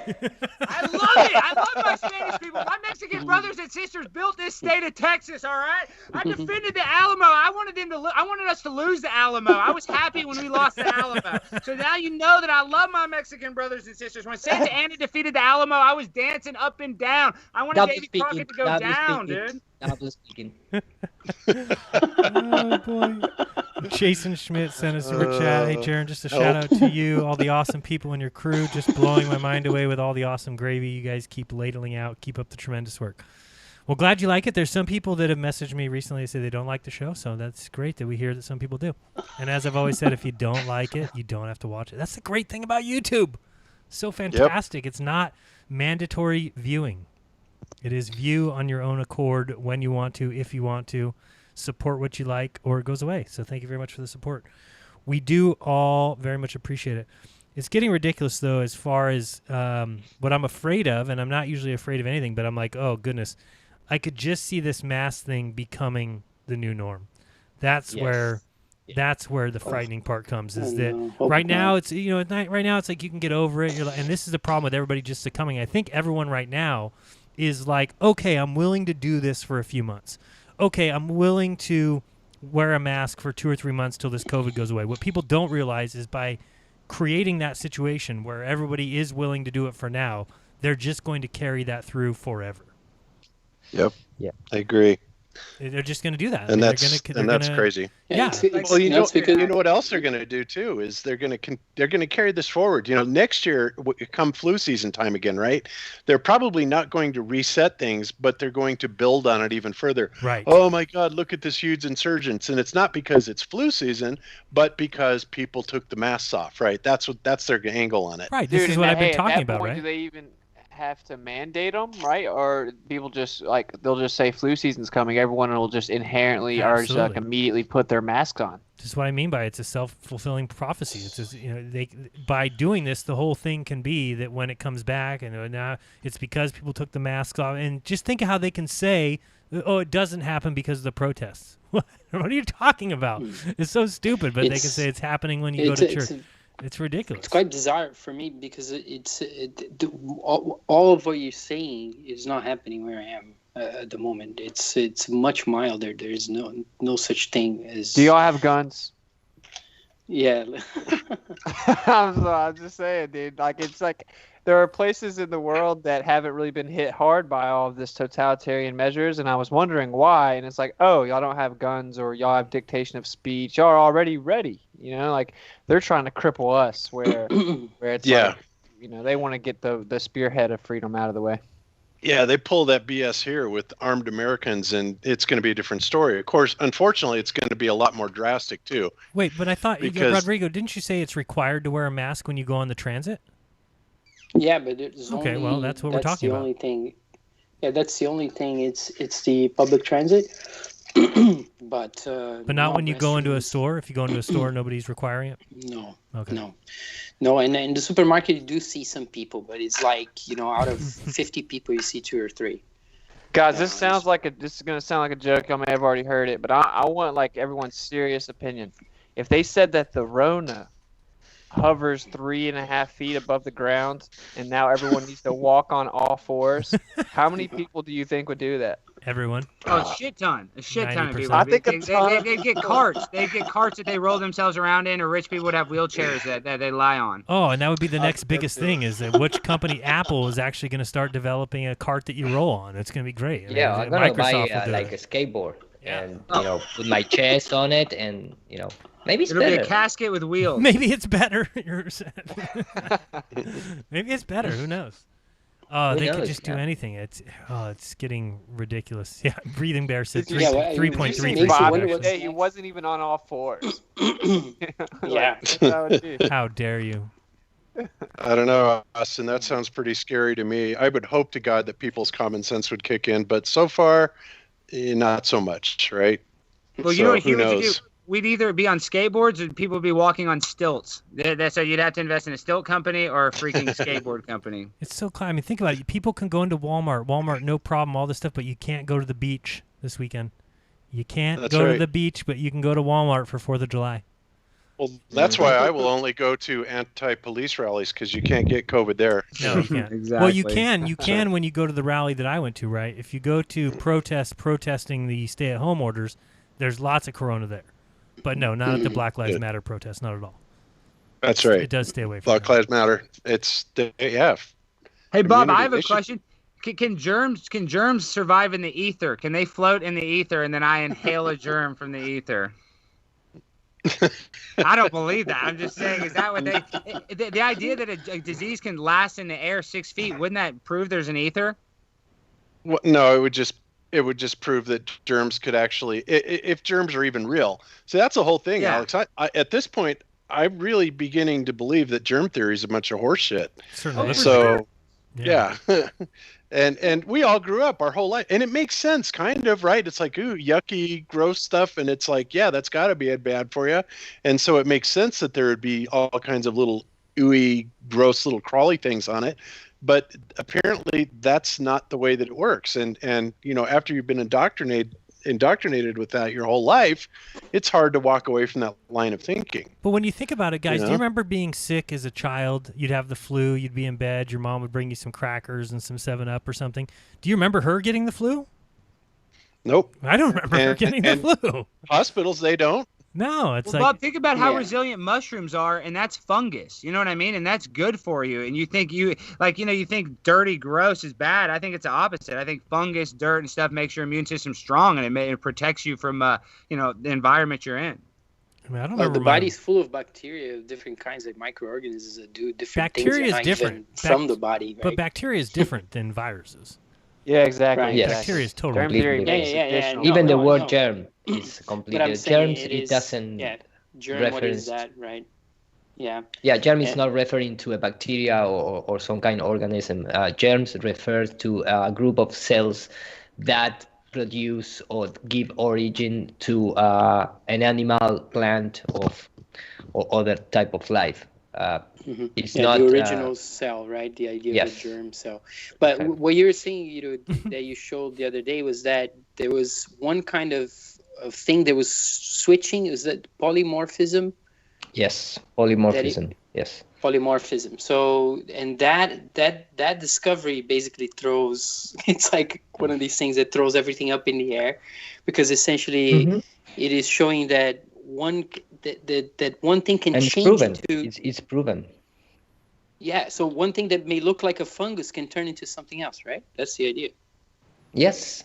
In fact, for example, right now I add into the chat Luis Pasteur, the chemical guy who worked for the pharmaceutical companies that give us the theory behind the so-called germs or bacteria or the agent, the external agent that produce all of our disease.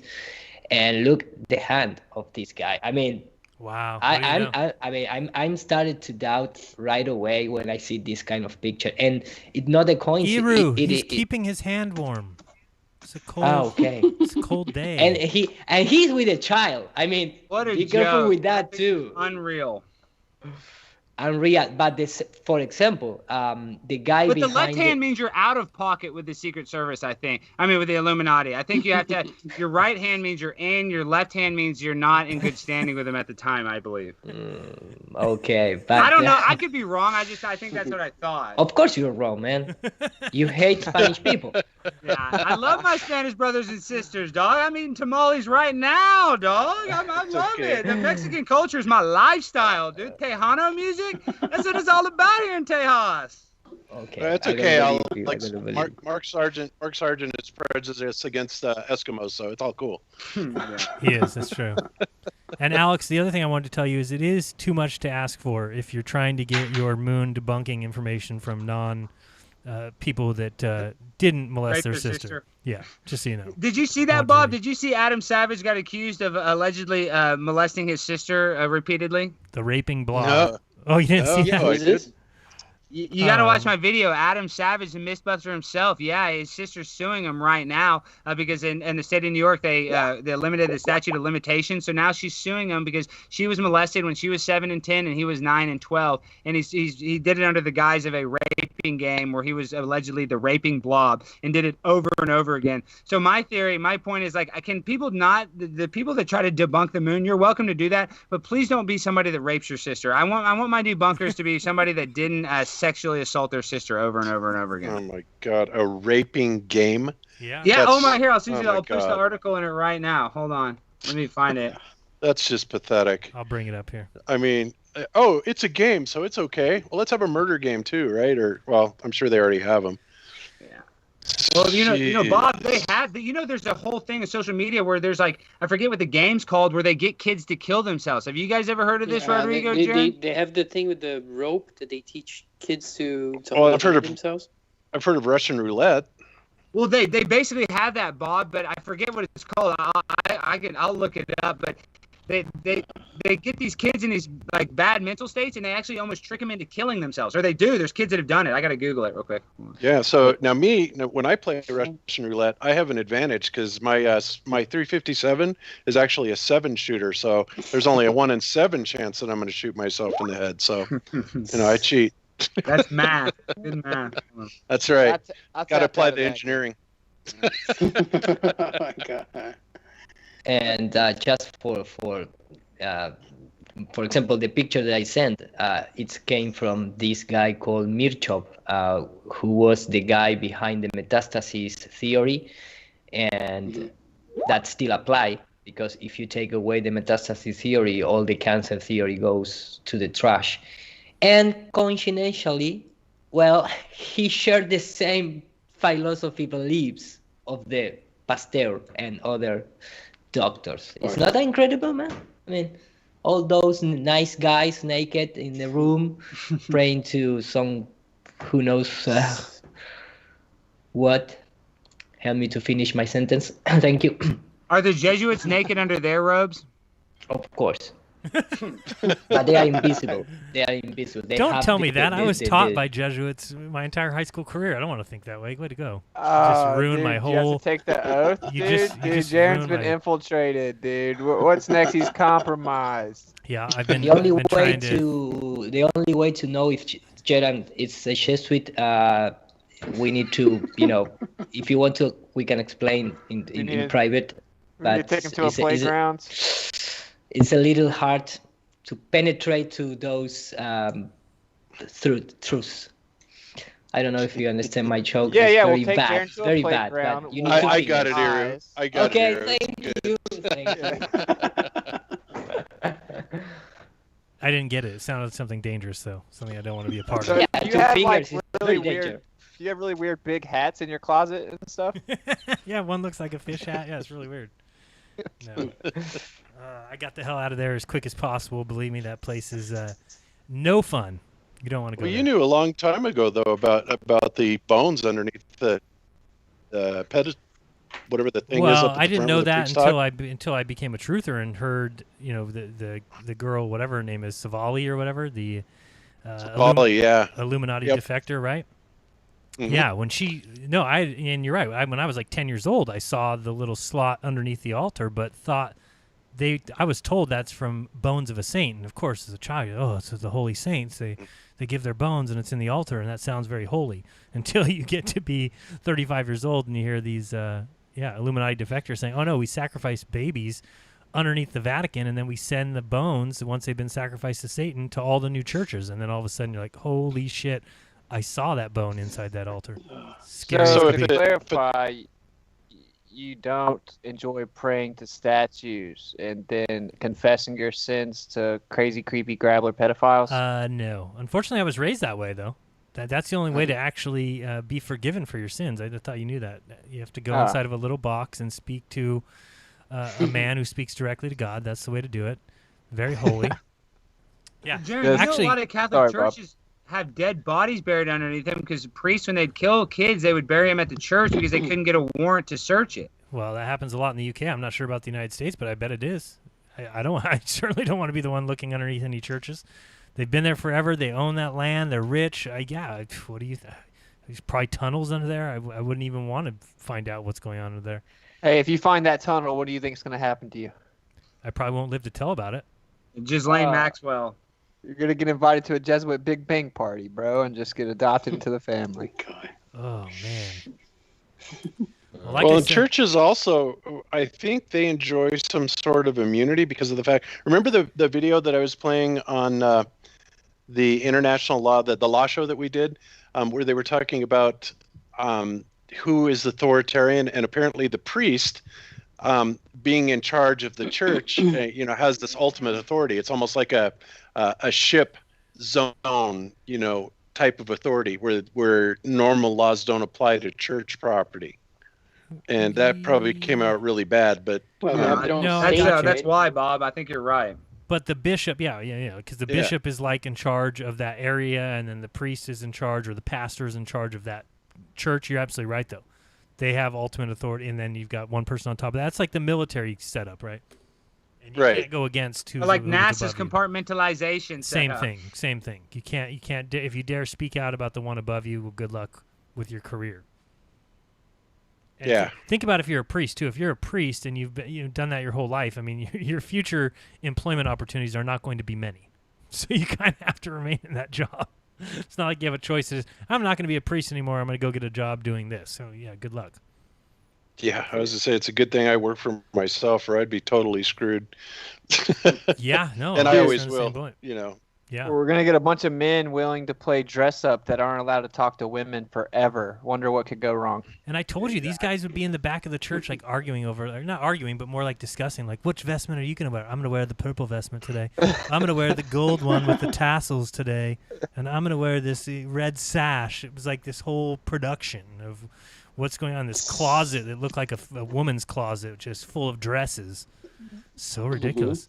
Well, that's where the origins of church came from, is people would literally put on biblical style plays. It just never stopped. It only became more accoutrement, more regalia involved. The great thing was in the old churches when the priests used to face the other way and speak in a different language than the people understood. That's the greatest thing. Yeah. It's ridiculous. Can you imagine going to an event right now? As soon as they realized that they should translate the Bible to every possible language and standardize it and everything. Well, I don't think it was as soon as they could. They as they reluctantly could. allowed that to happen. Yeah, I mean, they used to only the priest could read the Bible, and then it got to where people were like, this is getting sketchy, so they just reluctantly released it. Well, they waited until there was a release like the printing press. I mean, that's what made them have to do it. Yeah, exactly. Yeah, Yeah. that's when they started doing yeah. heavily. Before the printing press, they could just say, well, no, only the scribe. And people didn't even know how to read They or controlled speak. it. Yeah.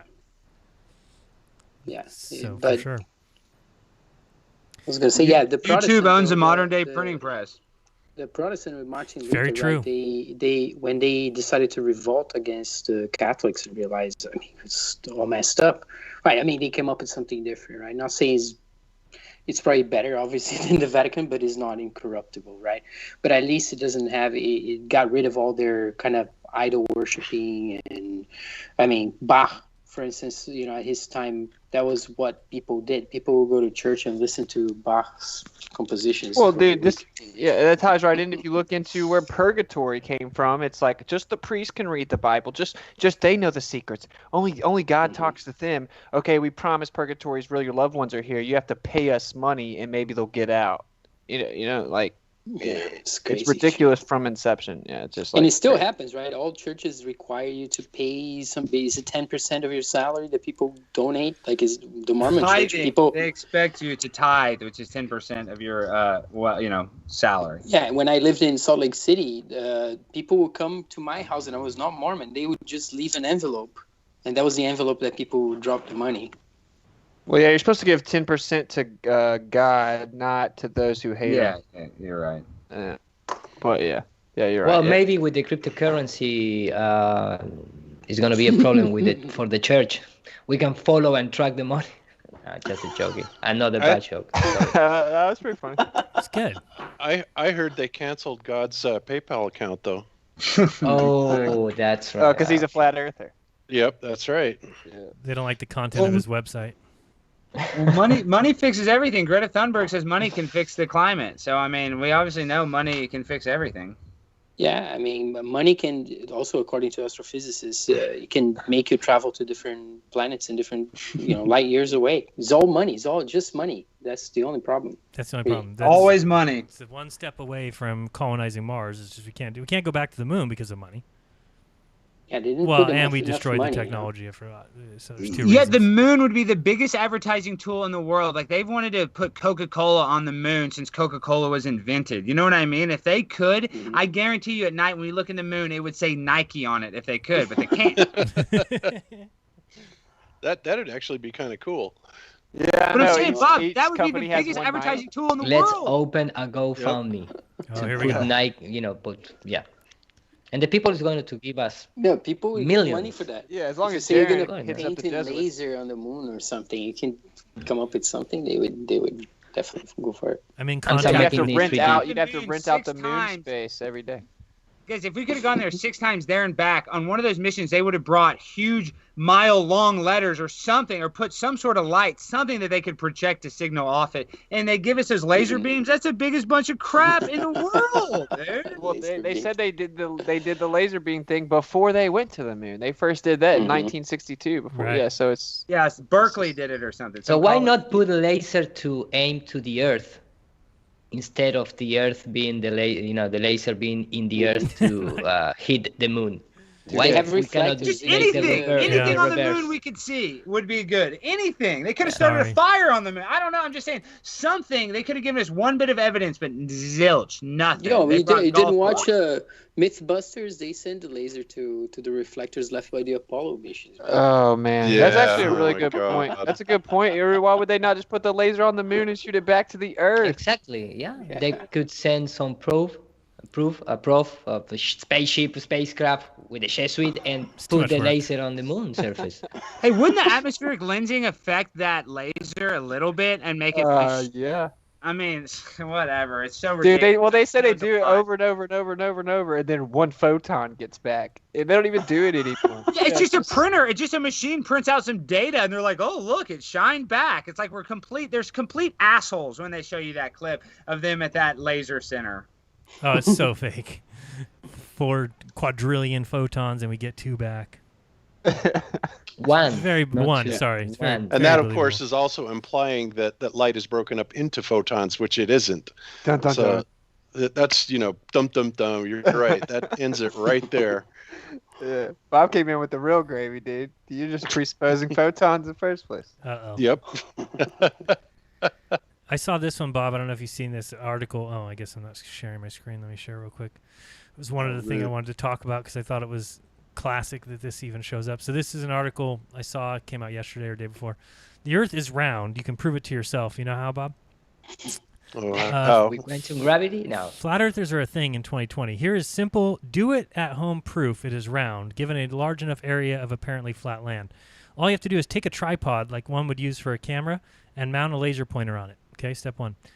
Lasers have the feature of being very well collimated, so their light does not die out in the same way it does from an ordinary light. Point it at a paper target attached to a car and mark where the light falls. It can help to point a camera at the paper target and record this as it happens. Drive. You'll have to drive far enough away, 10 miles straight away from the laser source. Note the position of the laser dot. Now the dot will have gotten bigger, but the center of the dot can be identified. Now drive another 10 miles away. Then again, note the position. 20 miles for a laser? Oh boy, these people should go and look at what I tried to do with a very nice laser and 4 miles. And you couldn't keep a laser dot smaller than 8 feet. But these people say it's very easy to do. Just drive 10 miles away, note the position of the laser, then drive another 10 miles and see that the position drops.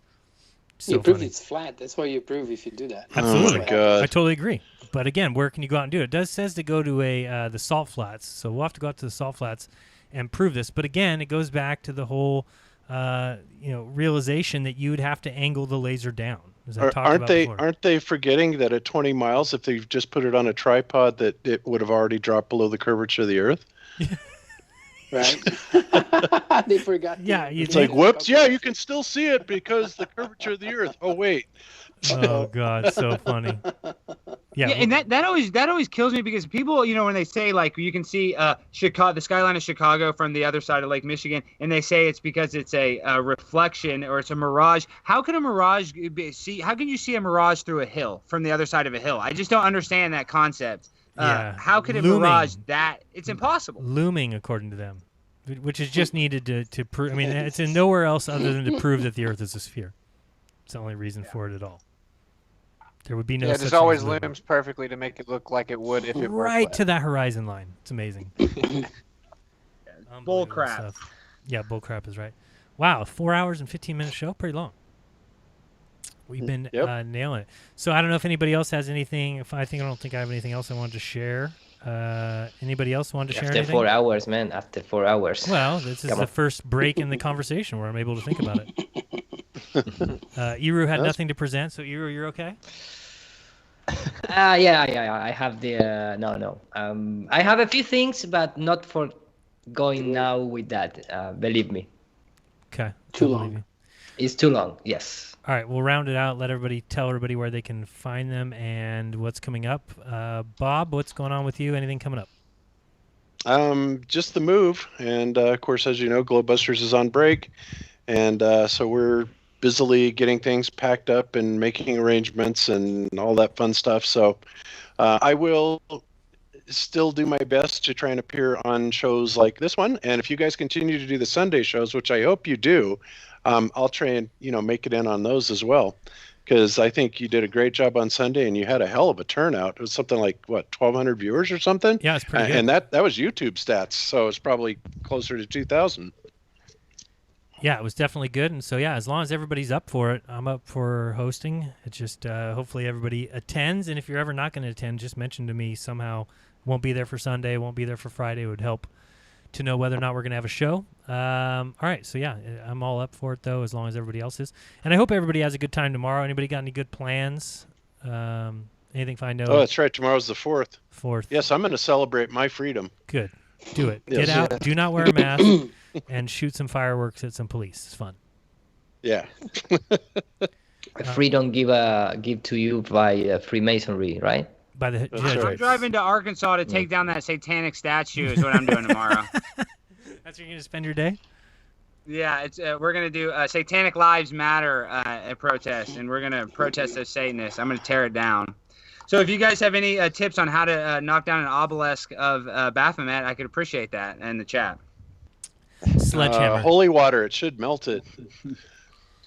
But on a serious note, Bob, it's been a pleasure to talk to you for the first time. I've been a big fan of yours for a long time, so today was really cool. And for me, if there's anybody out there, please follow the Conspiracy Castle on Instagram and Conspiracy Castle on YouTube. That's all I have to say.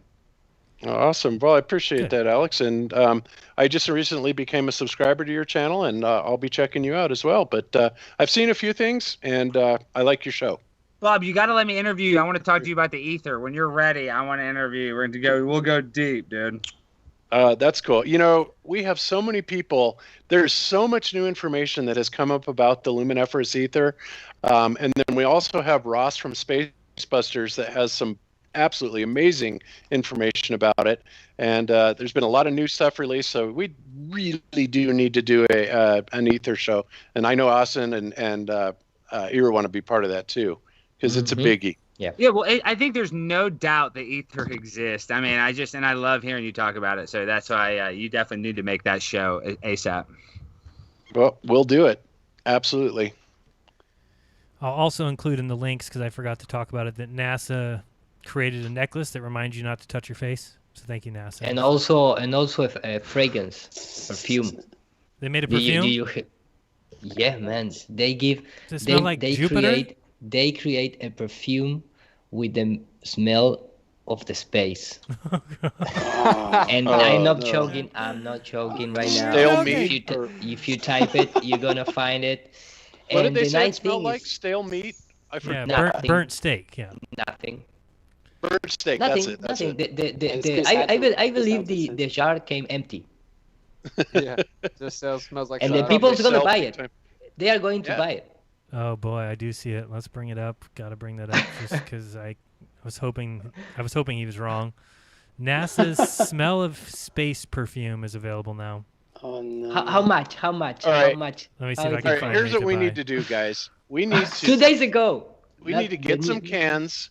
We need to get some cans, evacuate them, right? So when you pop the top, they go when they suck in the air, and we can market it as space. Yes. Right? A can of space, and I bet you we can make a fortune on it. Here we go. I want to know the price. I want to know the price of that. According to in Portugal, they space. sell the air of Fatima. You know, the Fatima place is a church. The Fatima, yeah. Yeah, they sell the air of Fatima in a can, and people buy it. When is gonna come the time when you can buy like a gas from a Jesuit ass? Dude, they sell stars, guys. They sell stars. What are you talking about? Y'all are pissed off at the fact they sell fake-ass stars to people?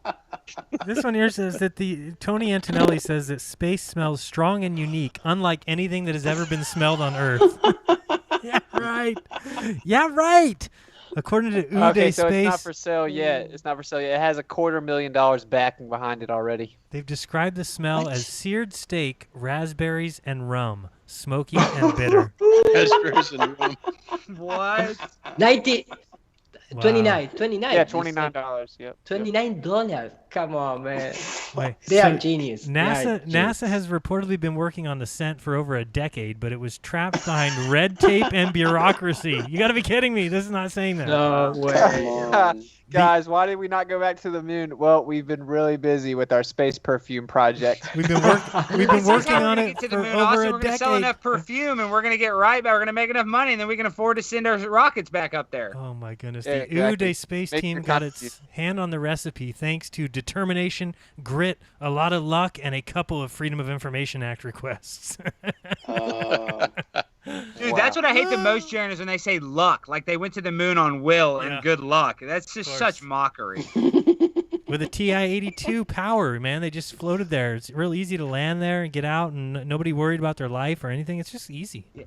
Yeah, Neil's never flown that craft. He just got lucky. He was able to fly it perfectly and land it on a rock he's never been to in his entire life. Just luck and willpower, my friend.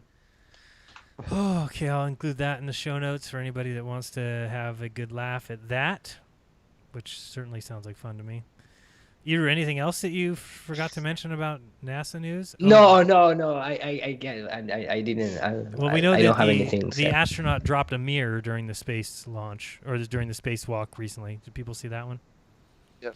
I saw it. that. Yeah. Actually saw one thing that I found out.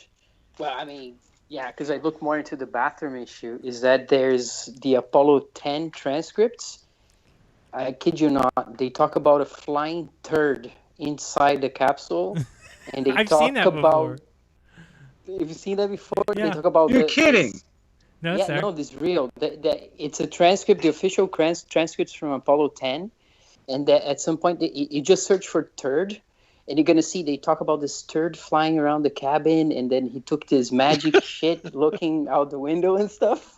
It's just like, dude, there's a ventilation system in their house. They're breathing their own shit. I mean, dude, they're laughing about how there's shit floating around, but none of that makes scientific sense in an airtight capsule like that with a shit floating around. That's just a joke. Man, that's when it's handy when you're, if your shit don't stink. So yeah. Gosh, what a joke! Talking about their turds. It's all space turds, like the space toilet we talked about last week. Oh my, crazy shit. I was trying to watch to see if you could see it. Maybe it was a bubble. Anybody actually see the mirror go flying off? I never saw it. I think they said they got their hand caught coming out of the airlock. Well, live. I was on Discord. Someone posted on live. We all flooded over there, and dude, almost the whole chat was just like, "The Earth is flat, space is fake. Show the Earth." Like it was hilarious. I can't believe they left the chat going, but yeah, a bunch of people caught it live. They were like, "Oh, there goes the mirror." Classic. So probably an accident, Yeah, floated away in their pool. Did it look like it was falling, or would? Well, no, it's like really brief. It just like. You got knocked off or something. You just can't see it anymore. It went away. It fell off somewhere. Yeah. Funny stuff. All right, so we had Alex tell us, check out Alex Stein on his Conspiracy Castle channel. We talked to Bob, obviously. Subscribe to Globebusters. Support Bob, patreon.com/Globebusters. Iru, anything coming up for you that we need to know? I have my English subtitles to put on my first chapter in that kind of a special production that I made here in Argentina about Flat Earth. So I'm gonna be uploading that to my new English channel, NPT for All. If you want to support me, subscribe there. And the rest, I'm really waiting for the 10th of July, 8th of July to getting back to my YouTube channel and clean it up a little bit and trying to get back what I deserve, my monetization. Good. Absolutely. Absolutely. Austin, you got anything coming up? Yeah, I think they're trying to get me on another modern day debate. I don't know. We'll see. And I'll go live. I was actually thinking about doing my next live stream on the Jesuits in the Catholic Church. And this conversation is just solidified. I've got to do a live stream on the Jesuits, so that'll be coming soon. And then I guess if we decide to do Sunday, I shall be there. Go on modern day debate, Austin. I like when you go on there.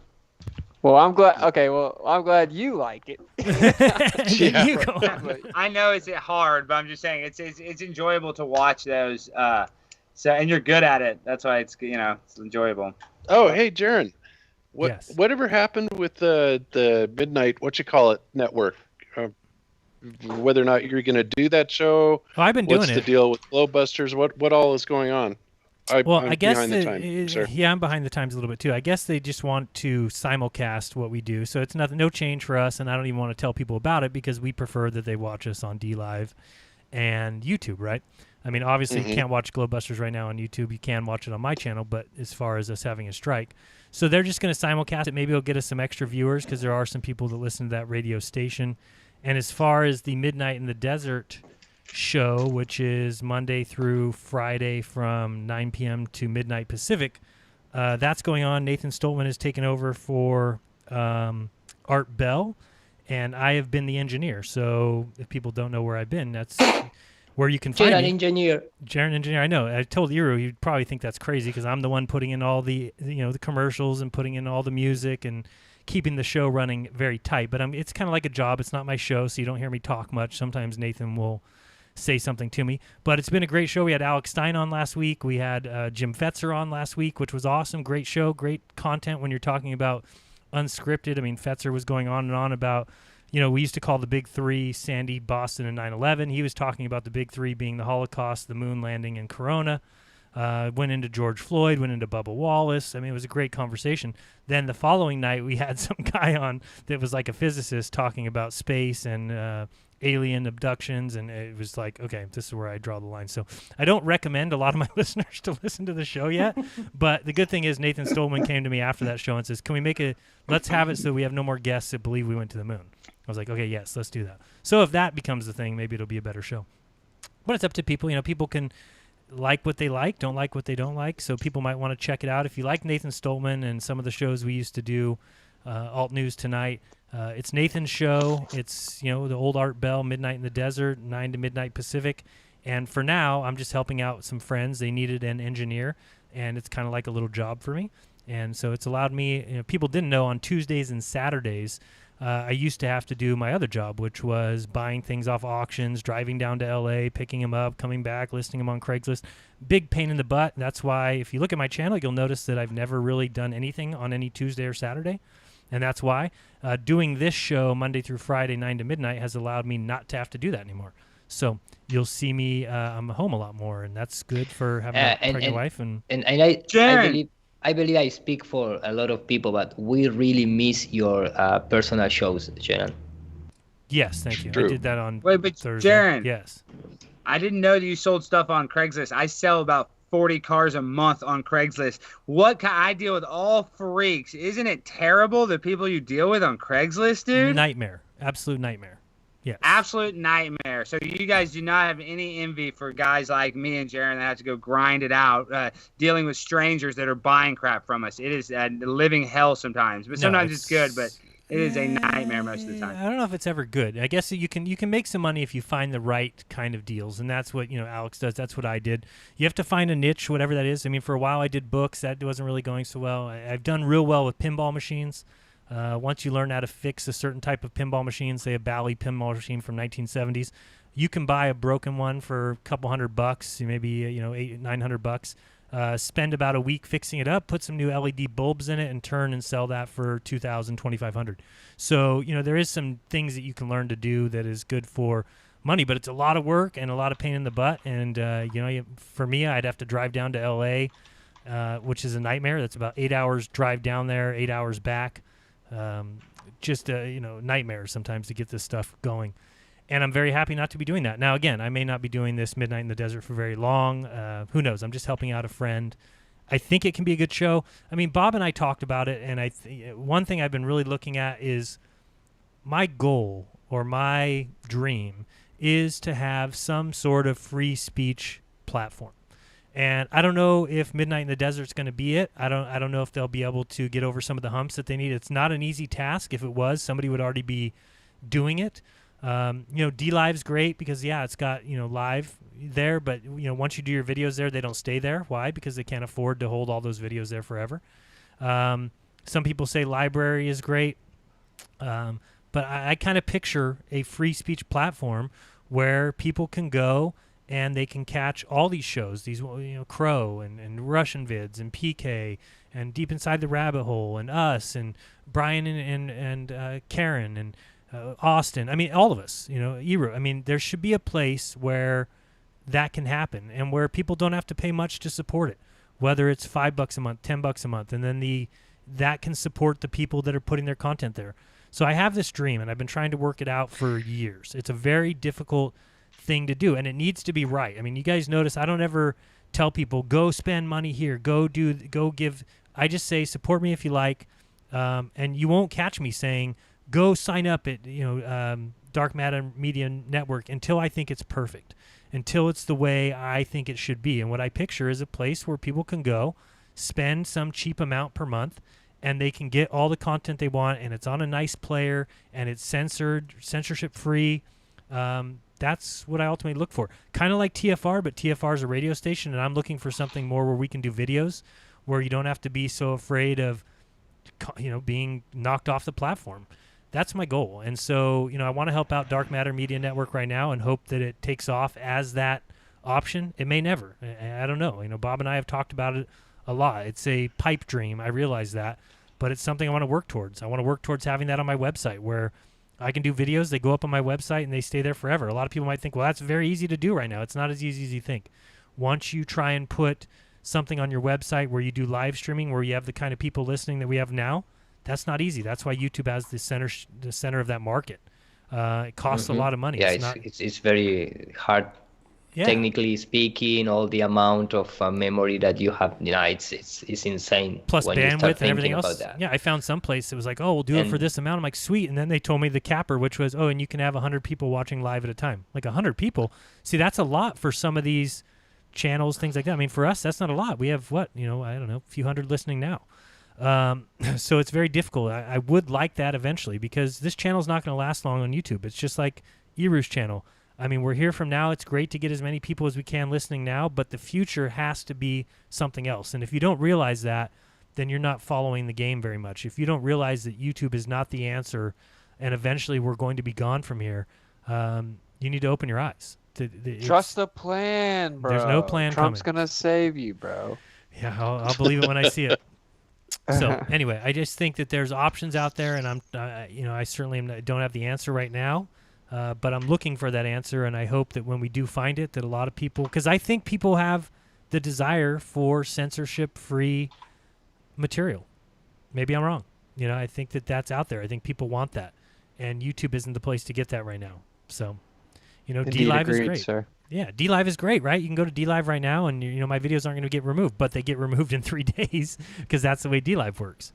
So, having a place where those can store forever, it's very tough to create that situation. Dark Matter's trying to do it. They've got PK over there. They've got Russian vids. They've got Alex Stein. If people don't know, Alex Stein's doing a show there on Sundays. But mostly what they're doing now is they're just simulcasting what's going on elsewhere. Eventually what they want to do is they want to have the archives, which would be great, right? If Alex does a video and it gets removed from YouTube, there's a place to go and always find that content. That's kind of the goal of Dark Matter. It's not there yet. The website isn't up to par yet. They're not offering the archives as they should yet. But my hope is that they eventually, and if I can help them get there, I'm going to help them.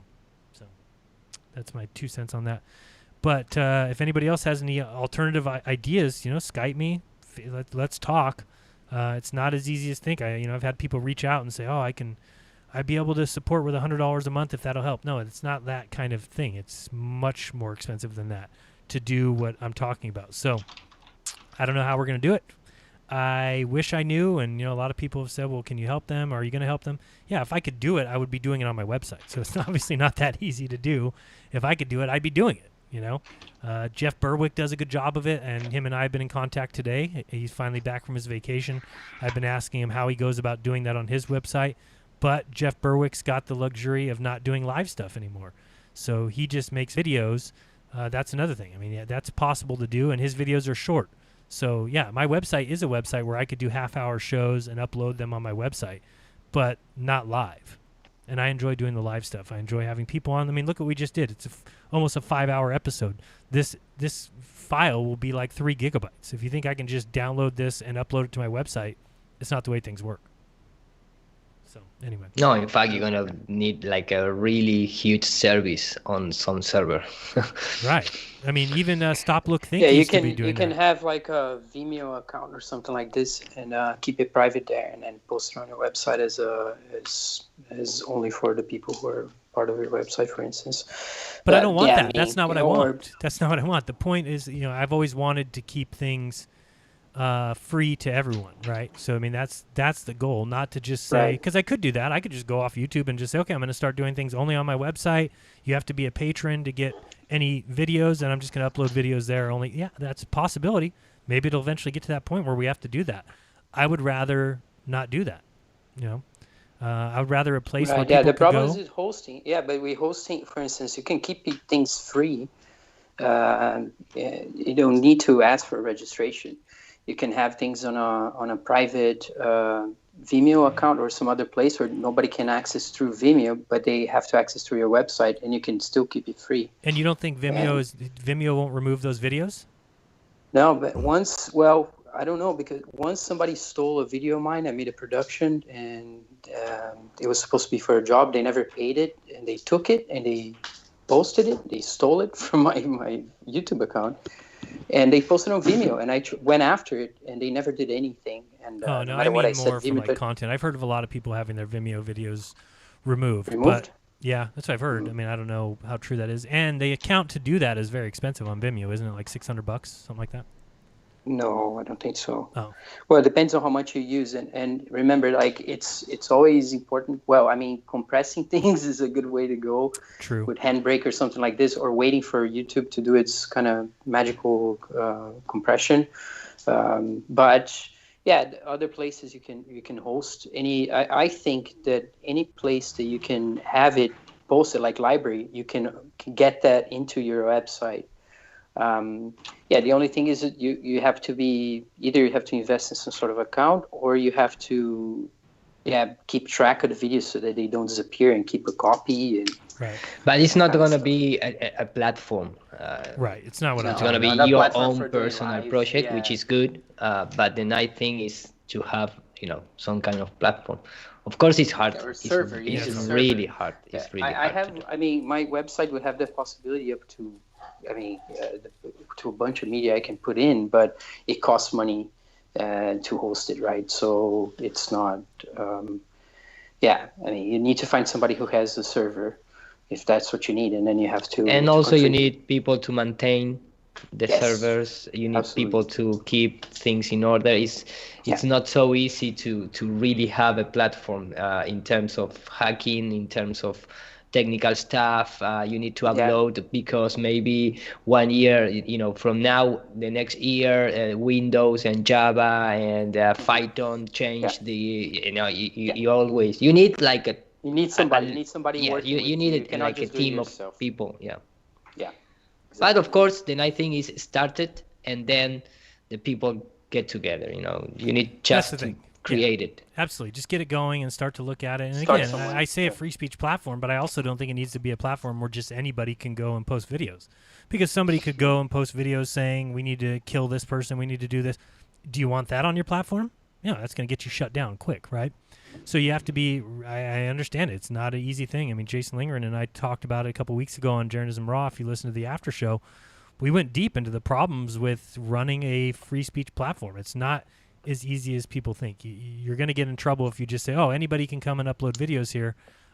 People will quickly do stuff that will get that site shut down. So it's not as easy. That's asking for trouble, right? In general, but right? What's not asking for trouble is if we decide who comes on the show, right? So once you get to know somebody, I know that Eru will never make a video telling anybody to kill anybody. So I would then, and I'm not saying I need to be in charge of it. I'm certainly not saying that. I'm just saying if there's a group of us that say, yeah, Eru's content can come here. Austin will never say we need to go kill. Austin's content can come here. Globebusters, that content can come here. Russian vids, that content can come here. Crow 777, that. So you start bringing in these like-minded people, and then it's all at a place where people can go. They know it's got a schedule. Who's going to be on Sunday at this time? Who's on Friday at this time? Maybe we do the Friday Lounge. Following this show is Karen, and it's a network where people can go, and it's cheap, and everybody enjoys it, and the content is good, and the player is good, and it's that's kind of my vision. Now, how do we get there? That's another story. Yeah, it reminded me a little bit of the idea they had in the beginning of websites when they had those kind of chains or circles. I forget what's the actual name. But you go to one website and it's connected to another website of similar kind of theme. It's like very early internet. Like Angel Fire and those kind of things? Those kinds of things, right? You have this kind of ring. I think it's called a web ring. But I mean, of course, in a different way where, maybe you can have a place where people can aggregate all this content without necessarily hosting it. If you know Well, I think the easiest way to get there is we all get together and we request a permission slip from the Grabblers, and then we'll be good. Can we please have this? Can we please have this? No, that's the great thing. I mean, and again, I'm not even sending people to darkmatter.radio yet because it's not ready yet. But the good thing about it is, because I think if you want to watch Alex Stein, you are in charge. No, if you want to watch Alex Stein, the best place to go watch Alex Stein is YouTube, right? If you want to watch Globebusters, go to the Globebusters YouTube channel, and if we can't right now, go to DLive. So there is places to go for this stuff right now. Now, what Dark Matter's doing is simulcasting those things, kind of building a schedule where pretty soon you'll be able to go to Dark Matter and whoever's on is on. Maybe it's Nathan Stoltman doing Midnight in the Desert. Maybe it's Alex Stein, maybe it's Globebusters after Alex Stein on Sundays. And then eventually what they want to do is keep all those archives so that if anything happens to a YouTube video, like we get it pulled, like this video right today, if it gets pulled, there would be a place where you could go and find all that stuff for a cheap price. Maybe it's $5. They have to hold all those archives. Maybe then we invite Iru over. Iru, you want to do your videos here? Where basically we're just simulcasting what you do on YouTube, and then eventually it can become a network. So that's the goal. Right, it's a contingency plan. Correct. Right. It's a just in case, and if people's channels get deleted, all their stuff would be there. If videos get deleted, because that's what's going on right now, all those videos would still be, because again, a lot of people host YouTube videos on their site, but what they do, like I do, is it's just a link to the YouTube, right? It's just an embed. So when YouTube removes a video, it's gone from my site. Mm-hmm. Surprise, surprise. Yep. It's not like you can't, you have to, so the good thing would be if they're actually storing them on their servers and they've got those kind of servers and people who have unlimited storage, maybe that can eventually happen, but it's not there yet. Bedbug Bear sent a final super chat. He says, Alex, when will you go live and take my calls, my guy? Yeah, I said I'll take this Sunday. I will take calls. We have the Bishop Larry Gators, so 1 p.m. Central Time. That is 11 a.m. Pacific Time. I'll be taking phone calls with the Bishop Larry Gators, and I need to go live at my house. I just have been doing it when I go to that studio because it looks a little more professional. But I do. Everybody's been saying they want to call in, and the other night we took calls, Jaron. It was badass. So don't worry, Bedbug Bear. I want to talk to the people. We're going to get on the phone this Sunday, and you can ask me whatever the heck you want. Did you hear Alex immediately go into his radio voice? I heard it. He was ready to do a live show. Yeah, I know. It's terrible. But once I start talking, Austin, I don't even mean to turn it on. I just start talking. But one thing I want to say with all Jaron said, I think at the end of the day, Dark Matter is just a place because it has that paranormal, concept from Art Bell, that it's kind of a place for flat earthers and us, like-minded people, even though they have weird content. But at the end of the day, it's just clay, and it's what we molded into. And I think, that's basically everything Jaron said is spot on. But yes, the calls are badass. They're coming, Bedbug Bear, and we're gonna get freaky on the mic. Alex, I'm really curious to hear from your clients what kind of experience they have when they run into you as a car salesman. Oh, dude, I could sell ice to an Eskimo. I could sell the ball earth to a flat earther, dude. I can sell cars all day long. But it's really at the end of the day, the car sells itself as long as it runs and drives fine and has air conditioning. The car will sell. It's where the salesman comes in is trying to sell a car that's messed up, and that's one thing I don't do, because when you sell a person a car and it breaks down 2 months later and they have a family and they have kids and then they're calling and complaining to you that they can't take their kids to school, it's such negative energy that it's not worth it for the little bit of money. So have I ever sold a car where something goes wrong and I didn't know? Of course, but at the end of the day, I'm just selling cars that work. I'm selling dependability and not style and class. Mm-hmm. Yeah, I mean, you sound like a total expert. That's why I'm saying, because, I just find, I probably expect your clients to be pretty entertained by, I don't know. Oh, dude, the people love it. Well, most of my clients are African-American people, or a lot of young kids getting their first cars. And I sell cars to white people, but I'm telling you, the majority of my business are, and dude, a lot of Texas, a lot of Mexicans. I sell trucks to Mexicans. They love it, dude. I get them in there and we start talking about the flat earth. And that's it sucks because in my personal life, I can't tell my friends, hey, bud, you want to talk about the flat earth? But somebody that just comes into my office to buy a car, I can tell them whatever. I start talking about the Rothschilds and the Vatican. And I love it. And I think that a lot of people will send me messages later saying they looked into the videos I sent them. So that would be an amazing kind of show where you have a car. It just reminded me of some of those shows that you have, like they have in shops and pawn shops or whatever. But you're in your car shop, people come in and then you flat smack him. Yeah, as opposed to Mel Gibson being a taxi driver, it's Alex selling cars. Somebody told me that you don't sell cars to Spanish people. Okay, I'm gonna only Spanish people. Only Spanish people allowed. Okay.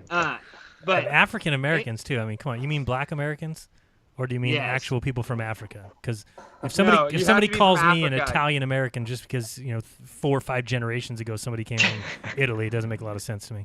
Well, I hate that you just said that because, guys, when I first moved back to Dallas, so in my car lot, it's a little small car lot. You know, I only have about 10 cars. I probably have 15 cars right now in my lot, but I have all black employees.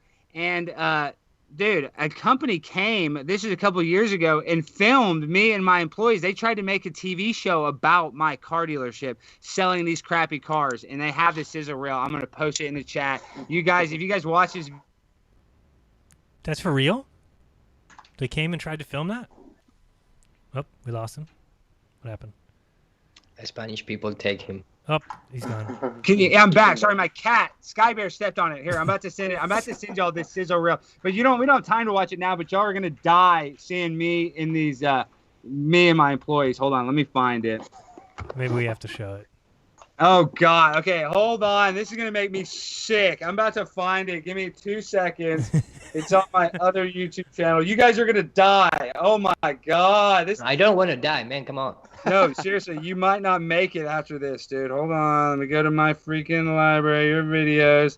Sorry, here it is. Here it is. We got to watch. We need to tease it. We can watch the whole thing later. It's only 4 minutes. Oh, here it is. Here it is. Got it. Share. Copy link. Okay. Skype. God, y'all are going to really get an idea. And I was a little fatter there. And remember, I was definitely socially engineered. This is before I knew the Earth was a ball. What? I mean, I knew the Earth was flat. You know what I mean? You know what I mean? I thought the Earth was a ball. Take out this guy from the show, right now. Erase it, a globe head. Jared, come on. You guys, this video, watch the first 30 seconds, Jared. You guys will, I guarantee y'all will get a kick out of it. And this will show you what my business is like. Wait, do I have share screen on? No, I don't. Monarch Motors. Oh, my. Yeah. Oh, no. Now I'm 99 Motors. But I used to be Monarch. And listen why it was called Monarch Motors, because I leased the place from a guy that used to have the business there. And he was a rich Jewish kind of Illuminati Freemason type guy. Okay, are we watching? But now it's 99 Motors. It's even more cultic after my high school football number 99, Alex Stein. Tags 99. Here we go. We got a 1988 Rolls-Royce Silver Spur. I will sell it to you a little cheaper because it's missing the doors. But at the end of the day, this is kind of swag.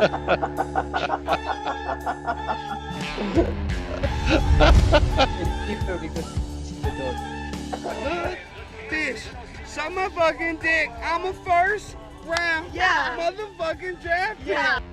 I deal with a lot of pimps and prostitutes. I'm a border bird hustler. I could literally sell shit to a toilet. Oh, it's terrible. I caught 2 high school kids having sex in it like 2 weeks ago. But that actually would, in my mind, make it more valuable because there's something about teenage love that I find so beautiful.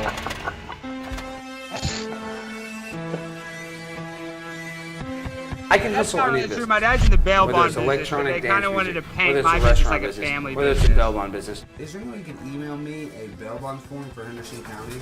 Yeah, that is real. Well, I lost it. My father, old school hustler. I mean, as old as it gets. I want to prove to my dad that I'm a successful businessman and that I can get the job done. Guys, what you do is sell the Rolls Royce that only has 2 doors.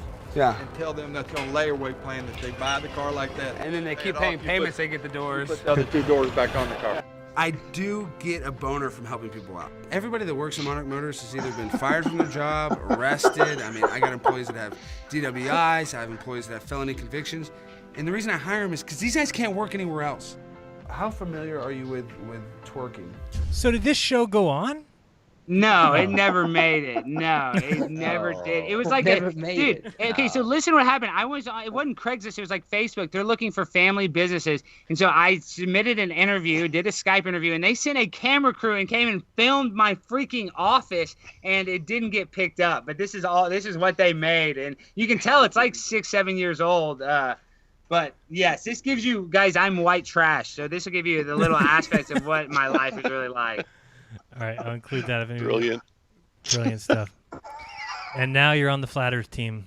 fighting for us. Oh, with I'm flat Earth. Conspiracy Castle. But see, before that, when I'm talking about twerking, all that stuff, I was totally socially engineered, and this is a big drop. I just told Dave this. Everybody's gonna really think I'm a shill, but I worked for a TV show in Dallas for the past 6 years called Cheaters, and I signed an NDA where I can't exactly say anything about it legally. And the Jew that owns it, Bobby Goldstein's a freaking asshole, and he would sue me. But if you guys can use your mind, I socially engineered people. I was an evil person at one point. I was literally basically a pornographer, and that's why I knew when I realized with dealing with people in the entertainment industry, you know they're evil because all they do is push pain, torture, people getting cheated on, and that's really what woke me up. Is like is seeing it from the other side.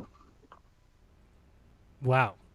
Have you guys ever seen the show Cheaters? I've seen Cheaters. Yeah, I think it's a bit of a step so to you say. know what it is. You know it's It's not quite pornography. So, I think you went a little bit far there. well, Yeah, no, like it is Alex because is pissed yeah, behind it the is, camera, Jaron. like, because she I would find the loyal. people to put on the show, and I would say, "Hey, do you want to make $1,000?" They say, "Yeah." I go, "Do you want to make an extra 500? You got to show your boobs, or we're gonna blur it out." Like I was Wow. literally the evil pornographer telling the people to take off their panties, and I would sell it under the guise, "Well, it's gonna be blurred anyway. Who cares?" But yeah, we got a crew of 20 guys walking in. I mean, it's disgusting. There it is. I was a bad person when I was doing that. Wow. Says a lot. It says a about what's lot, going and on. that's why I've changed. That's why I'm a different person now. I'm no longer a bad social engineer. I'm a good social. I want to help the people see the truth that when you watch these shows on TV, it's 99% bullcrap. Yeah, absolutely. Did I miss anybody on our way out? Rodrigo, did I miss you? Well, just working and continue to. I mean, I'm working on actually a piece on. Probably going to present it tomorrow on more alien propaganda, and the piece I found that kind of brings all together is where that guy comes from. The guy with the 10 thoughts he had in his life. He had 10 thoughts and 10 questions. You know, the astrophysicist who's also a musician who has some music that will melt your brain if you try to listen to it. It may brain damage you, but yeah, it's some guy who appears beside Michio Kaku and in this documentary that I'm going to look at. So I basically cut it to pieces and analyze it, and then I'm going to present it through all these clips. So I kind of I have a way of doing these things, and I think it's going to be interesting. Looking at what they say, now I'm going more towards writing right now. I'm writing more and trying to get things out in that way. And working backward from my live streams. Jesus, man, I got to give myself a lot of work. So yeah, and trying to finish this website project. So it's been, and then other jobs. So trying to keep up, man, and the baby, of course. She's just incredible, and you're gonna be getting that soon. Jaron, you're going to see a lot of work and. Thanks for reminding me. But extra money is that what you said? No, I said thanks for reminding me. No, but it's extra gonna be money. incredible, No, that's man. not the way it works. The baby's coming with a briefcase full of money. Extra work, man. Extra work. A lot of extra work, but it's worth every second. You're gonna see it. You're gonna. I mean, there's no way back now. So you gotta. Nope. But it's coming. It's just a wonderful thing it makes everything. Even in these troubled times we're on, you're kind of like, I can die happy now, kind of thing. At least for me. Well, I'm hoping. It's like Nissa and I kept waiting to have a baby. We wanted it to be the right time, and then we, come January, all right, seems like a good time to do it. Let's do it. And then this all happened, and it's like, well, great, nice timing. But hopefully what you say is true, that it will make it all worth it. I'm just trying to fight for the best life possible for my child, myself, my family, and obviously these rulers and satanic elite are trying to put a wrench in my plan, so I'm trying to put a wrench in there. That's all you can do. Retro. At least you made for your own baby. It's not, bring by Amazon or something like that. Maybe in 20 years you buy it in Amazon. I want to shake my head at that, but you know what? You might be right. Retro Bill says Alex and Austin are legend. Thank you for that super chat, and appreciate all the super chats since, of course, like we talked about, none of these are advertiser friendly, and so your super chats help keep this channel going and everything we do, and appreciate all my patrons as always. Again, excuse me, you can support all the people on this channel with their various patron accounts. Nur para Todos, Anthropology, Wits It Gets It, Glowbusters, and of course mine is patreon.com/jeranism. And maybe Alex Stein will get one eventually, or maybe you can just buy a used car. I have a Patreon Conspiracy Castle. Bring the do-re me. It'll make you feel better. And that's another thing I was saying earlier real quick, Jaron. When you donate money to people that are doing social causes that you actually like, instead of donate to Black Lives Matter, you can donate to people like me or Jaron that are actually trying to send out a message that will make you feel better. It will make your reality better instead of a reality that's all hate and divisive. So just that little bit of token, when you give it to somebody else, you pay it forward, it actually helps your self-esteem. It literally makes you feel better. So if you're out there and you've never given a super chat, give one super chat just to see how it feels. After to see that video, man, you are on the floor right now. Yeah, he only accepts patrons that aren't Spanish. So, yeah, no, I mean, you can sell shit for a toilet, so. Yeah, I'm just saying, guys, I'm not kidding though about when you give somebody something, when you go here and you support somebody's Patreon, it literally increases your self-esteem because it makes sure it's like all these people do this philanthropy for themselves. You know, that's why they want to do charities, just to make themselves feel better. So even you don't have to be rich to give Jaron $5, and that will make that helps Jaron out, and that actually helps yourself out. You think, oh, I don't have $5. Money's fake. It's not about the $5. Your life will not feel any different without that $5. But I guarantee you, once you give it, you will feel better. Having the $5 won't make you feel better. Giving it will. So that's just a fact. Well, I think everybody who listens to this show and all of our shows can say that they've been greatly enlightened or that their life is better. All of us feel that way, right? I mean, I don't think there's anybody here who's like, my life is 10 times worse now that I believe in the flat earth. No, it opens your eyes to so much, teaches you so much. You look at the world in a different way. This corona thing doesn't affect us. We can laugh about it. We can have a good conversation, 5-hour conversation today where we just laugh about this stuff.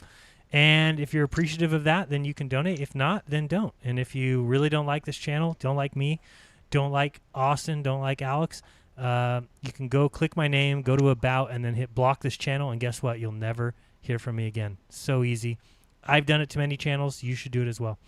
All right, any final words? Anybody here before we head out? 5-hour show, long show today. Yep. Nope, just a new conversation start. I know, and then we do it again. Here we go again. Here we go. Yeah, I know. Any final words? Bloom. Yep, and I just wanted to throw in a plug for Iron Realm Media, who is live right now with my wife Cammie on it, and a bunch of other great folks. So they're running right now, and I'll post the links in the chat if you want to come over and join us after we end here. All right. Sounds beautiful. I was trying to think of. I was going to play that Flat Earth song on the way out. Now I don't know where it is. You know, the one, I'm a flat earther, I'm a flat earther, I'm a flat earther. Yeah, you put it in Skype. You put it in Globuster Skype. Yeah, I think I should find it here. I'll play that on the way out just because I like it. And yeah, it's cool. We figured you would. I was surprised you hadn't heard it before. That's crazy. I think I had heard it before, but was it way old? It's been around for a while. Yeah, sometimes I hear songs and then I just forget that they're there, so... yeah, it's awesome. Because I think I'd heard it before, I just hadn't heard it in a while. So anyway, we'll play it on that way out. Everybody, thank you so much. We'll talk to you guys next time. Peace. Peace. Peace.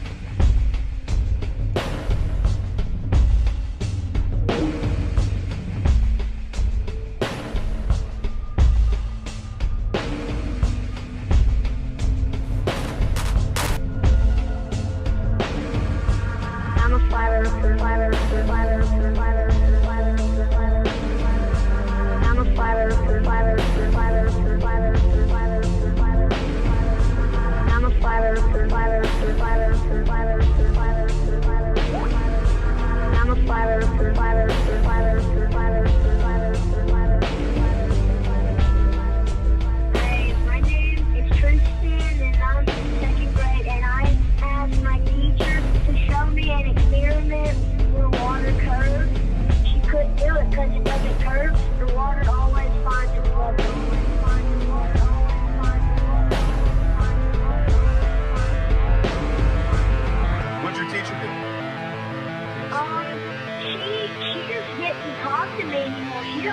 didn't walk away.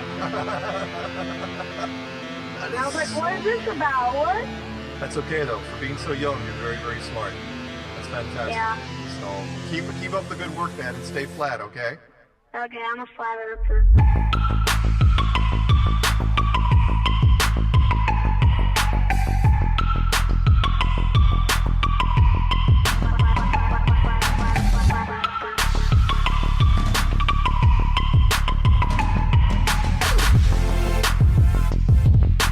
And she couldn't do it.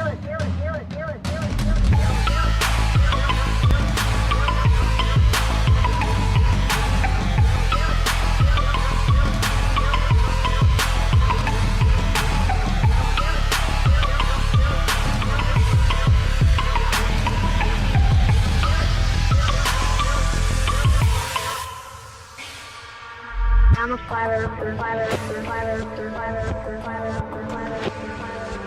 I'm a flat earther, flat earther, flat earther, flat earther, flat earther, flat earther. I'm a flat earther, flat earther, flat earther, flat earther, flat earther, flat earther.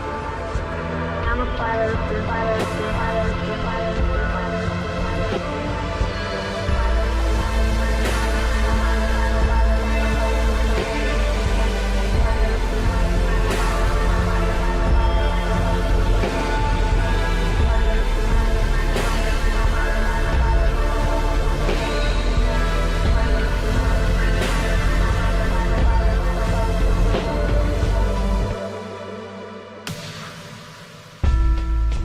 Hey, my name is Tristan and I'm in second grade and I asked my teacher to show me an experiment where water curves.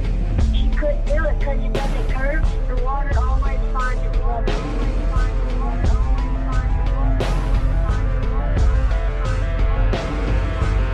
What'd your teacher do? She just didn't talk to me anymore. All she did was walk away. And I was like, what is this about? What? That's okay though. For being so young, you're very, very smart. That's fantastic. Yeah. So keep up the good work, man, and stay flat, okay? Okay, I'm a flat earther.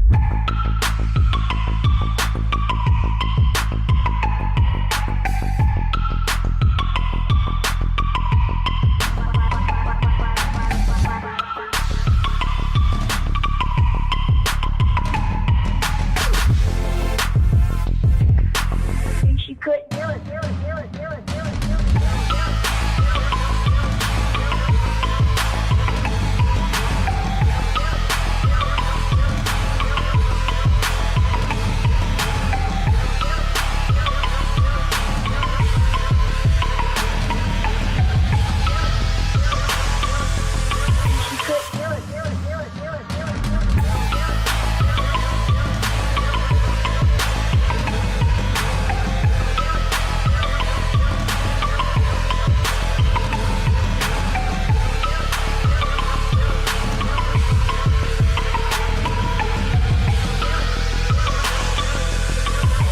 Rip this up for sound bites. This is awesome.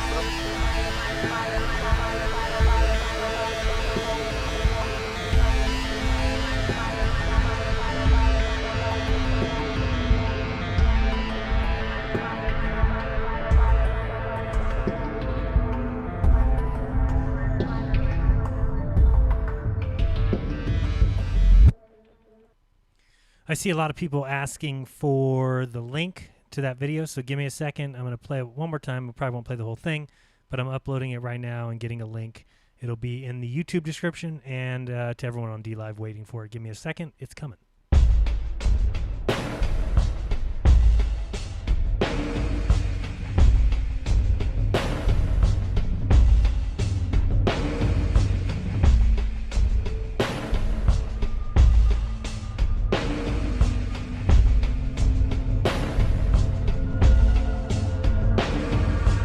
I'm a flat earther, flat earther, flat earther, flat earther, flat earther, flat earther, flat earther. I'm a flat earther, flat earther, flat earther, flat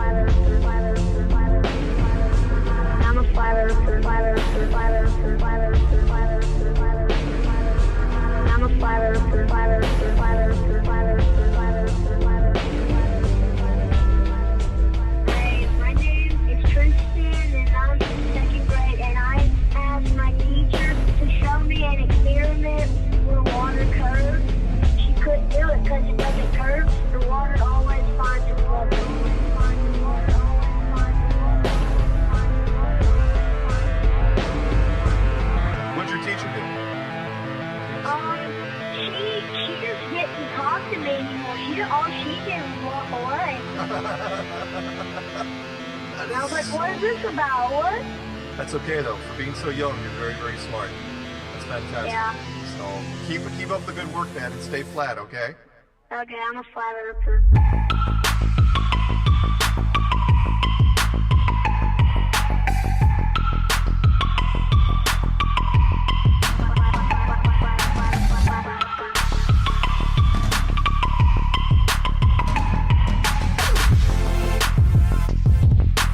And she couldn't do it.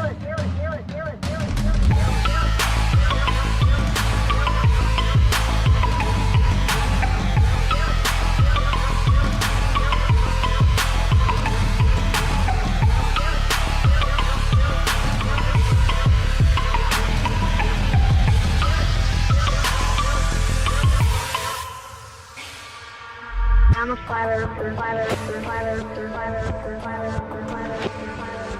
I'm a flat earther.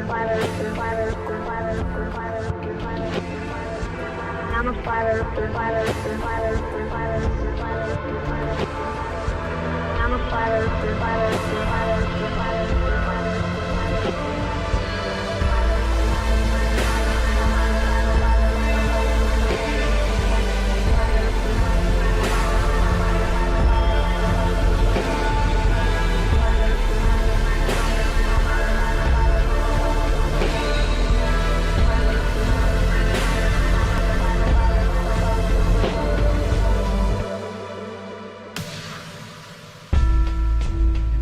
My name is Tristan, and I'm in second grade, and I asked my teacher to show me an experiment where water curves. She couldn't do it because it doesn't curve. The water always finds its way.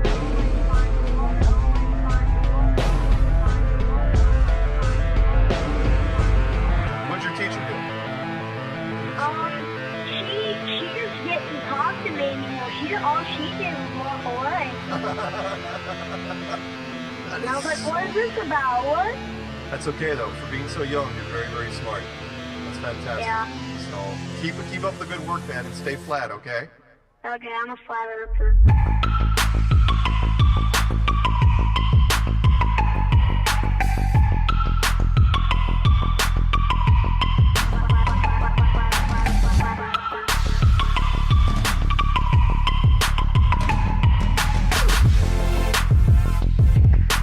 And she couldn't